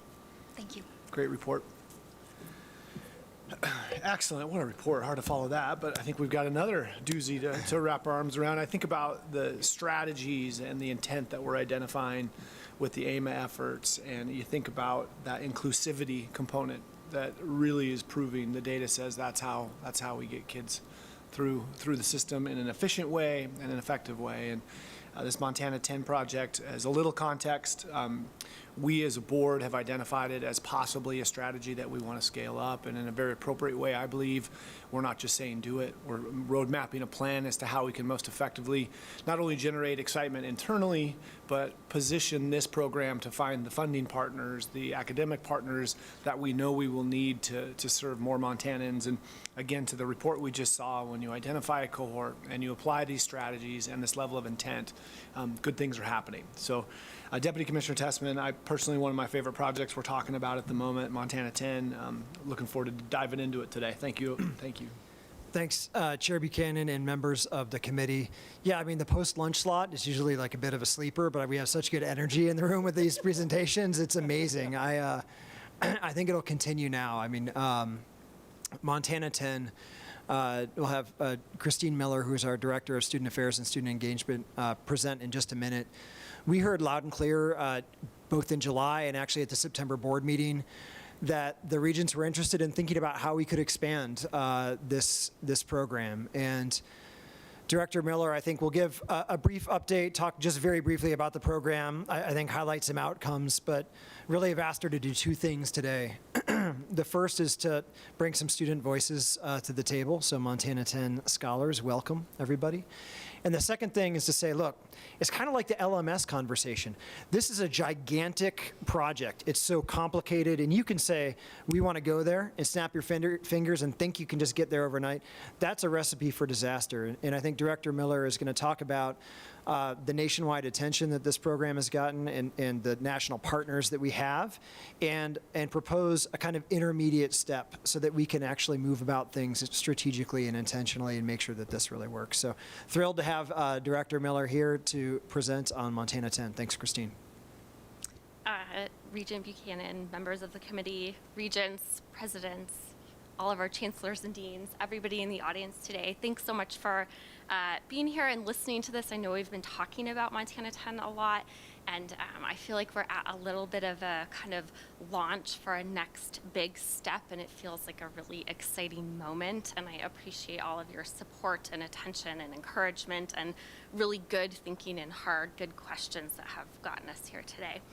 As Deputy Commissioner Tessman mentioned, today's presentation is really in response to the request from our September meeting, where you asked about what does it take to bring some of the early results that we're seeing with our program to the state, across our system, to more campuses and to more students. So today's presentation is really kind of a recommendation to that end. We went over it in a little bit more detail on our ARSA committee call, so I'll just provide a few highlights today. I'm very pleased that we have 4 of our Montana 10 scholars from UM here joining us, and I think we should listen to them and hear from them why this program is so powerful and so important. And then, of course, we'll have some time to talk and ask questions and dive a little bit more into this kind of proposal for scaling if you so wish. So with all that, before we dive in, I actually just wanted to take a minute to acknowledge all of the work that has gotten us to the outcomes that we're seeing, that's brought our really amazing scholars to the table here today. All of you, Commissioner Christian, Deputy Commissioner Tessman, each of our regents, and really our campus presidents, President Bodner, Dean Bauman, Dean Gallagher at Missoula College, and most of all our teams who have led this effort and are on the ground every single day working with our students, hustling to make sure that they get exactly what they need and that nobody falls through the cracks, and that they implement this program with fidelity to the model because we know the evidence tells us that it works, and it takes some discipline and some real commitment to that vision to make it happen.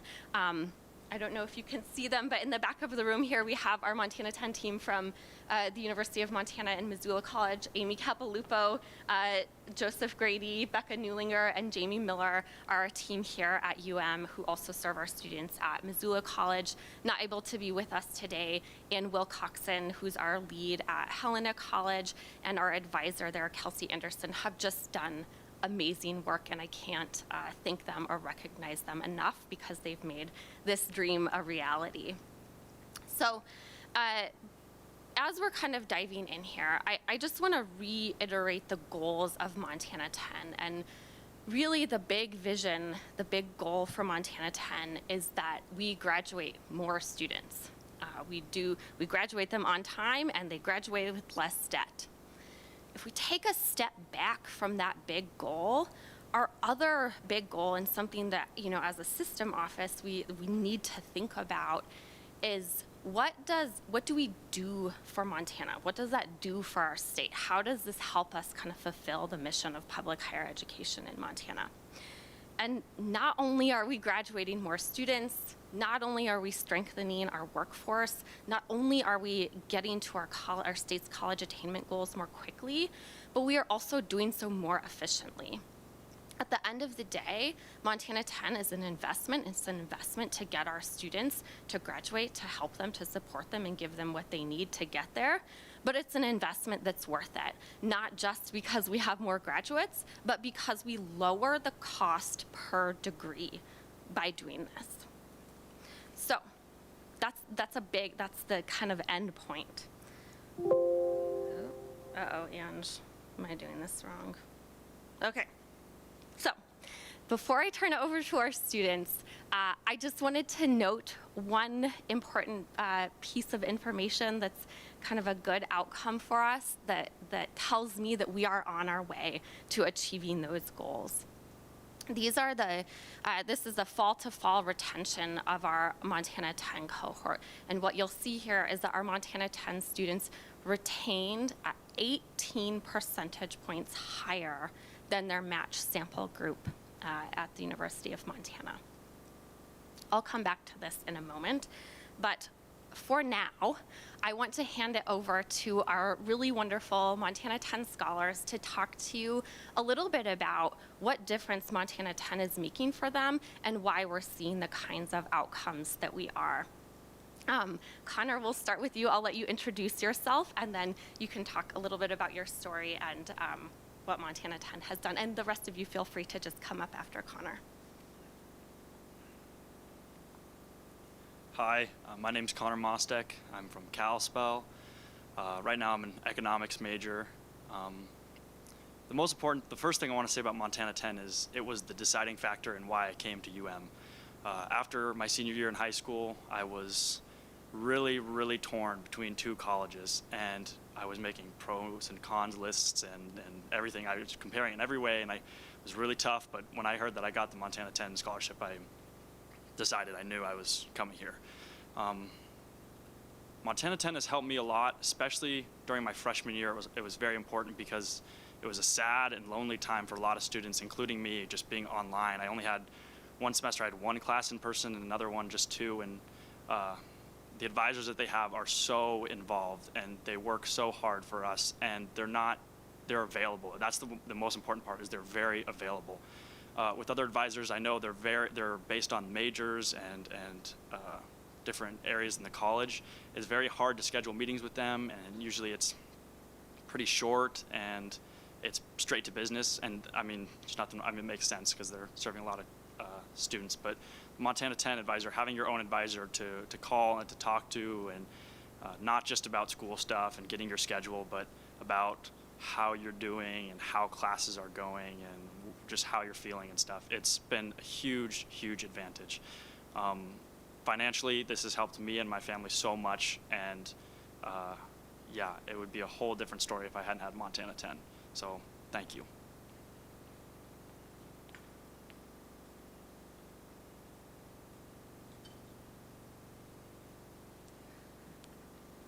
Hi, my name's Abigail Howard. I'm obviously a Montana 10 student. I'm a sophomore this year, but my standing is a freshman. The biggest thing I have to say about Montana 10, when I joined the university, I had no idea what Montana 10 was. I just opted into it because it sounded like a cool program.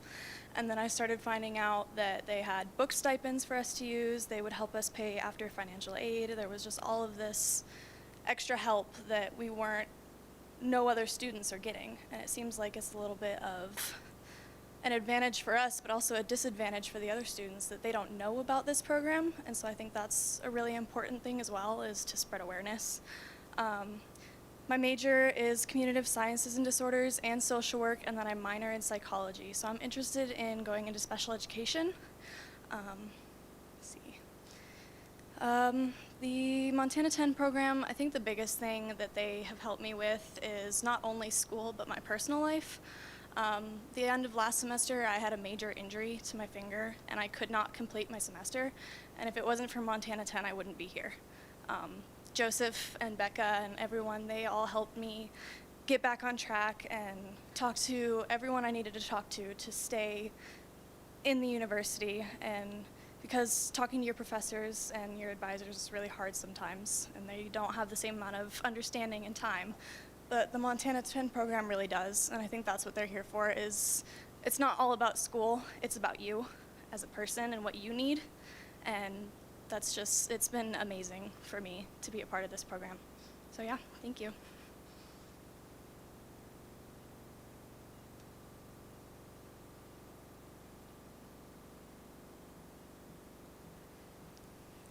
Hi, my name is Christina Marple. I am a sophomore at the University of Montana, and I am majoring in business marketing and media arts.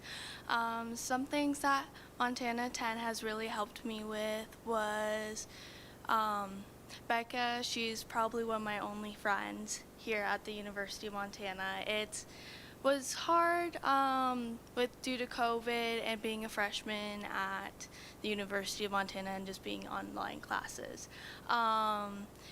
She has helped me with a bunch of my personal life problems, with my school problems, and just overall she's supported me with everything that I've been going through, and it's made my school life a lot easier. She's helped me with finding tutors for accounting, because that can be hard sometimes, and I guess just helped me through with the whole moving from online to in-person transition.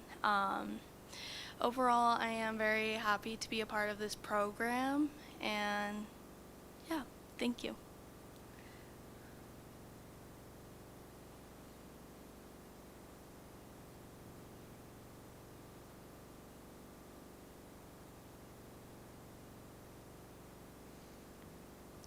Hello, my name is Tanner Ecker. I am from Townsend, Montana, and I am double majoring in journalism and communication studies, even though it says journalism on the board.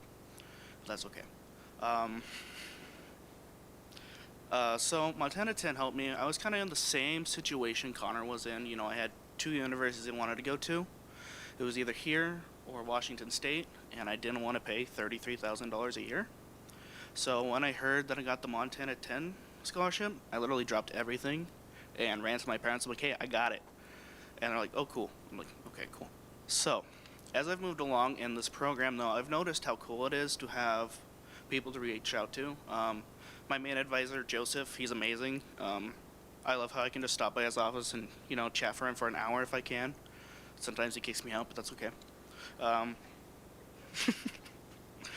I really love this program. It also helped me build a community with other students. I don't think I would have known what the Pacific Islanders Club was if it wasn't for this.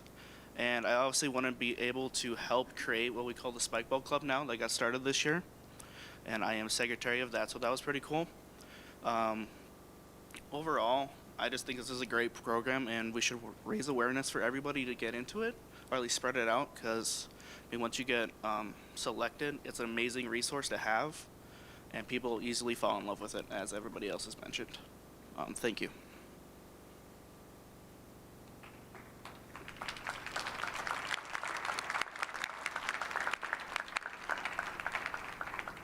Thanks so much to all of you. And I should say that you'll all have a chance to visit with our Montana 10 scholars and a few others from our cohort who will be joining us this evening for our reception. So I think that what you have heard from Tanner and Christina and Connor and Abigail is that part of the challenge of coming to college, particularly when you don't necessarily have parents who have been there or a peer group on campus who can help guide you through, is that you need supports. You need to find some guidance to find purpose. You need some guidance to feel like you belong. And you also just need help navigating the logistics of college life, which for Pell eligible students is a lot more difficult. Okay, so our question before us today is, how do we bring Montana 10 and the really positive outcomes that we're seeing on the individual level, on the institutional level, and on the state level to more students? We talked about this on our call, but as we consider scaling, there are really three big things that we need to pay attention to. Funding, of course, Montana 10 is an investment. It's an investment that pays off, but as long as we do Montana 10 and make this commitment to this kind of comprehensive student success supports, we're going to need funding for it. We also need institutional support and institutional commitment, and for everybody, that's a big thing. That's a big ask. We need to work together as a system to do that. And I would say for our smaller campuses in particular, there are just fewer resources. And so we as a system really need to think about how we do that. And then the final thing is fidelity to the model. This is something we talk about all the time, but making sure that as we grow Montana 10 and as we grow these supports, we're doing that in a way where we're really implementing the evidence-based practices that constitute Montana 10 so that we see the outcomes that we're seeing now. So as you know, our next big step, and I'm going to actually skip through some of these slides here. Our next big step is launching kind of an intermediate phase, as Deputy Commissioner Tessman mentioned. We'd like to launch a second cohort of 1,000 students across multiple campuses, starting in fall 2023, and then half of that other cohort in fall 2024. In this cohort, as we imagine it, we will have Pell eligible students and also non-Pell students. There's of course an equity gap that we need to attend to in the outcomes for Pell versus non-Pell students, but we also need to make sure, and Regent Buchanan, you mentioned this, we need to make sure that we are providing the supports necessary to all of our students so they all have the opportunity to complete their degrees and go out into the workforce and into our Montana communities. A really important piece of our next step is pairing this larger cohort with an external evaluation. Now, the cohort's important, right? Serving more students is important, but the external evaluation is the key that unlocks the door to scaling. It does so because through an external evaluation, we can get even stronger evidence and be even more confident in the outcomes that we're seeing and ensure that the program is tied to the outcomes that we're starting to see with our students. We will also, through an external evaluation, have more access to different kinds of funding than we have access to now. Right now, we have really strong evidence. We have a great program. We have a lot of, in fact, national interest in Montana 10. But as we seek to gain major funding, we really need this super strong evidence base to support that. As part of an external evaluation, we will also get a cost analysis that will help us talk about what are the costs of Montana 10 and what's the return on investment that we need to see in our state. And finally, an external evaluation will provide kind of a roadmap so that that challenge that I talked about, the kind of entropy, the natural entropy of things, that we don't see the diffusion of our results because we aren't implementing the program exactly as designed. So I'm happy to say that we have partnered with a national social science research organization, MDRC. They are kind of the top tier, best in class research organization of this type in the country. And not only are they interested in Montana 10 and interested in partnering with us, but they are willing to seek their own funding to do an external evaluation, which is an extremely rare, that's just very rare in this space. So we will partner with MDRC to do a randomized controlled trial, and that will be kind of our next big phase for Montana 10. We can talk if you have questions about what an RCT is and how that's different from what we're doing now. We're happy to do that. But I think I'll just kind of close with this for a moment, and then we can have some discussion. So this is a chart of MUS retention over the past 10 years. And you'll see here that retention gains, that bottom pink line, in a decade, our system, up and down a little bit. 2020 was a little bit of a strange year, of course. But over time, we have about 1.5 percentage point increase in retention gains.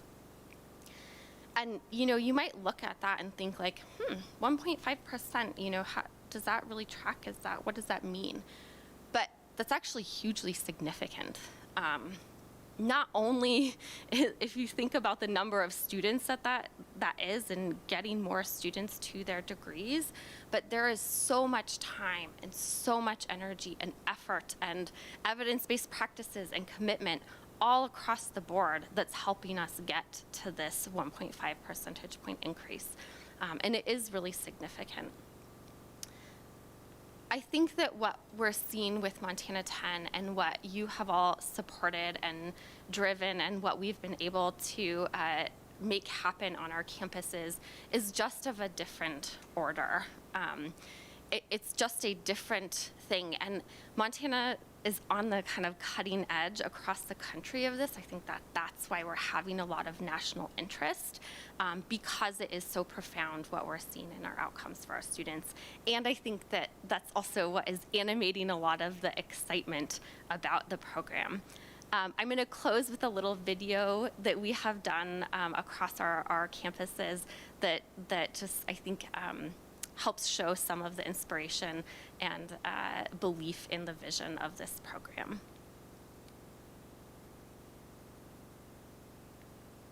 Oh, okay. Montana 10 is ambitious. Montana 10 is a new way of promoting student success for all students in the Montana University system. It's kind of inspiring. It's given me a different mindset. This was like a miracle thing. I get good grades now. Academic, financial, and emotional support. I get to go to college for free. It's a dream come true.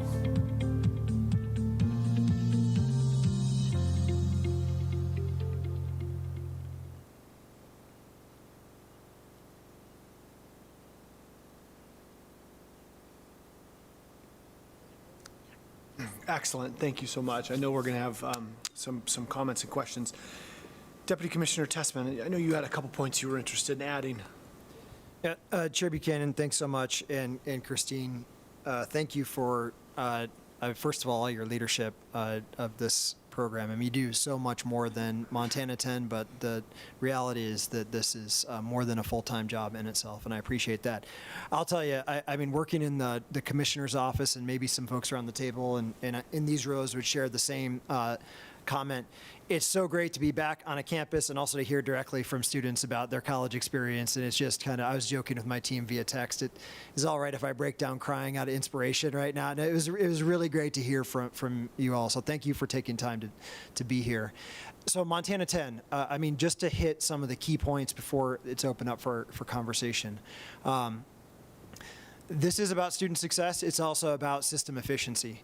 Unless we are going to ask the state to think about their investment in higher education just purely in terms of activity and credit hours and not in terms of completion and achievement, unless we ignore that, then Montana 10 is a better deal. We will produce more credentials for Montana at a lower cost per credential with this program. And I think that that's a powerful argument. There may be an initial investment, but that's what we should be doing. That's what we're here for. MDRC, the national partner, they are the gold standard in external evaluation. Having that external evaluation, yes, will add some more confidence in the results that we have here in Montana. It also does unlock that door to national funding. If we look at something like an 8-figure gift down the road or investment from a national foundation, it will require this kind of external evaluation. MDRC is the organization that would conduct that evaluation, and so it's a crucial step. And why are they interested? You know, this isn't brand new, and Commissioner Christian, you've said this a number of times. There's great work happening in Montana. The Hilleman Scholars Program at Montana State University, tremendous inspiration for Montana 10. What's happening with athletics, mentoring, and tutoring, TRIO programs, there's a lot there already. This is a special recipe. It puts its own twist on it, and importantly for a national audience, this is not something that's just unfolded in New York City or in the Cal State system. This is almost a one-of-a-kind program for all of the land in between the coasts in the United States. So there are organizations thinking about public education in the heartland, and they see this as maybe the model for moving forward. So there is tremendous excitement moving ahead with Montana 10. I thank you again, Christine, for your leadership, and Chair Buchanan, I thank you for your support along the way and the rest of the regents. I know Christine, the students, myself, happy to answer any questions that you have. Awesome. Deputy Commissioner Tessman, thank you. Members of the board, any questions or digging in? I've got a couple thoughts. Yeah, please, Regent Dombrowski. Christine, thank you again for your leadership. Stories are powerful, so thanks to all of you for coming. They are powerful. They're very real. Well, I wrote some notes down, and so it may be part of the criteria or what's the secret sauce, but it sounds like the advisors, right, are critical. And so I'm like, who are these people? You know, what are their motivation and credentials? You know, how do we, and because that sometimes is the challenge in terms of scalability. You know, do we have a Becca and a Joseph everywhere? I wrote their names down. So just sort of, I mean, if they're here, I'd love to, you probably introduced them at the beginning and I didn't catch it. You bet, they are here, and Okay. I will ask them to just stand up. Oh, they're in the back. Becca Newlinger, Joseph Grady, Yeah, and great. our Montana 10 program director, Amy Capaluco. But so- just talk a little bit about Yeah. that, if you would. Thank you. Yeah, so I think you really picked up, and thanks, Ange, for getting us to this slide. You really picked up on the kind of core piece of Montana 10. Now, before I launch into that, I will say that as Brock mentioned, Montana 10, that recipe, it kind of works together, right? Like if we pull one ingredient out, even if it's the centerpiece, if we don't have these other supporting things, and I can talk a little bit about like what the evidence tells us about why it's this recipe and not sort of standalone things. But the advisors are at the heart of that. Part of the way that Montana works and why it works is that our advisors have a lower student to advisor ratio than would be typical of regular academic advisors at, say, the University of Montana or other places across the country. I think that the national average for student to advisor ratio is about 400 to 1. In Montana 10, that's 100 to 1. We ask our students to commit to meeting with their advisors 2 times per month. Typically, advisors meet with a student 1 time per semester, and so there's just a lot more face time happening, and the result of that is what you see here, which is that advisors have a lot more, and what you heard from our students, advisors and students have a lot more opportunity to talk about a broader range of things that are as important to their success in college as understanding academic goals or which courses you're going to take next semester. And I would argue for our first generation, Pell eligible, American Indian, other kinds of other served students, it's likely that those things on the right-hand side of the screen there are maybe even more important than what your own academic path is. As far as the expertise and knowledge of our team, I think actually Amy Capalupo, our director of Montana 10 here, would be able to speak to this better. But what I'll say is that we do have, I think that there is something different about our advisors. Both Joseph and Becca are masters in social work. They have their masters in social work, and it's really kind of more of a case management model than it is an academic advising model. And so I do think that as we look to expand, that is something that we will pay attention to. And as you might imagine, relative to our conversation earlier today, having those people serve in these roles and be committed to the program is, that's definitely a consideration and something we're very lucky right now. I feel like in our programs all across our campuses, we're very lucky to have people who are very committed, who have the experience, knowledge, and skills, and definitely that's a consideration as we move forward. Thank you very much. President Bonner, please. Thank you, Mr. Chair. And I just want to maybe reinforce, I think, Regent Dombrowski, your point is spot on. Resources matter here. And yeah, it's nice to have your education funded and supported financially. But I think, one of the things we see is exactly, I just want to underscore what Christine said. I want to thank Christine, and I want to really just thank very publicly Joseph and Becca and the many others here. And, Amy Capalupo in particular, I've talked about Amy publicly, and I've often said, if I had to pick one person at the University of Montana who, if I were in a dark alley, I'd want by my side, I'm actually not picking Bobby Houck. I'm actually picking Amy Capalupo. I've said that. I said about a year and a half ago about Amy, because she is tough and she is passionate. And the reason I bring that up is because the whole point of this is you have somebody in your corner. And that's really what effective advising is, because everybody hits bumps in the road. And I think what this does is, two things. Number one, these amazing students help us to see where some of those bumps are so we can eliminate them. That hidden curriculum Christina's talked about, we're learning through this program too. What are those that unnecessary barriers that we put up, but also that advising is such a critical piece of that, and we've seen that kind of across the board at the University of Montana, but in spades in programs like this. So you're spot on it. The advisors matter a ton here. So thank you. Regent Nystuen. Thank you, Chair Buchanan. This perhaps is a little bit of Pollyannish, but wouldn't it be interesting if you continue to track these cohorts after graduation? Yeah. So many times people these days, a senior in high school going, well, do I really want to spend 2 years, 4 years out of the workforce, spending money to get a degree? Is it really going to pay off for me in the long run?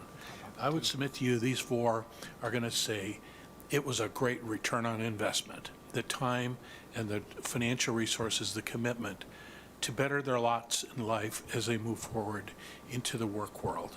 And again, I don't know if that's a component with this or not, but again, I just thought, wouldn't it be interesting to hear what happens after Montana 10 and Hillman's? Thanks. That's a great comment. Regent Sexton, please. Thank you, Chair Buchanan. I just want to speak a little bit more to the advising and piece and how important it is. I remember when I started college a long time ago, and I met with a general advisor, and perfectly lovely person, created a plan of study. Thankfully, I'm a non-traditional student, so I completely ignored it and created my own. And I really just want to speak to how important that advising is. It is. I mean, and to the point on the resources, when you have somebody who is, trying to help out hundreds and hundreds of students versus someone who can take the time to get to know their group of students and understand their specific needs, that is so crucial. But the difference is, obviously you need to have qualified people in those roles, but you also can't spread them too thin. So I just wanted to touch on that as well. Yeah. Yep, Regent Bow's got his hand raised. Regent Bow, thanks, Regent Sexton. Regent Buchanan, thank you. I think that Montana 10 is one of the most important initiatives we're moving forward with. I'd just like to congratulate everyone on the hard work. I mean, this group, our board, is being creative and finding ways to make it scalable because, you know, we've shown it works. And now there's a question of balancing, you know, keeping it working and paying for it. And that's a multi-year process, but we're definitely on that pathway thanks to the support and these kind of presentations. And I think it's important to acknowledge how many of our boxes that we talked about that we're, you know, that we really, our goals that we're really trying to check. And this increases enrollment, increases retention, it increases student outcome, positive student outcomes. So, you know, I do think that there's very few programs we talk about that hit as many of our goals as this does. And I know it's going to be slower than we all want, but I'm very encouraged. Thank you. Thank you for recognizing me. Yeah, thanks, Regent Bao. Could go all day, I suspect. Director Miller, thank you and to your team. And I just, the only two things I kind of want to surface are very much in tangent with what Regent Bao and Deputy Commissioner Tessman said a moment ago. I mean, to join a board that had the strength in the middle of COVID to continue with a long game strategy supporting something that we really saw value is exciting for me as a new board member, right? So kudos to the groups of leadership, this board, the folks that have gotten it done. I think that Deputy Commissioner Tessman's comments earlier about following the process, validating the efficacy. It's where we can't lose sight that we still have that work to do, but starting to define that value proposition in a way that all of our partners can recognize. And the time to degree piece is certainly appears to be the way we're going to save money. It might be a larger annual commitment per student, but the gross commitment that the state makes on a resident student to get them through school at a quicker pace, that's a value proposition. And I feel so great about that. And I just can't say thanks. I'm not going to reiterate all that anymore, but thanks to everyone. Connor, Tanner, Christina, and Abigail, good luck. Don't get far from us. Come back, keep reporting, keep us in touch, would you? Reach out. You've got our emails. We want to stay close with you guys. Congratulations on the success you've started. Keep it up. And to the advisors and everybody else that's in touch on this, thank you. I'm super proud to be a part of this conversation and can't thank everybody enough for the hard work and the strategic focus for how we're advancing it. Great. Director Miller, thank you so much. Thank you. Yeah, please, Commissioner Christian. Yeah, and just a special thanks to Dr. Tessman, too. Yeah. You know, interesting meeting. We talk about making sure good people stay on the bus and help us move forward. And, you know, this is a conversation that really started with how can we retain more people? We just don't have the demographics to support all of our needs. How do we retain more people? And it's just grown from there. And it's something that's grown that we not only think we can scale, but we think we can pay for. It's fun to have ideas, but it's practical to have things that we can bring forward that actually can move to scale and make a difference in lives. And I really appreciate Dr. Tessman's work on this. Yeah, excellent. We'll certainly look forward to future reports. Appreciate everybody's work. I mean, an hour and 15 minutes we're going to give to research. Regent Bao, a little more R and ARSA. How does that sound? I'm excited about that. Deputy Commissioner Tessman, if you'd help. You want to take a quick break? Does that sound right? Yeah, let's do that. Regent Lozar? Great. Yeah, we'll take a quick break and we'll come back at 2:30. Perfect, thanks.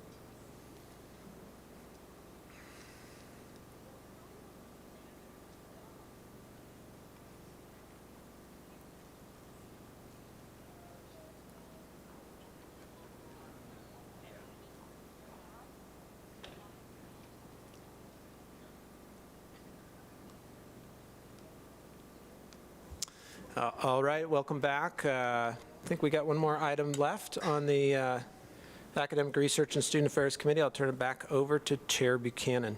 Thanks, Chair Lozar. Just a quick anecdote. In the break, I had an opportunity to bump into a student senator, and I said, how we doing? And she complimented OCHI and the focus on programs like Montana 10, connecting the dots that great people like Joe and Annika with Montana 10 are part of a strategy. And so to the Commissioner's office, thank you so much for keeping us moving forward.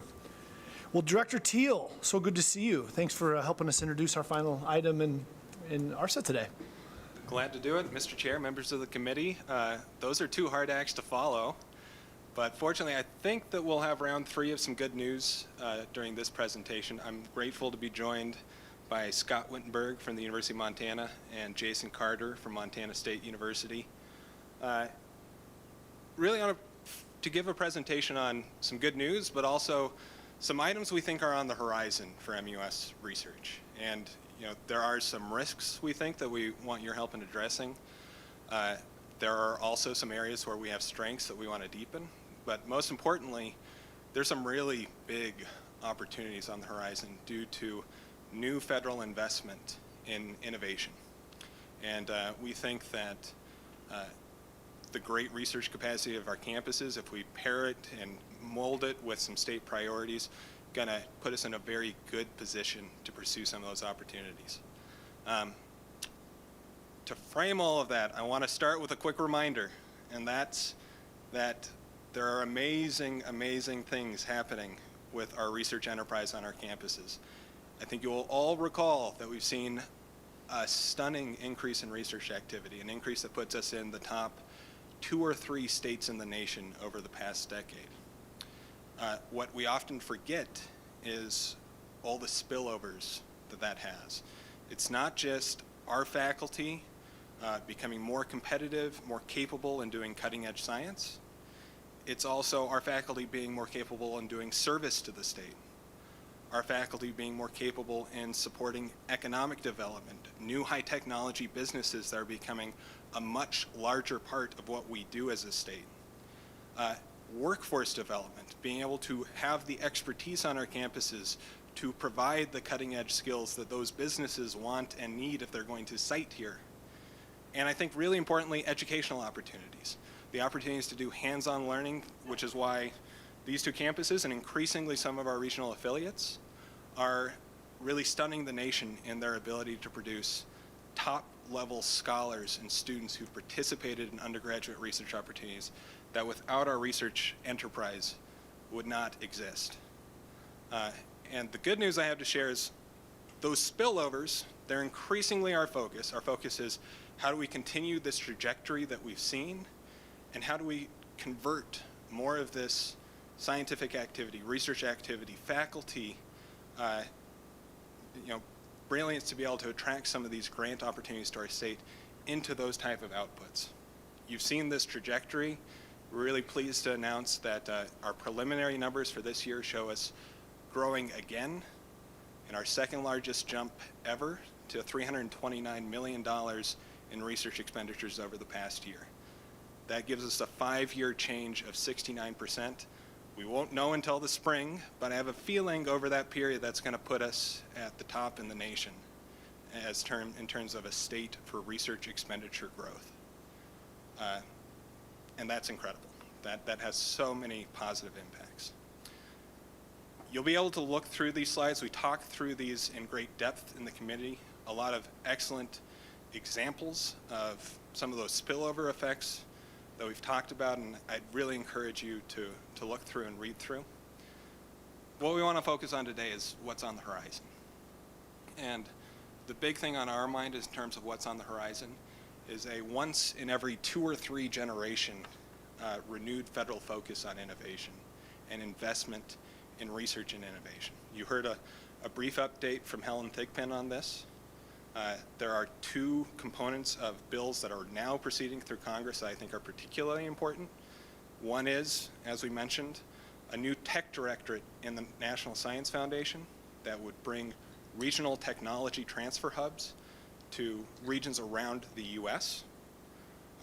Due to great support from our Senate delegation, we have some language in this that would really create an avenue to have a rural-focused technology transfer hub.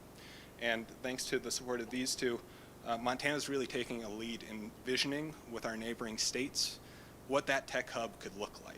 We had a great convening in September, hosted by President Cruzado, where we met with VPRs from 15 institutions in the region to start brainstorming what that could look like and what we need to do as a region to be competitive if that opportunity moves forward.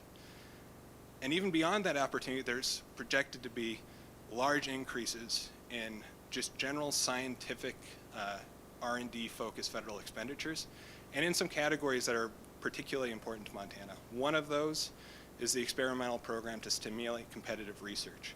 This is a program that's focusing on expanding the geography of innovation, focused on smaller states like Montana. I think our effective use of EPSCoR is one of the big reasons we've seen such growth, and EPSCoR is forecast to grow by 20% across multiple federal agencies that we might be able to draw from. Now, to be competitive, again, for these once in a generation, once in 2 generations, opportunities for Montana to lead the region in research and innovation, we really have to be able to articulate and show in reality how the research enterprise that we're constructing, it connects deeply to our educational opportunities. It connects deeply to Montana's plans for economic development. It connects deeply to state priorities like growing the number of jobs that pay $50K plus. And that's where we want to talk about some of our focus over the coming year. On educational priorities, one of our areas of focus is building on our nation-leading undergraduate research. So again, I mentioned we have incredible undergraduate research opportunities that lead our institutions to outperform on landing major scholarships. What you don't know is the ways in which that chart of research expenditures translates to opportunities for students all around the state through programs like Space Grant Consortium, NASA EPSCoR, Montana INBRE. These programs, federally funded, operated by our flagship universities, provide grants, structured research opportunities, support for undergraduate research programs, not only at MUS institutions, but at every one of our 7 tribal colleges and private institutions as well. One of our focus is how do we track, understand which students those opportunities are going to, and leverage our research enterprise to expand the layers of opportunity. We want those opportunities to participate in undergraduate research to be trackable and to be available to all students, not only the best prepared students. For 2 and 3, I'm going to turn it over to my other panelists and to Jason to start with.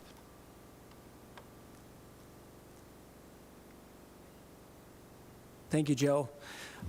Chair Buchanan, board members, appreciate the opportunity to come back and talk a little bit more about what you challenged us to do, which is to think about different ways that we can continue this growth pattern to the smooth $500 million, as Brock put it. And I think we can get there over time. One of the issues that Joe asked me to talk a little bit about is addressing recruitment and retention risks. And what a great segue from what we just heard about our students, right? We think about retention of our students and how important that is. And what keeps me up at night is retaining these high quality faculty that are embedded in the research enterprise. I thought what would be helpful is to kind of contextualize sort of the life cycle of a research active faculty member. And when we lose somebody who's research active, we not only lose a great instructor who's teaching in the classroom, because all of our faculty are expected to teach some in the classroom, each of them a different load depending upon what the deans and the department heads have as part of their workload. But when we lose them, we lose a great teacher. And when I think about what retains students, I think about good faculty that are here and consistent with their curriculum. When a new faculty member comes in, and a research faculty member, we have to invest a lot of money into them. And we're talking hundreds of thousands of dollars sometimes to build a lab, to allow them to have a grad student to start up, give them that runway. And that runway, in order for them to reach that sustainable research state that leads to the numbers you saw, typically takes 4 years at a minimum, because the first year, they're just getting their feet wet. By year 2, their lab is maybe up and running and they're collecting some preliminary data. By year 3, they're crying and singing the blues because they've been rejected for the first time. And by year 4, hopefully, they're starting to get some success with their grants. And what I think we're having right now is a collision of some difficult times where higher education, there's a lot of competition. And when you combine that competition with the rising costs of living across all of the areas of Montana, and I know the Bozeman numbers, and I can tell you it's nearly doubled. It's nearly doubled in 18 months. And we start thinking about the retention factor and what a impact it has when we keep good people. Not only do we keep those good people and they're here and they're productive, but we don't have to restart that search process all over again. Right? And we don't have to invest the hundreds of thousands of dollars and wait 4 to 6 years before they become productive. And what I'm concerned about right now is the ways that we're going to have to get creative potentially to retain. And I think just like the discussion that we just had about retaining our students and it is the same applicability when it comes to research. Heck, it's the same with staff. I know what my colleague Terry Lease is dealing with and Chris Kearns in the student life areas, the staffing issues. The staffing issues are, I think, the canary in the coal mine, right? I think what we're seeing with staffing issues is only going to work its way into our faculty over time if we don't find creative ways to address. So I don't know the solution. I'm not here to say that there is one particular solution. I think it's multifactorial. I think of little things. It's not always just about money. I think of the Regents professorships that this body provides and what an impact that makes for retaining faculty, giving them a small bump to their base salaries. It could be little things that we could do. I think we should really take seriously this charge to try to retain this top talent, because this talent is not easy to recruit. We have it right now. They came into the Montana market while housing was somewhat affordable, and we start losing these individuals. I'm afraid that we're not going to be able to recruit our top candidate, our top 2. We're going to be going 3, 4, 5 deep into the pools. And the problem with going 3, 4, 5 deep into the pools is that 4-year time frame now becomes a 5, 6, 7-year time frame. And it's sometimes they're not grant active in that same vicious cycle that we're having right now. So I really think we should put some priority to this. I don't know exactly what that looks like. I know we're all thinking through that. Retention of talent, I've heard a lot about it today, and I appreciate that, and I would just double down on that. So thank you for the opportunity to come here, and I'm happy to answer questions after Scott's talked about the next topic. Chairman Buchanan and members of the board. I've been asked to talk about what we do in terms of workforce and economic development. I think that the public in general doesn't understand what the research offices actually do. They see the part on the research grants that we bring in, which is a really nice number, and the work that comes from that. It's a benefit to both the state and to society. But a big part of what we do is for research, from our research, is for workforce and economic development. I like to think that we are actually the primary drivers for economic development in our communities. The arm of that out of my office that does that is called Accelerate Montana, and they've got a booth out front. If you haven't stopped by and talked to them, I encourage you to do so, because they have a nice plot, a map that I asked them to generate for where we have our reach in the state of Montana.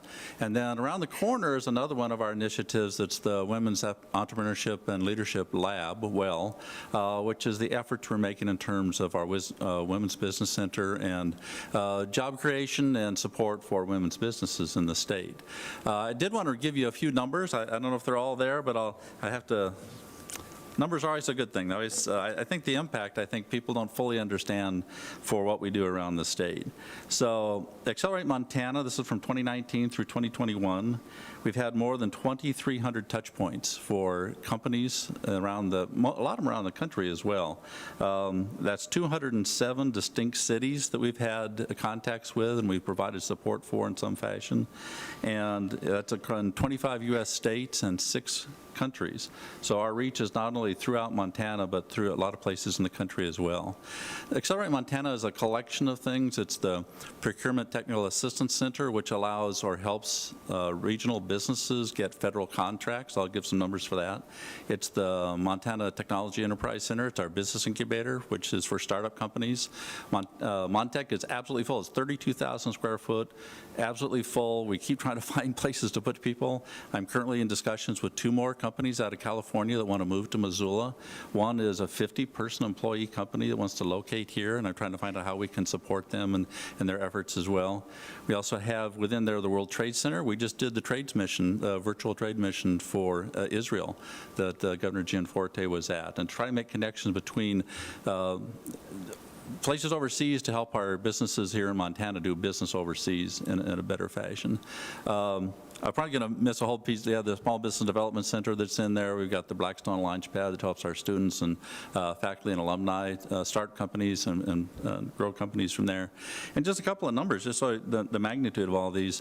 For Montech, in the past 7 years, our companies in Montech have secured $60 million worth of venture capital funding for the companies in there. Those are all, that goes directly into jobs for those companies. The PTAC, the Procurement Technical Assistance Center, has, over the last 2 years, has done 115 companies in the state for 1,000 contracts that they've issued, and it's a total of $68.3 million for those companies. So these are large numbers that are a large support for local business, regional business, and it's part of what the research does for this state. And I guess I'll leave it there. So I thank you for your time. And just to sum up, I think research done well creates a virtuous cycle. It creates a cycle where we have scientific discoveries, then gender business, but also support the students that those businesses hopefully will employ to stay in Montana. Our hope is if we can address some of the risks in terms of how do we ensure that particularly our highly productive research faculty, we're able to recruit the talent that we need and retain it. And then also, I think, more directly connect some of what research does to state priorities, like the 50K plus job challenge. Those are things that are going to help us take advantage of some of these federal opportunities down the pike. And I think that our request of all of you is to give us the avenues, the communications avenues, to build that case moving forward as to this really important way that universities in Montana make an impact on the state. And we'll open up for questions. Scott, Jason, Director Teal, thank you so much. Any questions from members of the committee, members of the board? Chair Lozar, please. Thank you, Chair Buchanan. Actually, more of a comment than anything. I mean, obviously, we've seen incredible growth, and there's a lot of work that goes behind that. And, you know, Jason and Scott, you're a big part of that.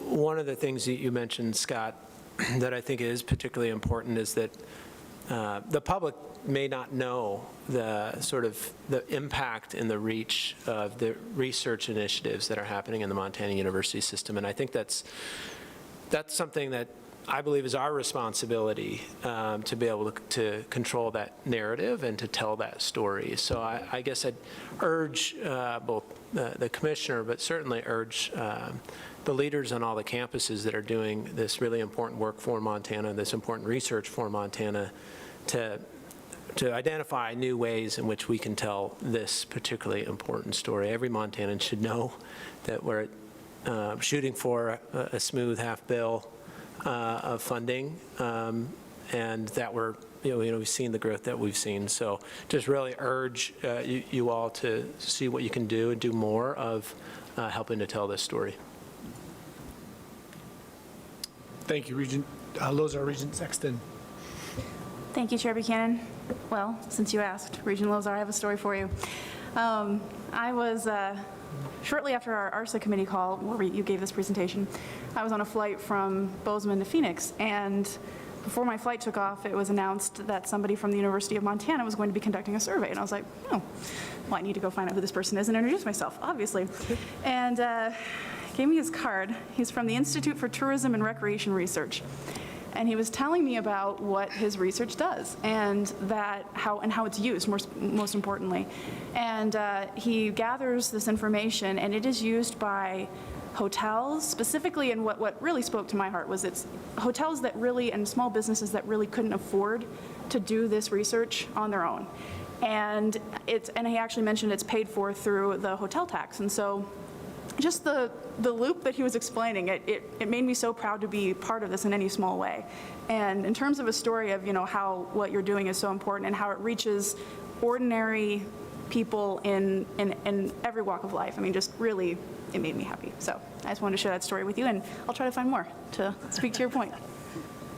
Thanks, Regent Sexton. I got a couple questions. Joe, maybe give you a second to chew on this channels of connection, communication. Is there a new strategy? But this rural research project, I think of regional partners. Is rural Bozeman, Missoula, or is rural Lewistown, Miles City? What is that? Obviously, we're at the bar napkin stage, it sounds like, at this. Well, with regards to the USICA, U.S. Innovation and Compete Act, we're thinking rurally across the 5-state region, right, and building capacity.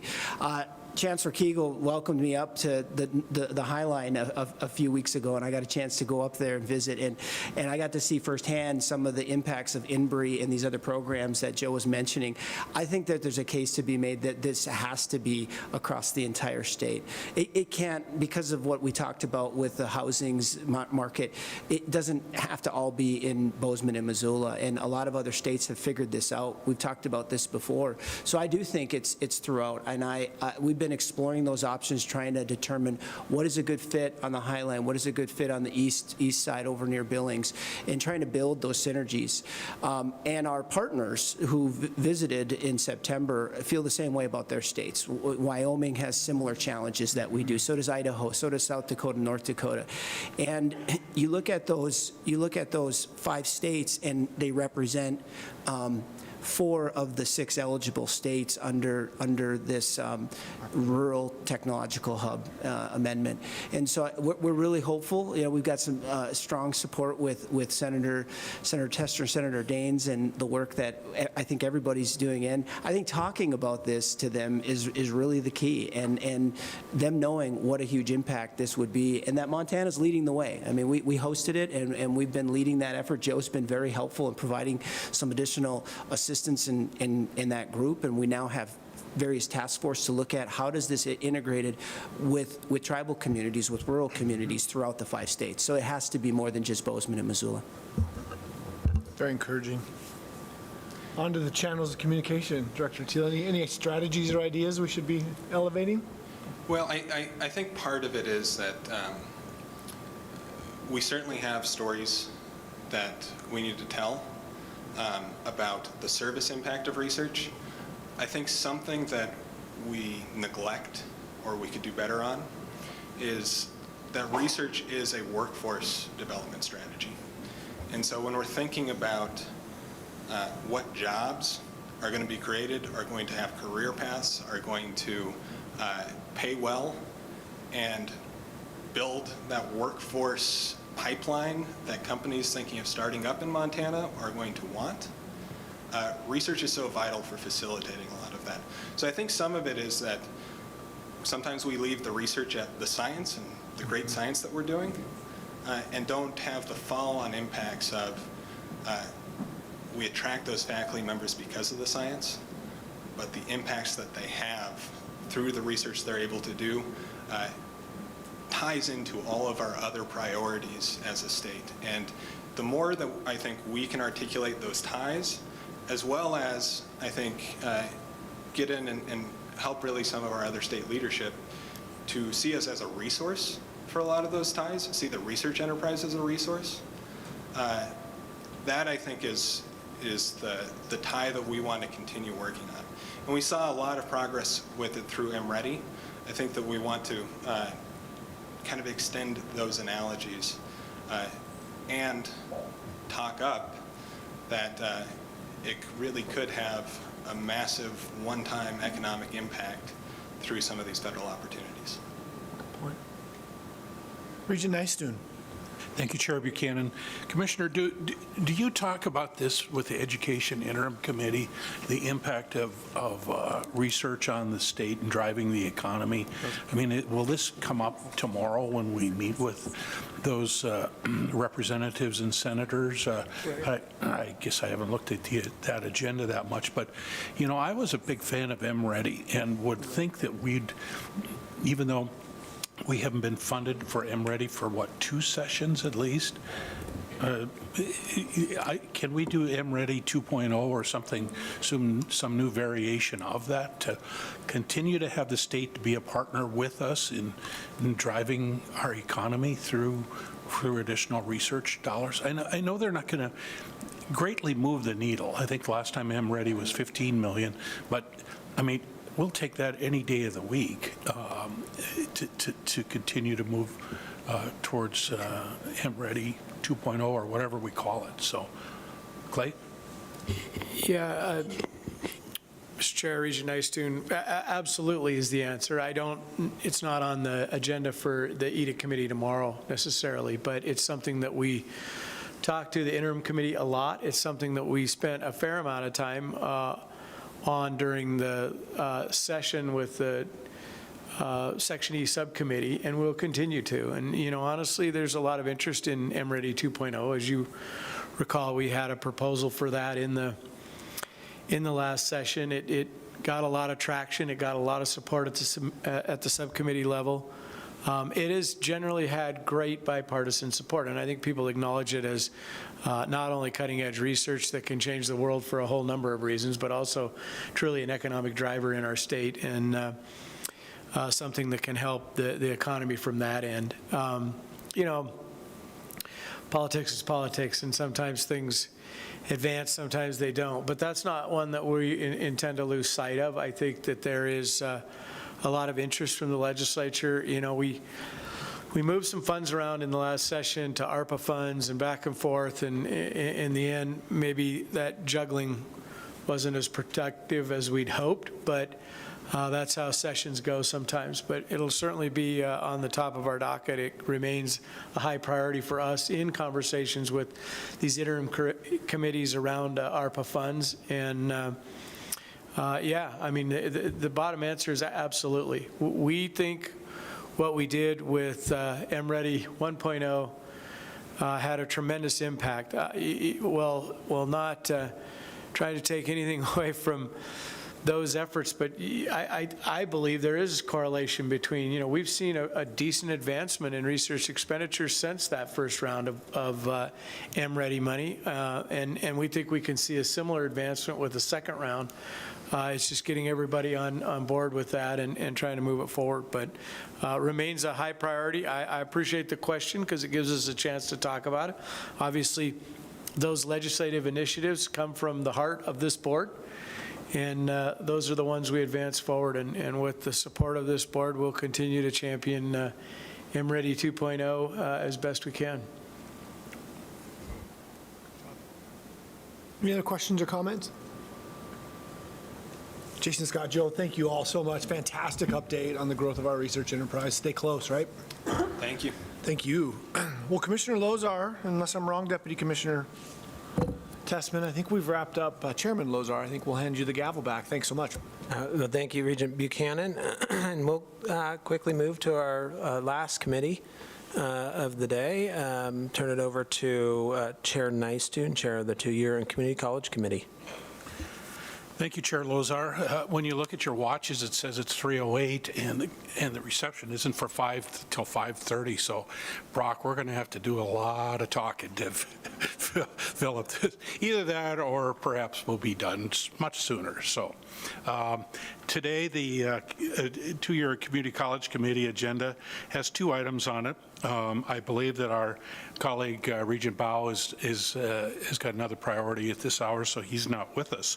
So What we'll do is we'll jump into the first item, which is dual enrollment, followed by prior learning assessment update. With that, could I throw it over to you, Deputy Commissioner Tessman, to queue up our conversation and introduce Dan as part of the process here? Yeah, thank you, Chair Nystuen and members of the committee. Really excited to bring Dr. Dan Corrales to the mic in just a moment to talk about dual enrollment, and in particular to kind of provide a detailed baseline of where we're at right now with respect to dual enrollment in career and technical education. I think that was a request from this board at the last meeting in Butte, and we've had a chance to preview Dan's presentation. It provides a new level of understanding for us, and as we develop strategies moving forward, I think this is a good baseline. As I have done in the last couple of meetings, I want to emphasize that, you know, our agendas may be fairly succinct for the two-year committee, but the reality is that 4 of the 9 program proposals you heard earlier in ARSA are two-year program proposals. Montana 10 exists not just at the Mountain campus at UM, but also at Missoula College and Helena College. The academic priorities and planning process applies certainly to our two-year campuses. And actually, our research enterprise involves our two-year campuses and community colleges as well. So although these agendas tend to be quite short, trust that our two-year leaders and their campuses are quite active across the board in all our priority areas. So thank you for that, and I will turn the mic over to Dan Corrales. Take it away, Dan. All right, thank you, Dr. Tessman. Thank you, Chair Nystuen, and thank you, Regents, and everyone else. Lots of thanks here. Excuse me while I figure out what I'm supposed to talk about here. But the presentation today is about dual enrollment in career and technical education. As Brock said, this was a request from the board. So this is kind of the response and presentation to that request. I'll start out by doing what I always do, which is define a bunch of terms so that we're all speaking the same language, talking about the same stuff. Then I will throw a bunch of data at you, and that will really be a kind of big picture overview of dual enrollment CTE in the system, followed by a little bit more of analysis of where that CTE dual enrollment is happening by class size and geographic region. And then we'll finish up with some things to do, some strategies, how we can build the program to be even better than it is right now. The technology works, which is awesome. So start out by this is the slide called What is Dual Enrollment? You may have seen it before. If you remember any of my past presentations, I tend to forget them immediately after giving them. So this is like good review for me. But dual enrollment is generally the catch-all term for high school students taking college courses. Concurrent enrollment is when those high school students take those courses in their high school classrooms, taught by a high school teacher with the appropriate credentials. Early college is when the courses are taught on a college campus or online. For concurrent enrollment, students get dual credit, high school credit and college credit at the same time, which is a totally sweet deal. And early college students generally get college credit only, but they can get high school credit as well if the college instructor has a Class 8 teaching license and they get approval from their district or school. So that's dual enrollment, but since we're also talking about career and technical education, I need to give a quick definition of that as defined by the National Center for Education Statistics. It's courses and programs that are focused on skills and knowledge that lead to specific jobs or fields of work. Other organizations define it very similarly, using those fancy hyphenated adjectives like job specific or high skill or something like that. But this is a pretty straightforward definition. And then SIP codes up there is a classification of instructional programs codes. This is the scheme that we use to code courses, to code programs, so we can track what is career and technical education, what is not, and then we can group courses into different pathways and programs to do some better analysis. So with that, we'll just push right on to the data. So the biggest big picture data point I can give you is how much of dual enrollment that's happening in the system is CTE. And it's about 28% over the last 3 years. And quick note that I forgot to say on the last slide is most of the data you'll see here, I pooled together the last 3 years of, last 3 academic years, 2018 to 2019, and 2020, or through 2020-21. That just gives us a larger pool of data to look at, because CTE is, not, as you can see, it's about a quarter of all dual enrollment, so we want to look at all of that together. I also chose that time frame because that is all the 1-2 free era. So 1-2 free for anybody out there, listening or looking for free dual enrollment. High school students can take 2 courses or up to 6 credits for free. Tuition free, fee free other than class fees. So you'll notice on this slide that the percentage there over the last few years has stayed pretty steady. 27, 29, 28. That's where we get that 28% average. But it's been climbing. I threw in a couple of previous years there. It's been climbing, and if we were to go even back even further, it goes up from about 20% all the way up to 28%, which doesn't seem like that much, but if you look at that increase there from pre-1-2 free to the first year of 1-2 free, it's a pretty big jump in how many dual enrollment CTE credits that students took across the system. It's 31%. Overall dual enrollment jumped 24% there, so it's increasing at a higher rate than overall. And if you do the quick math and look at all this entire 5-year span, the percentage increase has gone up about 65% or 64%. So we've been increasingly doing more and more CTE dual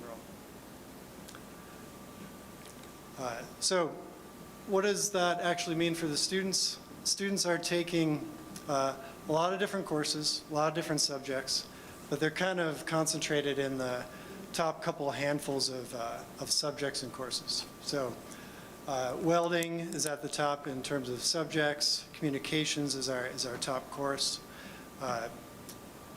You can kind of scan the list of subjects and courses here to get an idea. But one thing to pay attention to is if you compare these 2 tables, we can get some insights into the scope of our programs that we have across the system. So example, welding is roughly 6,000 credits.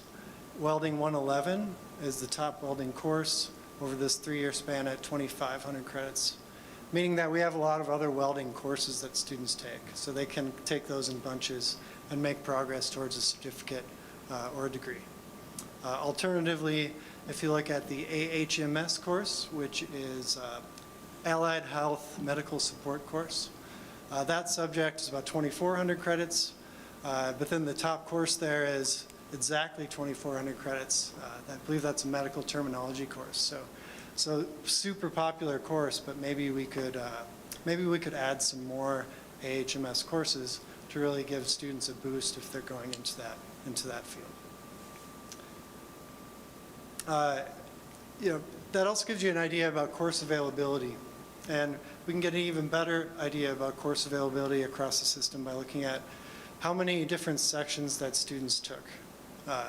And I titled this course frequency here, but you can see that welding is very popular and particularly available as a concurrent enrollment course, meaning it's happening in high schools across the state. So a lot of the other courses you'll see are maybe more popular or offered more often as early college courses, likely online, probably also on campus. And just for reference here, the 1 out of every 4 concurrent enrollment sections is a welding course. That's probably the lecture portion there based on the icon. And then also make a little note that a lot of that early college coursework is online. So even if students can't find it available in their schools, they can find those courses available online. So now, thanks to those zip codes, we can kind of repackage those subjects and courses that students are taking and look at it in terms of career clusters and programs. And so again, over the course of the last 3 years, we kind of have a top 7 career pathways or career clusters that students are in. You can probably figure out that welding fits into that manufacturing category there. And we can always revisit this slide, but I'm going to go to the next slide because the cool part about grouping these into career clusters is we can compare it to other types of data that either we produce or we get from other agencies.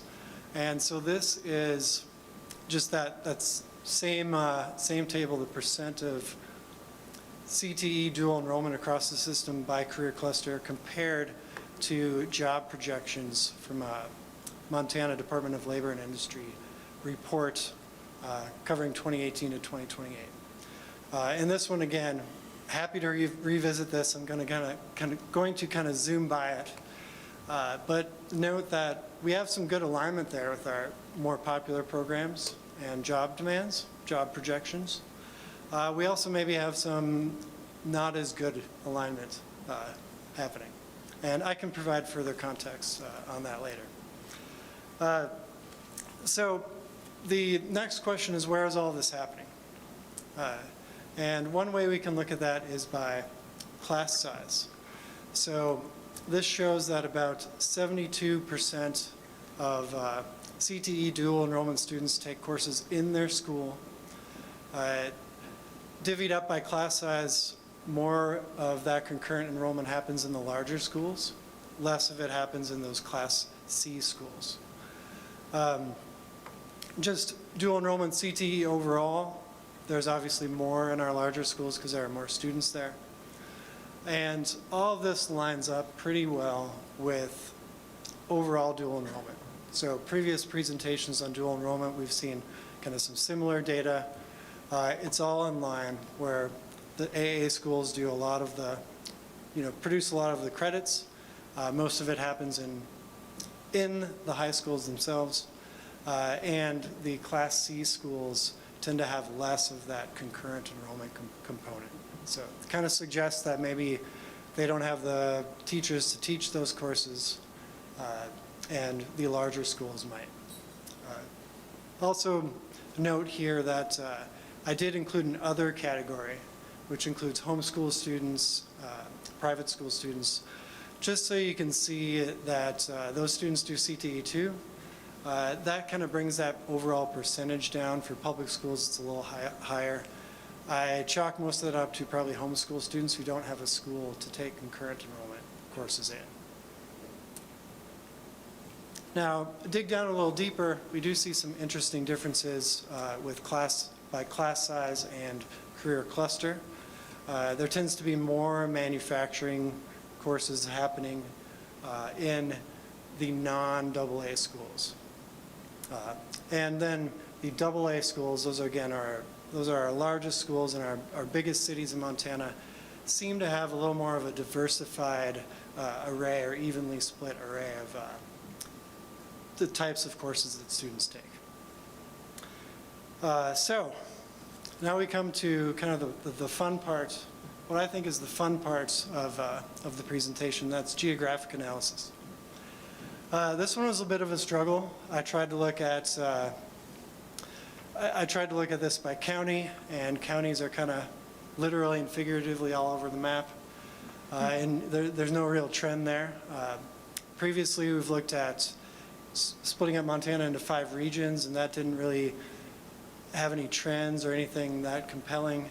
But I did hit on something that may or may not be anything, but there tends to be some sort of pattern happening between the urban region, which would be our top 7 cities. We have to consider that Montana urban. So in this case, Butte is urban, Kalispell's urban. Those other cities on the map, we all passed geography class, so we know what those are. And then I split the non-urban areas into the mountains and the plains. And when we were talking about this in committee, this looks a lot like a failed legislative map, but this is really just me trying to make sense of some of the data. I did find an economics study that kind of divided the state up and looked at it this way, with those urban centers as big economic centers. And that's kind of where the idea came from. I also thought there might be something related to, this is the historian in me looking at this, the history of types of industries and culture and just general flavor of the mountain region versus the plains region. And, you know, you get something a little bit interesting that we might do more CTE dual enrollment in the rural mountain area than in other areas.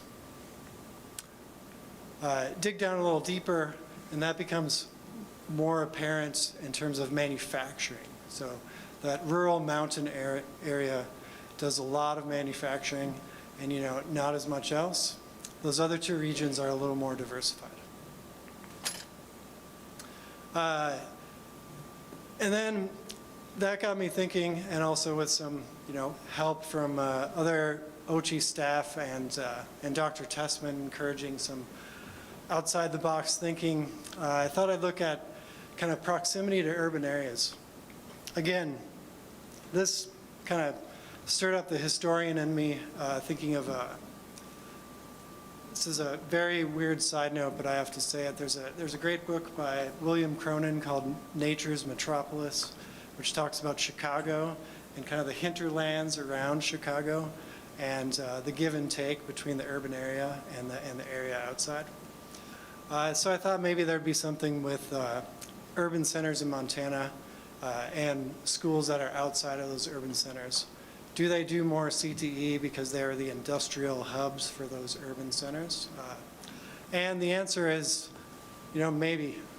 The data kind of suggests it, that we might have a more CTE dual enrollment happening just outside within 30 miles of those urban centers. There's not a lot of data there, though.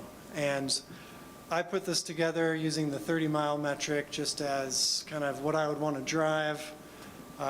If this was like the late 90s and we had the safe and prudent speed limit, we could probably bump this up to like a 100-mile radius and it would be the same thing.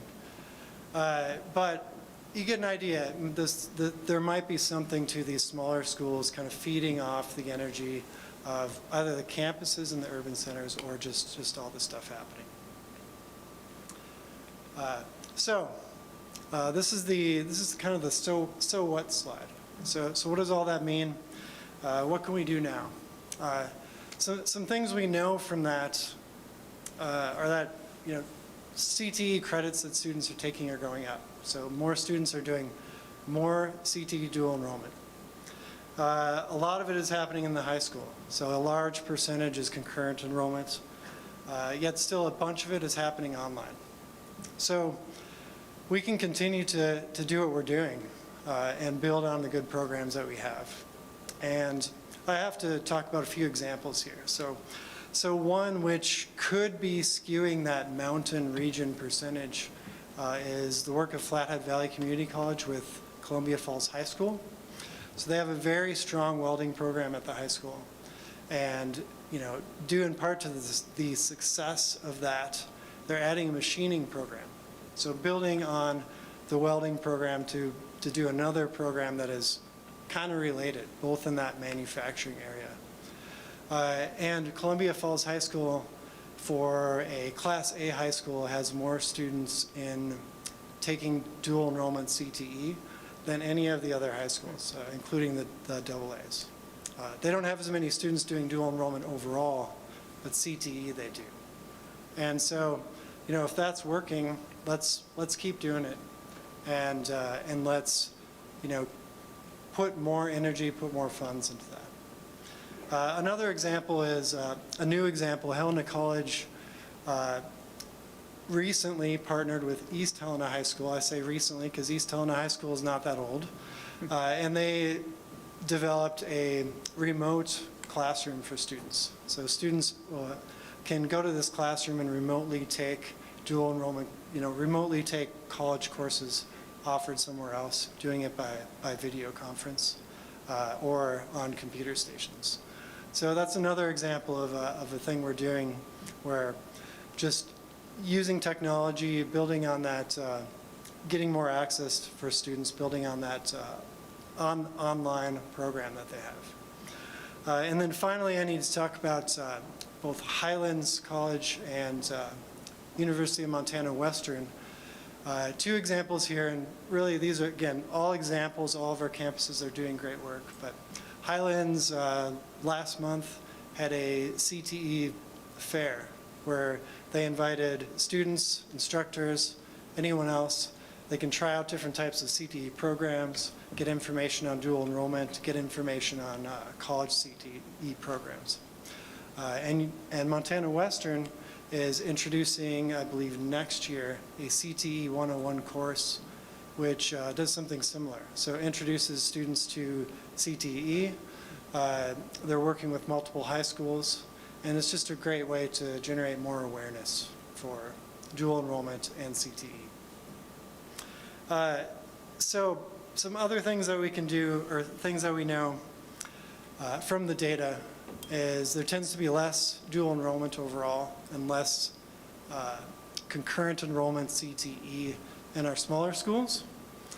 There tends to be less in rural areas, and in some of those rural areas there's a higher concentration just built into certain particular programs.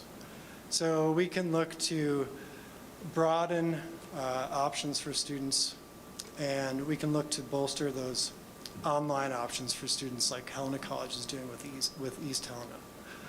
All of that is connected to that, what is hopefully not super obvious, but really obvious purple colored shapes on the screen about investing in dual enrollment. You know, generally, if smaller schools do not have as many students taking concurrent enrollment, it probably means they don't have the teachers that can do it. Or they don't have the qualified teachers that can do it. So looking to invest in teacher incentives, giving those schools and teachers reason to get those credentials is something that I think we could definitely do. And then based on that career cluster slide I showed you with the job projections, you know, a final step we could take would be to, reevaluate our, courses across the system, and maybe try to better align some of our programs with what's in demand. And I think that could be as simple as just introducing a couple of new courses in a few different places. It could be introducing more online options. So these are all kind of interconnected. And with that, we are at the portion of the presentation where I can answer any questions if I have any voice left. So apologies for that. Thank you, Mr. Krause. Questions or comments from the board? Regent Buchanan. Thank you. Particularly interested in this, I want to start by saying thanks to Provost Eskandari and his academic team at MSU Billings. They're preparing a day to come to the Red Lodge community as we unveil a new $6 million CTE building to try to build that relationship. So super eager to learn as much as we can. Great presentation. Thank you for this. Got a handful of questions. 1, 2 free, is that every semester, or is that through your time as a high school student? Thanks for the question, Regent Buchanan. The 1, 2 free program is for your high school career. So students are eligible generally grades 11 and 12. There are some exceptions. There are students that are super outstanding, so they start taking college courses earlier. Other students may only have options to take courses when they're a sophomore, because courses are not always offered every single semester, so they may have to take something early. So yeah, it's 2 free courses for your career. So if you take 3 credits as a junior, you can take 3 more credits as a senior for free. And then after that, students pay 50% of the resident tuition and no fees. So it's still a really sweet deal. Yeah, it is. You mentioned, Regent Nestor, thank you. You mentioned trying to attract qualified teachers. Is the credentialing process from a dual enrollment perspective the same for CTE as it is for non-CTE programs? And if not, how do those differences look? Again, thanks for the question, Regent Buchanan. The answer is yes and no.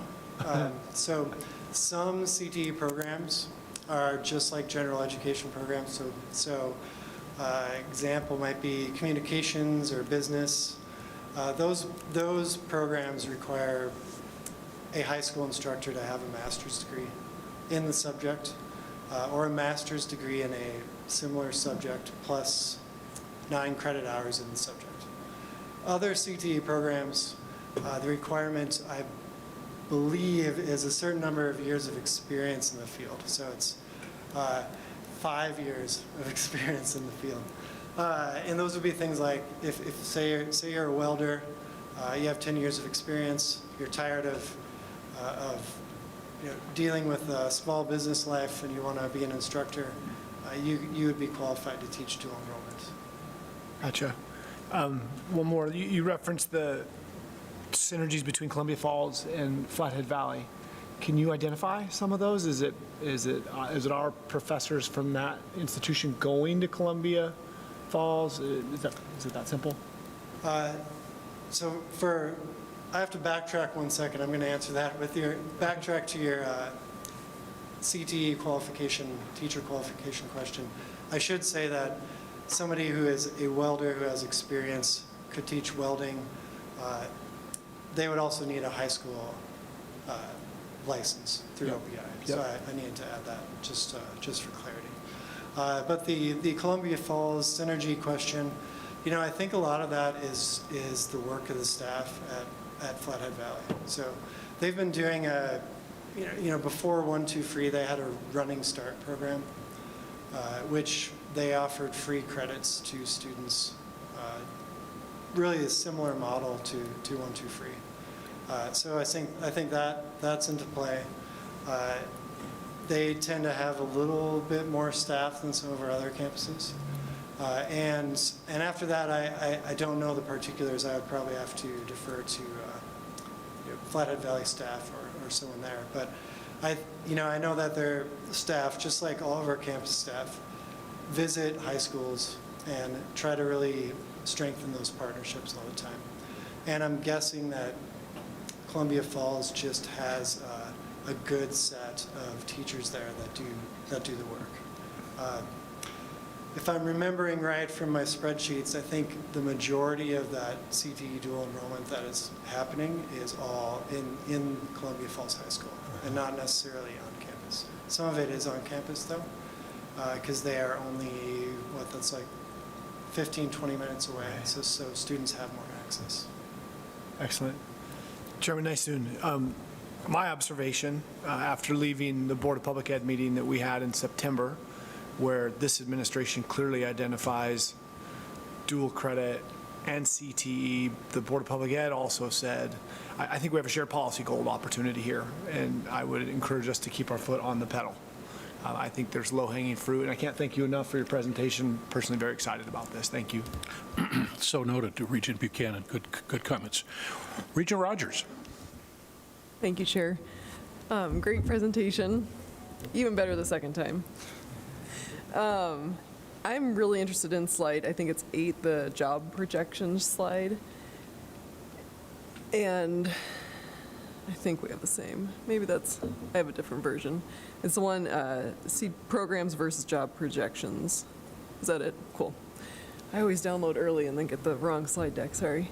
Can you walk us through the data a little bit? When you originally presented it, it was sort of like the top 10 industries with the highest job projections, with like education and healthcare really low. That surprised me. And then also wondering if manufacturing, which we do a lot of CTE in, was reflected in like the construction or maintenance repair industry, or if it wasn't even in the top 10.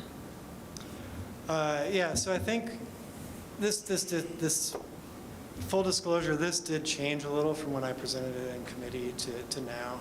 I think I was comparing the career clusters to a different set of just job categories. Then I actually read the report, before I just did the grad student read where I just kind of looked for what I wanted. But I read it again and I found this chart and it matches up. DLI in that publication, filtered everything by career clusters. So that's kind of the difference there. But you can see that most of the dual enrollment is happening in those, I say top 7 from manufacturing down to finance, and then after that it's fairly low. Projected job openings, like we have really good alignment there with business, pretty good with manufacturing. Health science and education seem to be right on point. It's those things in the lower half of the chart that may be not aligned as well. But you know, for some context, a lot of the hospitality and tourism jobs that are projected, I think, from DLI are not necessarily jobs that you'd go to get your college degree to get. They might be lower wage jobs.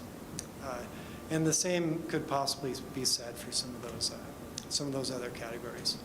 I think we could definitely, though, fill some of that demand by like looking into hospitality management, tourism program director type of careers, culinary programs. So there is a few things that we can do there, but just keep in mind that some of those jobs may be less desirable than others. Thank you. Other questions or comments? Other questions or comments? Well, just a comment from my perspective. It's tough for me to take my marketing hat off, but it sure seems to me like the students that are involved in these dual enrollment, career and technical would be, as we think about enrollment, some of the most target-rich environment for marketing our portal, marketing our campuses, and marketing an opportunity for better days ahead by continuing. Don't stop here. You have these 2 classes or more, these credits, keep going. We talked about stackable credentials. This is a great place, I would think, that the campus leaders would certainly want to stay really focused in on. Is we already know how well they're doing, and if they're college material, and we can move them onward and upward to get enrolled full-time after they've received these classes and so forth. So just a comment or a perspective. So with that, what we'd like to do, Dan, is tell you thank you for the very informative and look forward to future updates from you. Awesome. Thank you. Thank you. Deputy Commissioner Tessman, now it's time for information on prior learning assessment, and I think, would you introduce Director Treaster to us again? Not that she needs that much of an introduction, but to get us an update on prior learning assessment policy update. Absolutely, Chair Nystuen, members of the committee, and thank you for that presentation, Dan, and thanks for the charge, Regent Buchanan, Chair Nystuen, on dual enrollment. I mean, it's obviously a key student success strategy. It's an access strategy. I won't put the cart before the horse here, but I do think you'll hear a little bit about how we can better advertise dual enrollment through the Apply Montana portal, and maybe even some strategies for allowing for a kind of class search and maybe even someday a class registration through that Apply Montana portal. So we're thinking along the same lines. Jackie Treaster, our state director of CTE and workforce development, has been heading up 2 working groups among our 2-year leadership group. One is around workforce development, and I think as we head into 2022, you'll start to see results from the discussions our 2-year leaders are having on micro-credentialing, non-credit workforce training, industry partnerships. But today she is going to give an early update on the other working group, which is around prior learning assessment. And some of you may know or remember that we've had some changes in terms of the regional, the accrediting agency, the NWCCU, and the caps they put on PLA. We've had some creative thinking around PLA as a way to better attract veteran students and give them a running start towards their degree. And we've also had some good discussions around mapping non-credit training so that should that individual want to come back and pursue a degree, it's easily translatable. That non-credit training is easily translatable into credit and degree progression. I think Jackie is going to talk a little bit more about that and give us the first presentation of probably a few that you'll hear over the course of the next 3 to 4 board meetings. Thanks, Jackie. Thank you, Mr. Chair, members of the board. So this is meant to be a fairly short presentation, but I'll drag it out as long as I can for you guys so we can. So I won't rush, but this is really, it's a heads up for you all. what's to come the next few meetings, we will likely be asking for a policy update. And so want to make sure that we have plenty of discussion and give some background so that we can make the right decisions and hopefully make this a more effective initiative. So the first slide, oh, sorry, I forgot that I had this. Okay. So this first slide is by our very own Dr. Dan Corrales. The last time he did a PLA presentation, I believe it was in March of this year. And I wanted to bring this slide up again because it really shows how the vast majority of PLA students in the Montana University system are coming from advanced placement and IB credits. And so I think that this really illustrates a lot of room to grow for us. I think that there are opportunities and there are some populations of students that we are not doing a good enough job targeting. I think among those would be adult students who should look into taking advantage of prior learning assessment and be working with some of their programs on their campuses in order to do so. And I think that we could also address our veteran population in Montana. They likely have a lot of experience that could translate into credit. There are some states that are doing a really good job of this, and I think that we definitely have some room to grow there. In our current PLA policy, we have a few things that are addressed that I think that with our small working group of the 2-year leaders, I think that we would like to make sure that we're paying attention to and hopefully proposing some changes that will make some positive impact for our campuses and our students. The first is that 25% PLA cap. And so that was something that was borrowed from NWCCU. So we were aligned with their policy. They now have lifted that cap. And from the talks that I've had with the 2-year leaders that are helping me look at this policy, it sounds like the more flexibility that we can offer our campuses and our programs is going to be the best bet. And so I believe that we will be asking you all to lift that 25% cap, and we'll have some language in the policy that does give that flexibility, but we'll also want to be able to track that.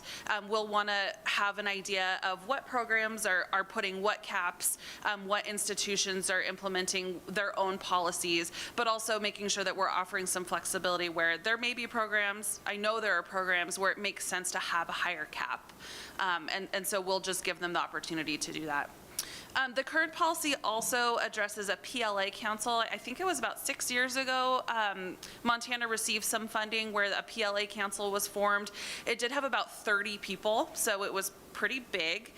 It was hard to maintain. And so that's one reason it disbanded. Another reason is the purpose of that council was to implement the current policy that we have.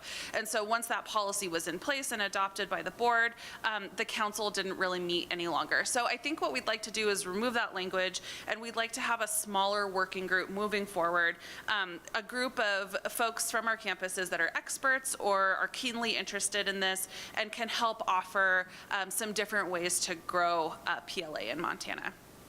There is also very quick mention of PLA fees in the current policy, and I think that, since it sounds like we're already working toward standardizing some of the fees for the system, I think it would make sense for us to try to align our campus fees as much as possible for PLA, so there's not such a huge difference. Right now, there's a really wide-ranging difference between fees from one campus to another. I think it's really confusing for students to be able to navigate. And so if we can figure out a way to align our campuses as much as possible, I think that would be in our best interest to do so. So just a few next steps for you all, what's going to be coming.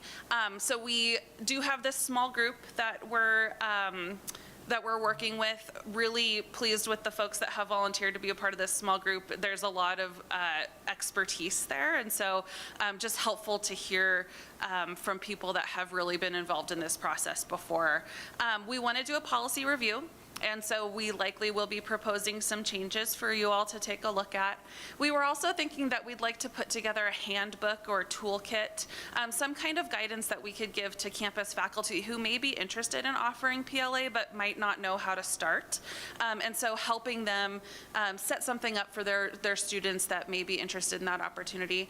We also have been looking into offering some professional development. So CALE is the Council for Adult and Experiential Learning.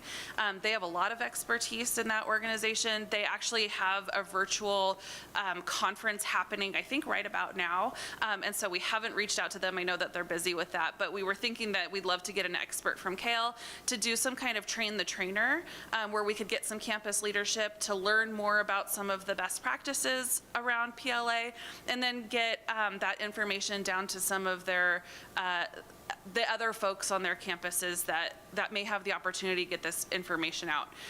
In my previous life, in my early education career, I was a financial aid advisor. I was also a student advisor, an academic advisor, and I can tell you that I did not know what PLA was, and I had tons of opportunities to tell students about what PLA was. And so I think that if we can get this information down to anybody who talks to a student, the registrars should know about this, all advisors, financial aid advisors, recruiters, I think should know what PLA is and what the opportunities are for students so they can get the word out.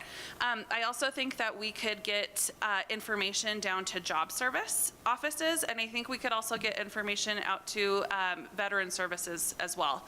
If they know what the opportunities are for these students who may be interested in going back to school, maybe that would give them the push if they know that they would have some credits already for their prior knowledge that would get them to a degree quicker. We also would really like to improve data tracking. So that first slide that I showed you, that was about the data we have. We don't have a whole lot past that. We don't know what PLA credits students are bringing in. We don't know what classes they're counting toward. We don't know if they're staying on those pathways or if they're in a career pathway. We don't know if they're graduating, and we don't know if they're sticking with that career once they graduate. And so we'd like to figure out how to do a better job of tracking these students and making sure that they are retained, completed, and what they're doing after they graduate.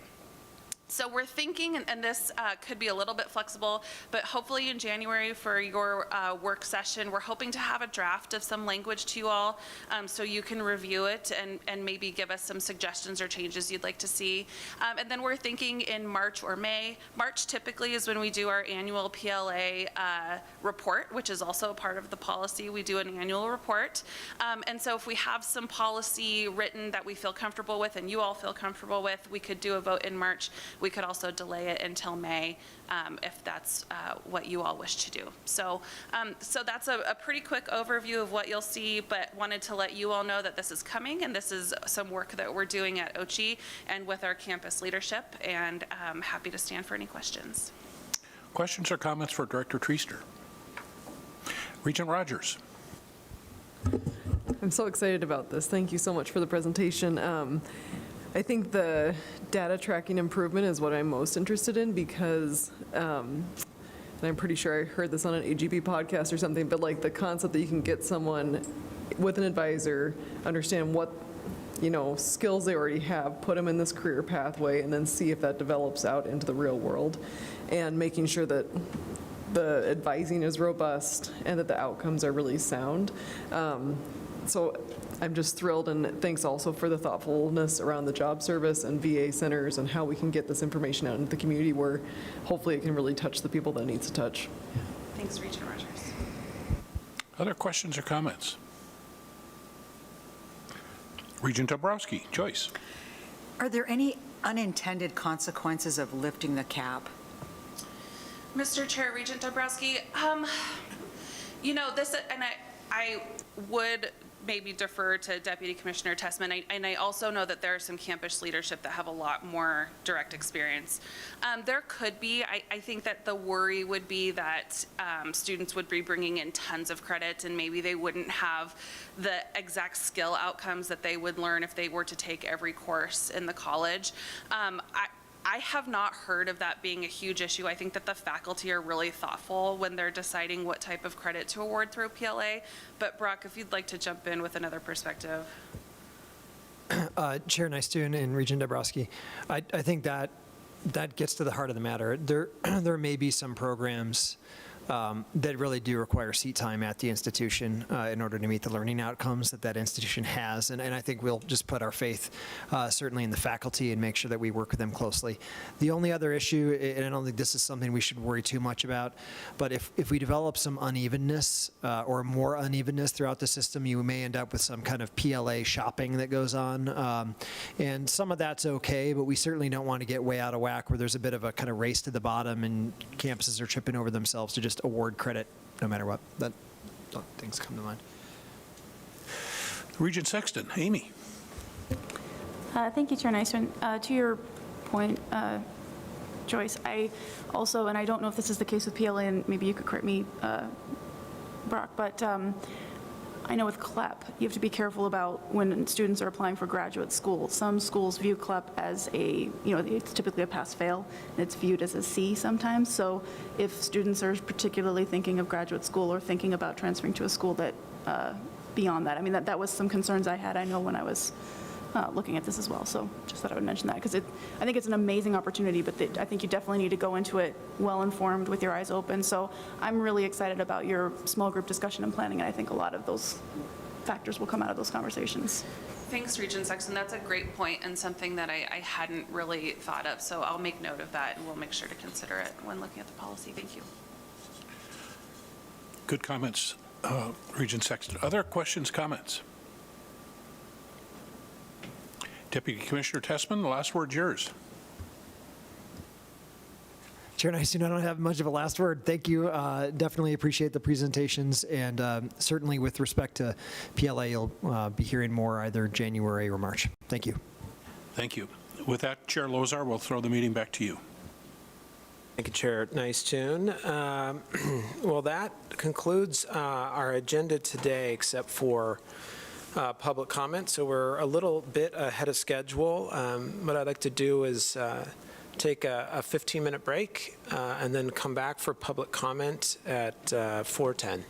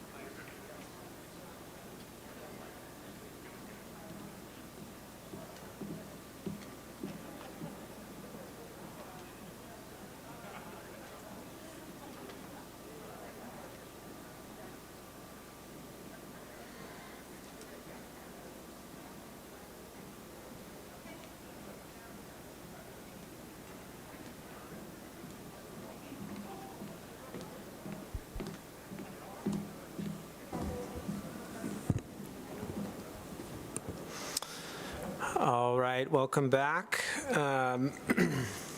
We've gotten to that point in the agenda that we will call for public comment. We'll call for public comment on any matter not on the agenda but under the jurisdiction of the Board of Regents. Certainly, we ask you to come up to the mic and introduce yourselves. Please limit your comment to 3 minutes. I think we'll have a timer to let you know where you're at. We appreciate public comment.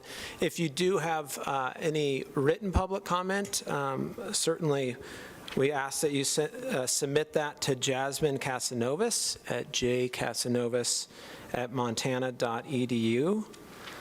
So at this point in time, we'll entertain any public comment.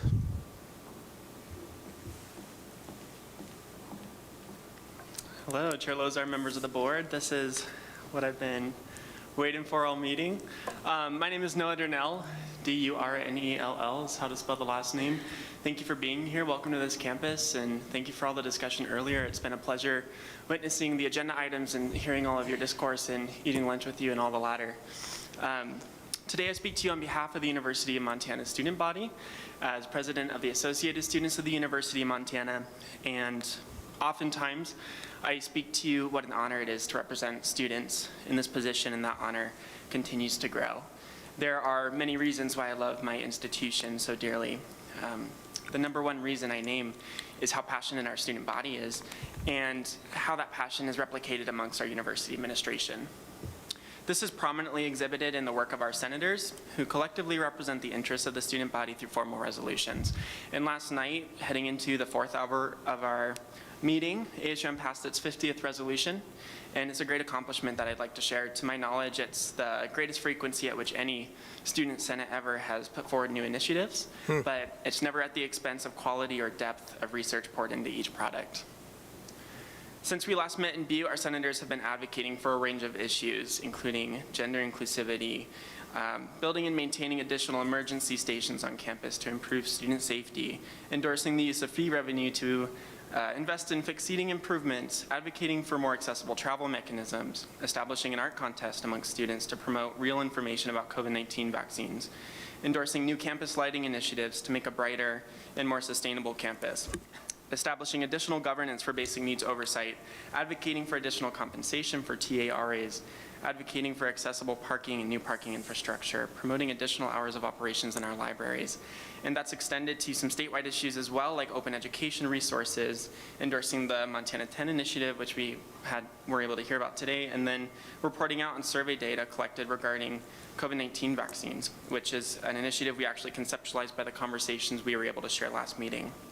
And you'll notice all of these initiatives are deeply rooted in conversations held today, which reflect the MUS's #1 priority in providing an affordable and accessible education for every student. Our senators are paying close attention to state initiatives, and you've likely seen many of these resolutions float across your desk, and a few more perhaps following last night. I ask that you not let these go directly into the recycling bin. Read those resolutions, listen intently to our students, and if you are inclined, I encourage you to also respond. We have 23 members here from ASUM, and they may speak to you, but they're eager to collaborate. We don't hold all the answers in our proposals, but we are confident that together we can craft some of the best solutions for our state, just as we have done at the university. And I want to end by thanking President Bonner for his leadership and collaboration with students, as well as all of the members here today and all of the students who traveled across the state to be here. Thank you. Thank you, Noah.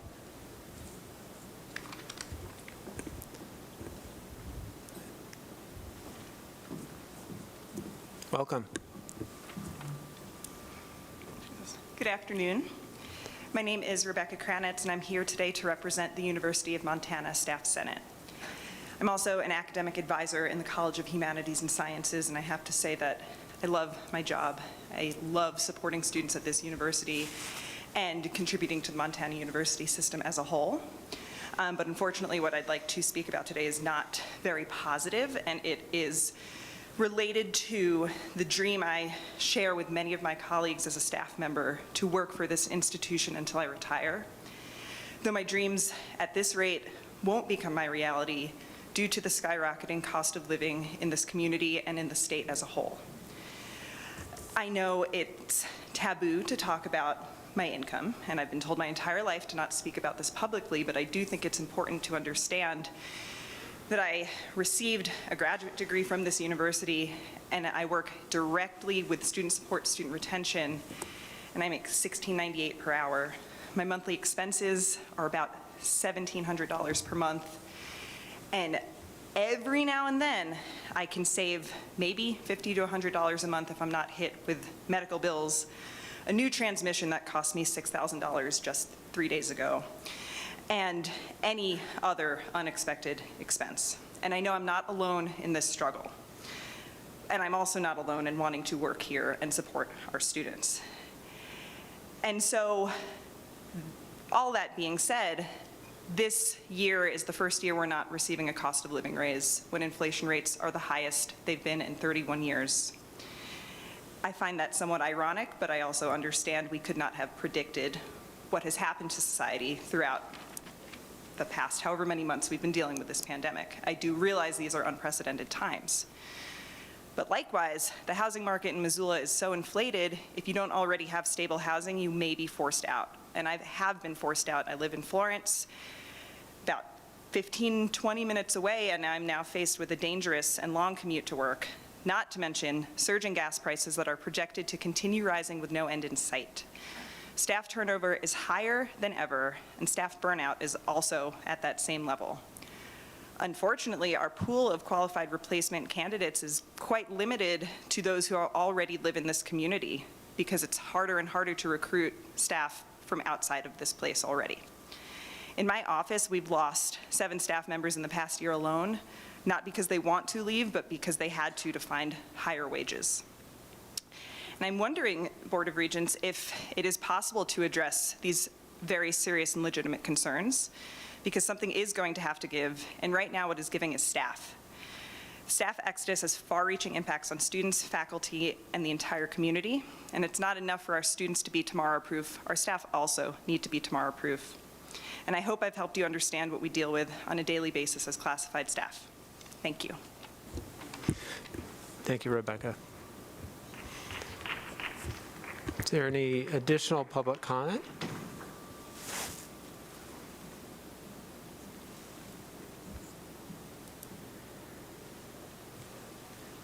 Good afternoon, and thank you, Mr. Chair and esteemed regents. Shoda, Beleja, Iwachissashuk, Biapsalagig, Bi Ijamalecha, Hugalashik, Apa, Biligosh Bagadig. Hello, my name is O'Shea Burdenground. You spell the last name Birdinground. I am here to ask the Regents to reconsider requirements for the American Indian tuition waiver. To my knowledge, in 1990, the Regents created the waiver based on language under Article 10, Section 2 of the Montana Constitution, Indian Education for All. One of these requirements, the blood quantum standard, needs to be changed for the betterment of Indigenous students for generations to come. In the past couple of years, 2 Montana tribes have had to lower their blood quantum to keep up enrollment. Lowering this blood quantum standard is one consideration to address this issue.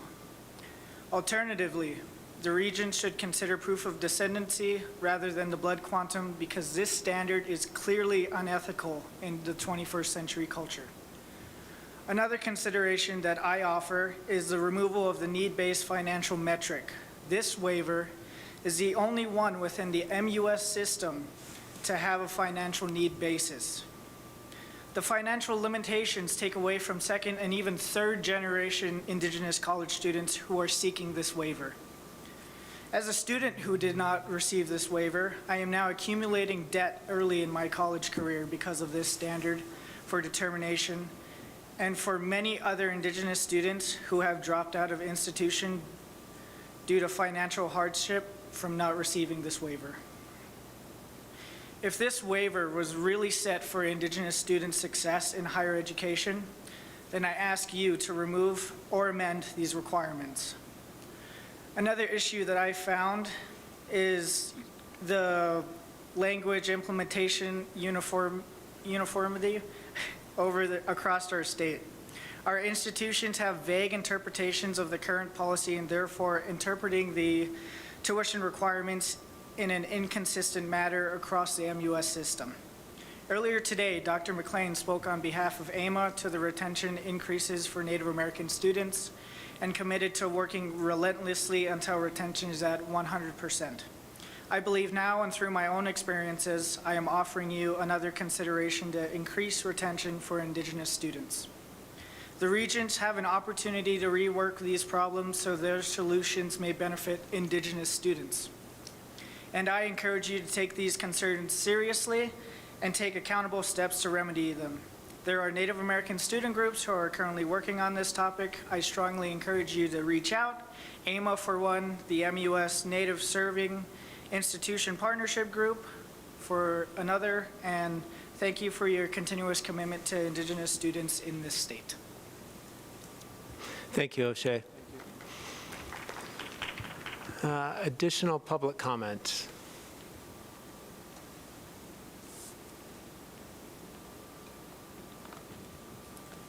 Hello, everybody. Hello. My name is Kevin Throp. I'm here on behalf of the Global Engagement Office at the University of Montana, and I'm here to speak about the importance of international education.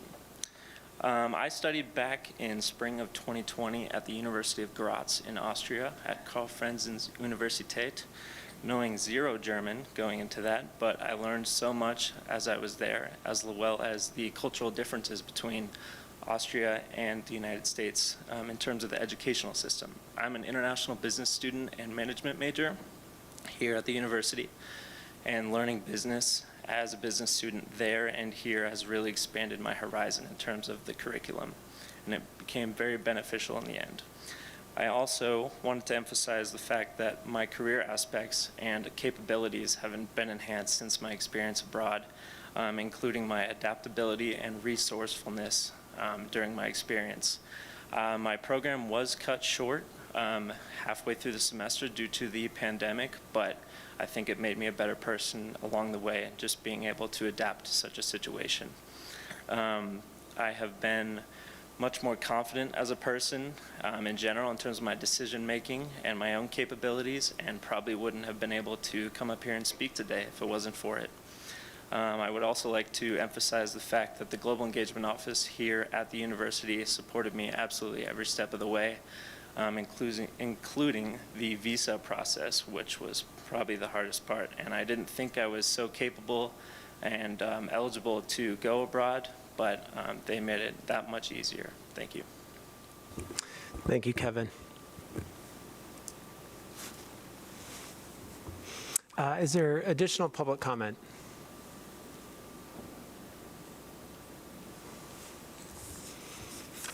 Welcome. Hello, everyone. My name is Julianus Kugoya, and I'm an international student. I'm from eastern part of Indonesia, and I'm glad to be here to share three things of my own interpretation of International Education Week at the University of Montana mean to me. So first, my own interpretation of international educations. It's the fundamental goals of international education are developing knowledge and cultural capital, learning about places and then cultures, and gaining intercultural skill in the process. Also, I've realized that there are some advantages of international education. I always refer international educations to global as a global understanding, mutual understanding, building connections, and the opportunities to learn about other cultures and perspective.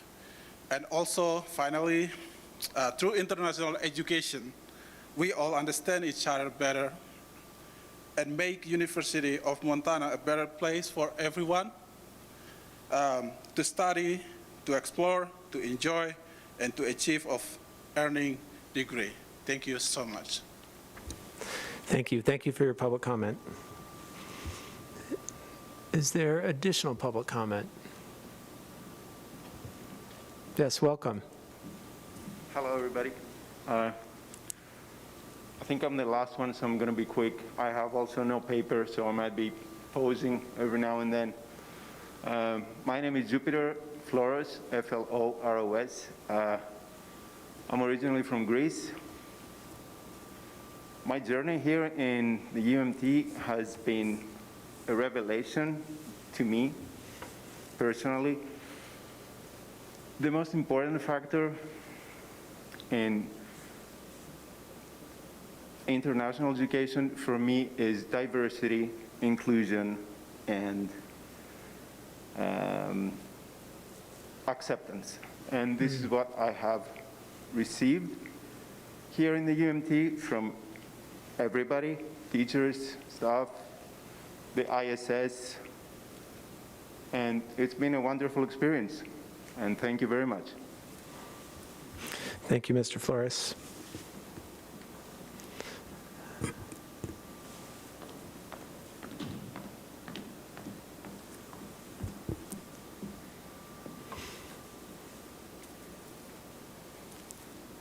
Welcome.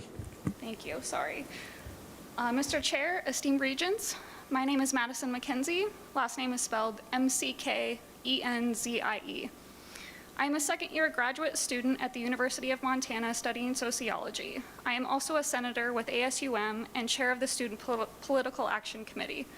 Last night, ASUM passed a resolution expanding ASUM's stance regarding COVID-19 vaccine requirement based on UM student and faculty and staff surveys.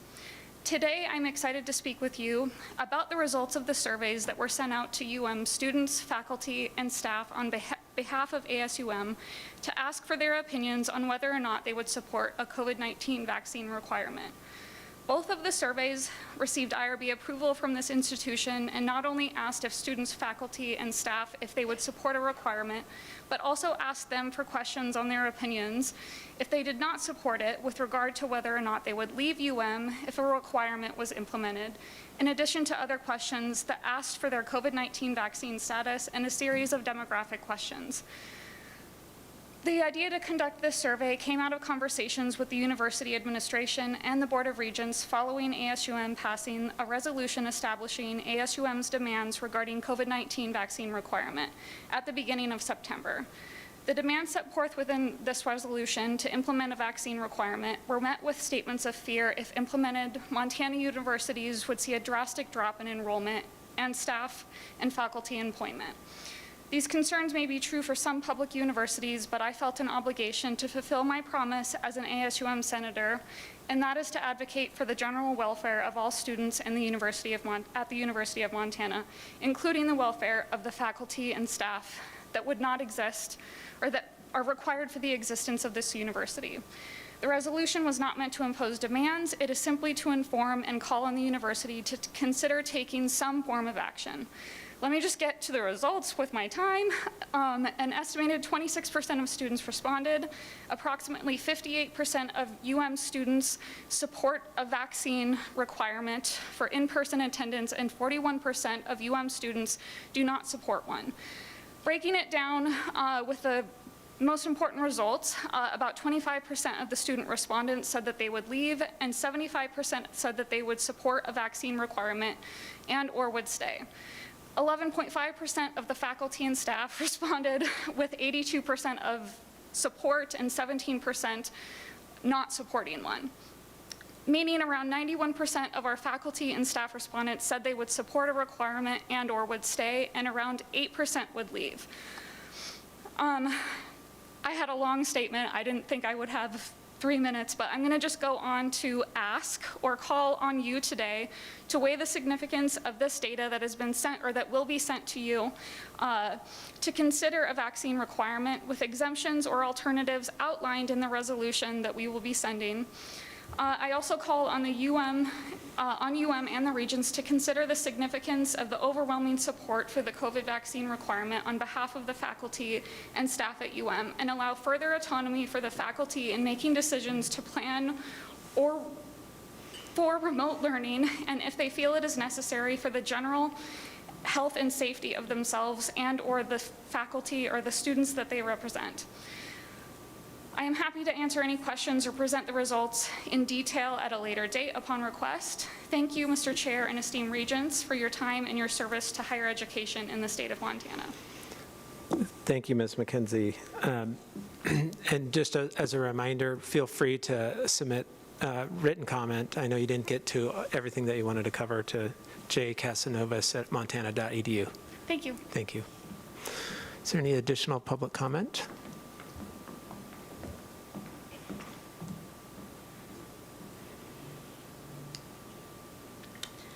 Mr. Chair and esteemed regents, my name is Lauren O'Neill, O''Neil. I'm a second-year law student at the University of Montana and an ASUM senator. In my capacity on this body, I serve on the Title IX Committee, the Conduct Committee, and alongside Senator McKenzie on the Student Political Action Committee. I really want to underscore the importance of her previous comments. I'm deeply grateful for the work of my fellow co-authors that contributed to this resolution, and want to especially highlight the detail and dedication that was put into these surveys in order to confidently report the results to you and to our administration. From the IRB approval to the significant response rate, it's exciting to see such an exercise of educational skills and practice and such responsiveness and engagement from our student body on this matter. I think it's pretty important to note that this resolution is, yes, requesting a vaccine requirement for the COVID-19 vaccination. It's also underscoring the opportunity our administration has to examine the possibility of expanding autonomy for our faculty and their decisions surrounding course modality in order to meet the most stringent policies for protecting our community's health and safety during this ongoing pandemic. I would say further, this expanded resolution offers more data and therefore a more robust picture of the situation at a university level. This reflects ASUM's earlier stance. We're still requesting the administration implement a vaccine requirement at the University of Montana for in-person attendance. I would want to commend the university for taking precautions during this time by expanding the mask requirements to all indoor spaces on campus as well, and assert that we still have more work to do in increasing community protections to combat this communicable disease. I want to acknowledge the precarious position that many of us sit in, balancing policy, substantiated science, funding, budgets, and more. As our regents, you are the highest decision makers, and that statement being emphasized by ongoing legal action.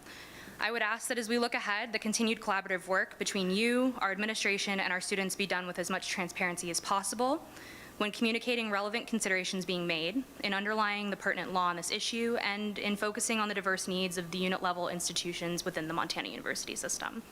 At the outset, as those acting at the highest level makers regarding our educational experience, I hope that you're friendly to our requests and future collaboration on combating the COVID-19 pandemic together.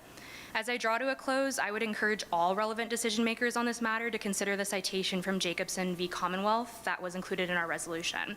It's one of the most persuasive United States Supreme Court cases on vaccination requirements. The liberty secured by the Constitution of the United States to every person within its jurisdiction does not import an absolute right in each person to be, at all times and in all circumstances, wholly freed from restraint. There are manifold restraints to which each person is subject to the common good. Thank you for your work, and I look forward to our continued collaboration. Thank you, Lauren. Additional public comment. Hello, Chair Lozar and esteemed regents. My name is Cassie Williams. That's CassieWilliams. I am an ASUM senator, and I study political science here at the University of Montana. I would like to take a minute or three to speak to you about basic needs and security. Part of the MUS mission statement reads, to serve students through the delivery of high-quality, accessible, post-secondary educational opportunities. And I think the key word here is accessible. Having one's basic needs met is one of many key components of an accessible education. I'd like to highlight some of what the University of Montana is doing with this regard. One of UM's remarkable successes in addressing basic needs and security is the UM Food Pantry.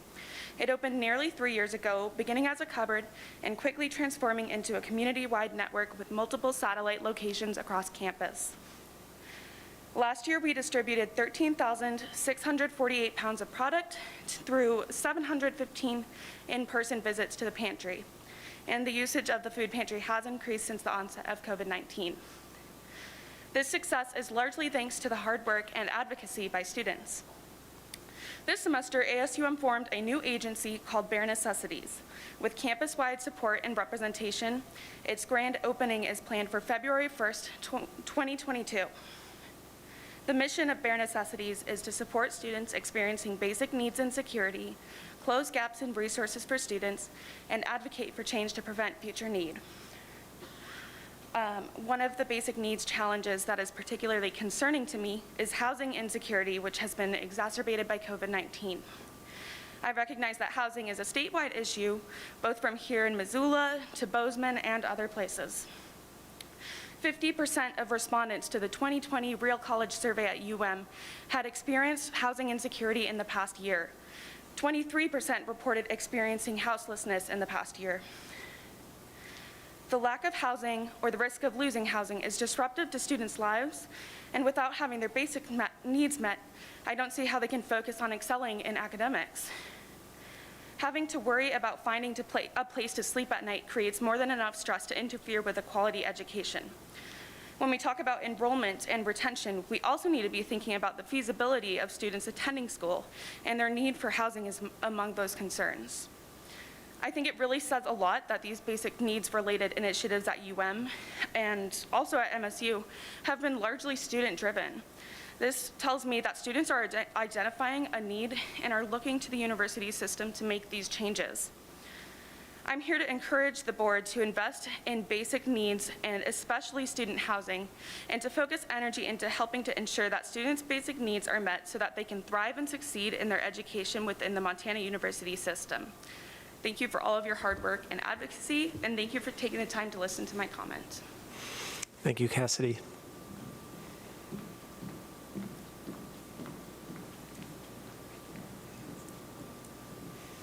Hello, Regents, members, Chair Lozar, and members of the board. My name is Brian Fulton, that is F-U-L-T-O-N. I am a current student here studying elementary education and receiving a minor in music as well. But I'm not just a Grizzly, I am also a Buccaneer. Back in 2018, I graduated with my Associate of Arts in Education. However, when I transferred to the University of Montana, I was told all 79 of my credits would count for my degree. However, when I received here, only 8 counted. A major problem here at the Montana University system is transferring, and this is not just from our 2-year institutions to our 4-year institutions. This is also transferring from our 4-year institutions to our 4-year institutions. For example, students who transfer from UM to Western, most of the time only 10 or 12 credits will count for their degree. Students who are at institutions that have a 2-year college already attached also have problems. For example, if we look at City College and the students that are trying to receive a degree in accounting, if they transfer to the main campus, only 1 semester's worth of classes, so roughly 15 credits will count for that degree. The students transferring from MSU to Northern or MSUB from Gallatin College, if it's not a business degree, it won't work. The Montana University system markets itself saying that we are a very much inclusive and we will work with our students. However, when it comes to it, transfer students always feel as if we're the ones that are left out. This is my 6th year of college and I will not graduate until spring of 2023. It is not fair just to me, but other transfer students across the state who have dropped out because they financially cannot afford college. I am very lucky that I receive grants and scholarships, but the university system has a lot of work with its transfer programs and making it to where students don't feel as if it's not worth their time.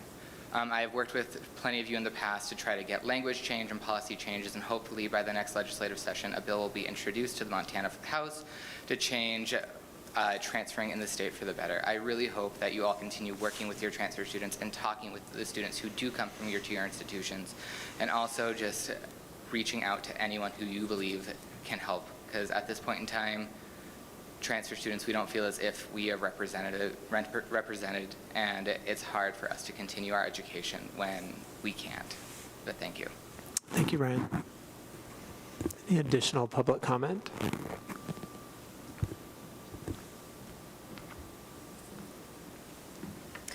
Hello, Chair Lozar, Regents, and other esteemed members here today. My name is Melissa Gluckert, Glueckert, and I am a 2nd-year graduate student here at the University of Montana. I've had the great pleasure of attending this wonderful university for the past 6 years. In 2020, I obtained my undergraduate degree here in social work. Currently, I serve in various leadership roles on campus. This is my 3rd year as a senator with the Associated Students of the University of Montana, also known as ASUM. In addition, I serve as the Mental Health and Wellness Program Coordinator at the business school on this campus. In both of these roles, I have been a strong advocate for students' mental health, wellness, and basic needs. This is why I'm coming to you today. First, I would like to highlight the many things that UM and the MUS has done positively to mitigate mental health distress on this campus and campuses across the state. UM provides various counseling services on campus, such as the Curry Health Center, the Clinical Psychology Center, and SARC. In addition, UM is committed to working further with students' mental health and wellness by supporting new initiatives such as the ASUM Basic Needs Agency, which will officially open in spring of 2022 as a one-stop shop for students experiencing various insecurities in their life. On top of these resources, the Wellness Center offers a variety of services to students to support students' full wellness. The You Matter MUS campaign has implemented 3 resources on campuses across Montana: U at College, Thriving Campus, and Cognito. These resources have helped to connect students to resources on and off campus and provided students, faculty, and staff the ability to gain baseline mental health training. Although this campaign has been fantastic, especially amidst the COVID-19 pandemic, where many students have found themselves in mental distress, I want to acknowledge this is not enough.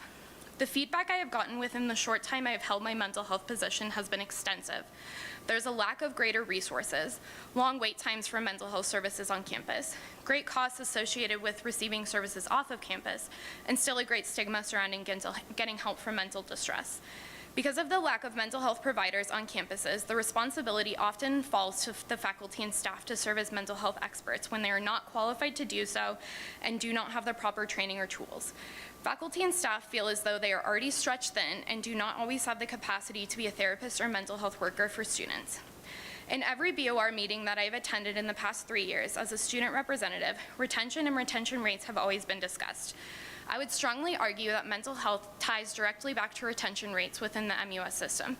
It is impossible for students to succeed in an academic setting when they are suffering mentally, emotionally, or do not have their basic needs met. Suicide rates in Montana are drastic, especially among young Montanans. Suicide is the 2nd leading cause of death for 15 to 24-year-olds in the U.S. This is the prime age for many of the students that attend colleges in the MUS system. According to Montana's DPHHS, it is estimated that 1 in 12 college students have made a suicide plan, and 9.5% of students have seriously contemplated suicide. I swear I'm almost done. I know I have given a lot of information to you, but I would like to end with an ask. The resources that we do have, especially on UM's campus, they work. They are wonderful. However, they could work a lot better if we had more hands on deck. As you serve in your role as regents, I would like to ask you to consider the mental health of all MUS students when voting on various programs and financial requests in the future. It is imperative that we support students within our communities outside of just their academic pursuits. Thank you. Thank you, Melissa. Is there any additional public comment?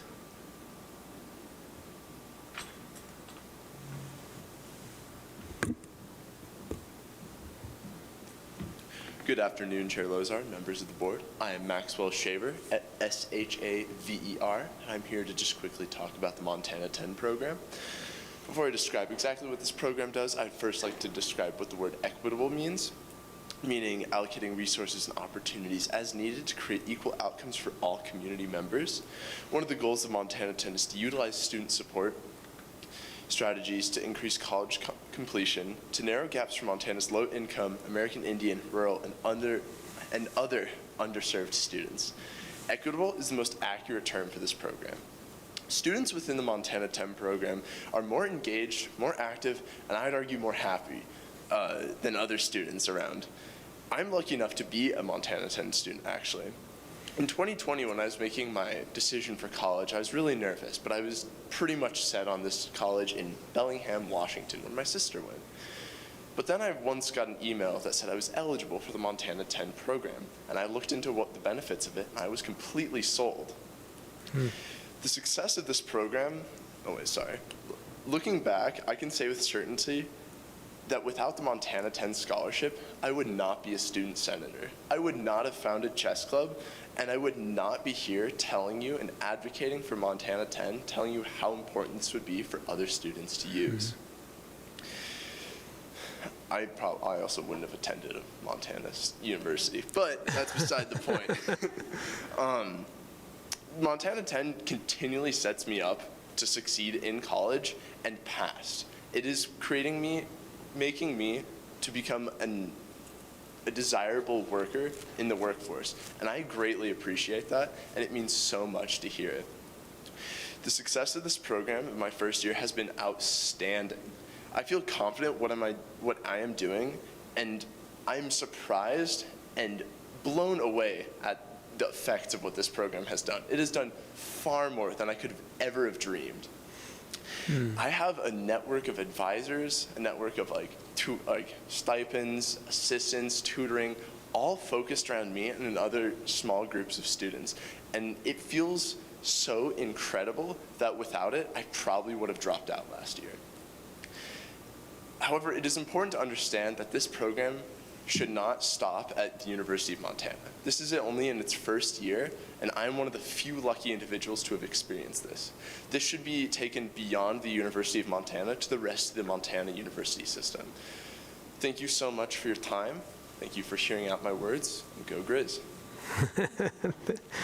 Thank you, Maxwell.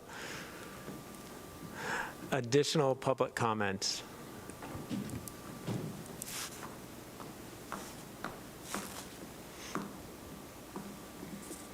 Good afternoon, Chair Lazar and esteemed Regents. My name is Amelia Hawes, last name spelled Hawes, and I'm a student at the University of Montana studying political science and sociology, as well as a senator with ASUM. Today, I'm excited to speak with you about open educational resources. As I'm sure you're all familiar, textbooks can cost hundreds of dollars per semester, and for many students, meeting this expense is neither easy nor sustainable. Students unable to afford textbooks, especially if they face basic needs insecurity, may choose not to purchase required materials for their classes, even though in doing so, they risk their grades and struggle to engage at the same level as their more privileged peers. Supporting open educational resources is an important step in making higher education in Montana more accessible, which is a continuous effort of the MUS and the Board of Regents, and for that I express my immense gratitude. I can speak from personal experience to the value of this initiative and the positive impact it can have on students in our state. One of the best courses I've taken at this university so far was a class on social stratification, which used open educational resources. Aside from the relief I felt from not being burdened by textbook costs, I also found that using OER and moving away from a model of course instruction focused around a single textbook meant that we had the opportunity to engage with material from a wide variety of sources, including voices from scholars who are often underrepresented in higher education, such as Black and Indigenous authors. We also read a case study from a Montana author that dealt with the experience of Mexican immigrants moving to rural locations in our state. This diversity in material grounded the complex and wide-reaching issues we studied in their contemporary context and emphasized the personal role each of us has to play in systems of social stratification and inequality. You've seen a resolution from ASUM so far on open educational resources, and you'll soon see one from MAS as well. The University of Montana has been a trendsetter in the use of these resources, as have the Regents, and I encourage continued support for these initiatives. Thank you so much for your time and for your service to higher education in Montana. Thank you, Amelia.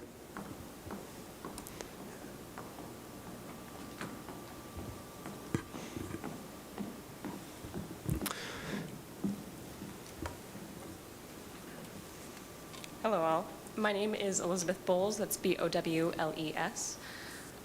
Hello, Mr. Chair and Honorable Regents. I am a student at the University of Montana, an ASUM senator, and have been appointed by ASUM to be one of the City Council liaisons this year to focus on the issue of housing that's facing Missoula. I'm sure you're all aware of what the housing crisis here looks like, but if you aren't, the situation is concerning at least. As I've researched the ongoing housing crisis in Missoula, I've begun to draw a connection with the gridlock that surrounds our community's ability to combat houselessness. The city has its hands tied by the state and hurdles that it has imposed.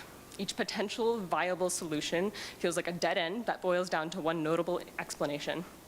Certain legislators have continued to advocate for landlord protections, but no protections or even concern for renters and those searching for a home in the state.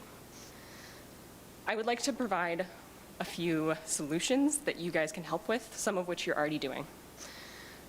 The few things that you can do to help us combat this is provide further financial aid and resources to students. This is one of the biggest helpers to assuring that they can afford to live and go to school in Missoula, boosting basic needs on our campus such as mental health, combating food insecurity, and overall financial help for students in need of obtaining more affordable schools, textbooks, or other resources to succeed. I also urge you to please continue to advocate for the university to update, expand, and build upon dorms and other residential living provided by UM. I know that recently you approved a larger budget than expected for dorm renovations here, and that is amazing and what keeps UM growing and housing livable.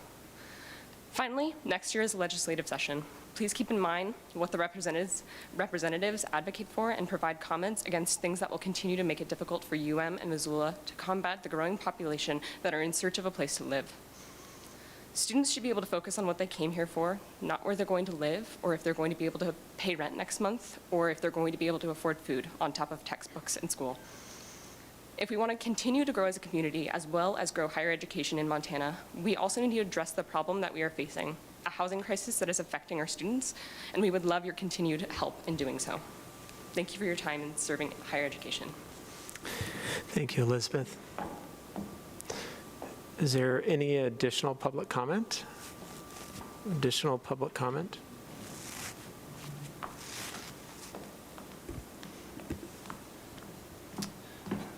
Hello, Mr. Chair. Hello. Commissioner, Regents, Presidents, Chancellors, Deans, happy to be here.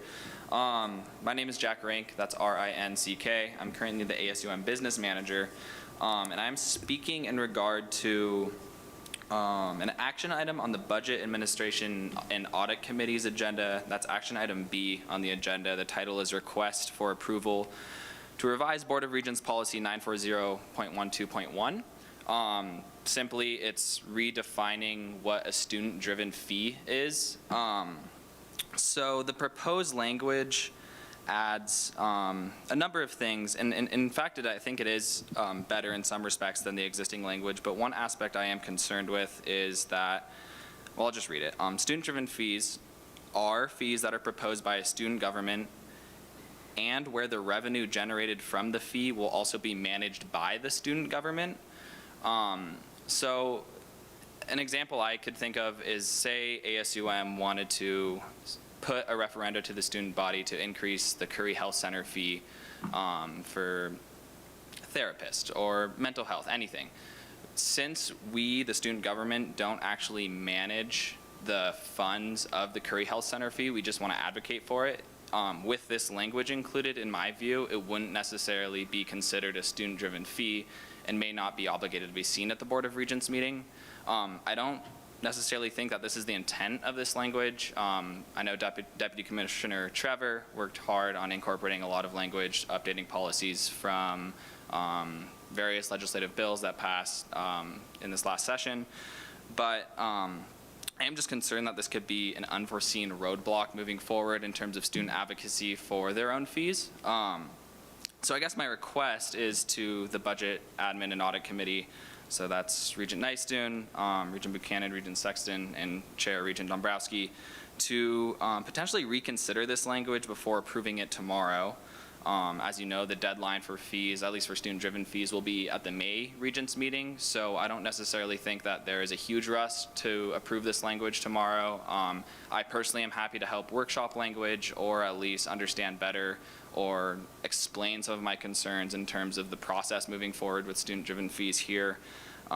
So I'll be around after the meeting if you want to talk more in detail about that, but just something I wanted to raise on the agenda, and I thank you for your time. Thank you, Jack.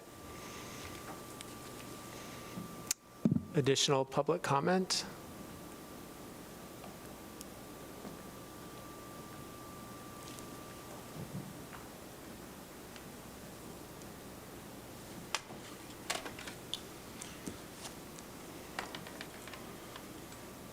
Good evening, Regents, students, faculty, other community members.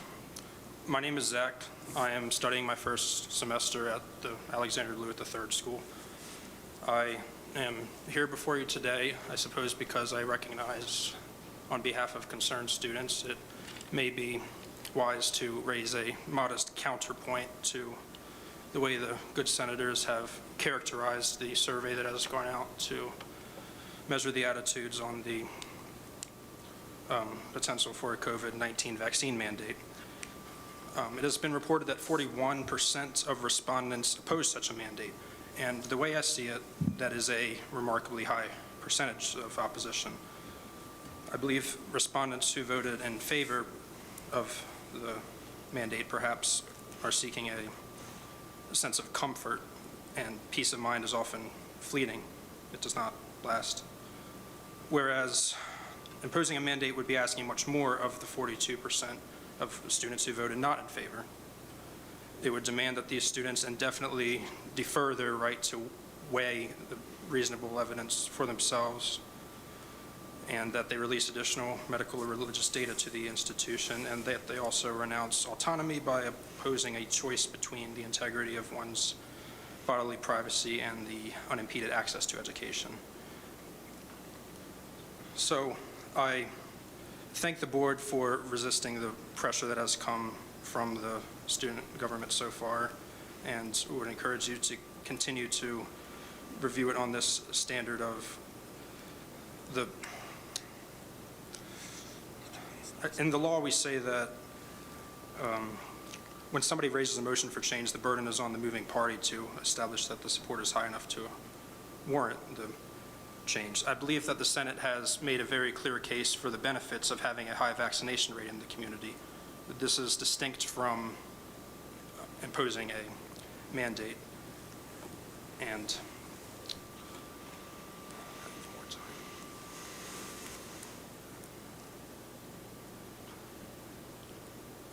so Senator O'Neill, I believe, has noted that the resolution passed by the ASUM last night cited a quote by Jacobson. If you have read that case, it has sort of negative treatment, and scholars do not find it very persuasive. The court only upholds the right to impose a $5 fine on somebody who did not receive the vaccine. It does not and has never supported the forcible introduction of vaccine into the body. Thank you. Thank you, Zach. Zach, I didn't catch your last name. Zachary Stauffer. Perfect. Thank you, Zach.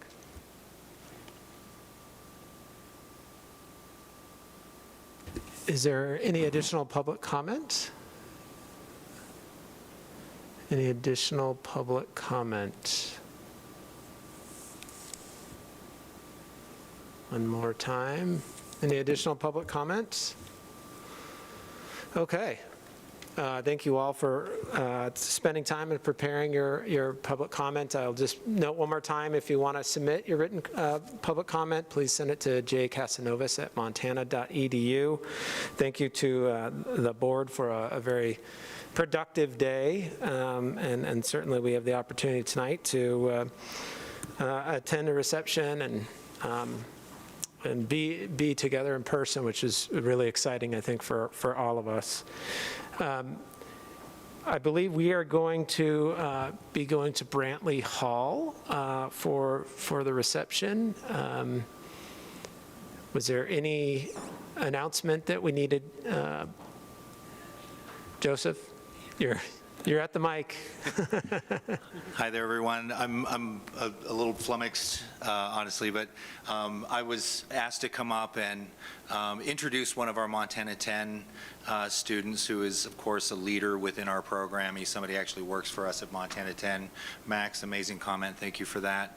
And it's basically an invite in to conclude the meeting. So without further ado, this is Gavin Mikes. Thank you. Welcome, Gavin. Hi, Board of Regents. Thank you so much for having me. It's an honor. I am a Montana 10 student, as Joseph said, and I am an usher for the program, and I will be escorting anybody who is willing to Brantley Hall to kind of have a meet and greet with a lot of the Montana 10 students. So after this, if you guys want to follow me, I will be happy to escort you. Wonderful. Thank you, Gavin. Everyone follow Gavin. We'll see you in the morning.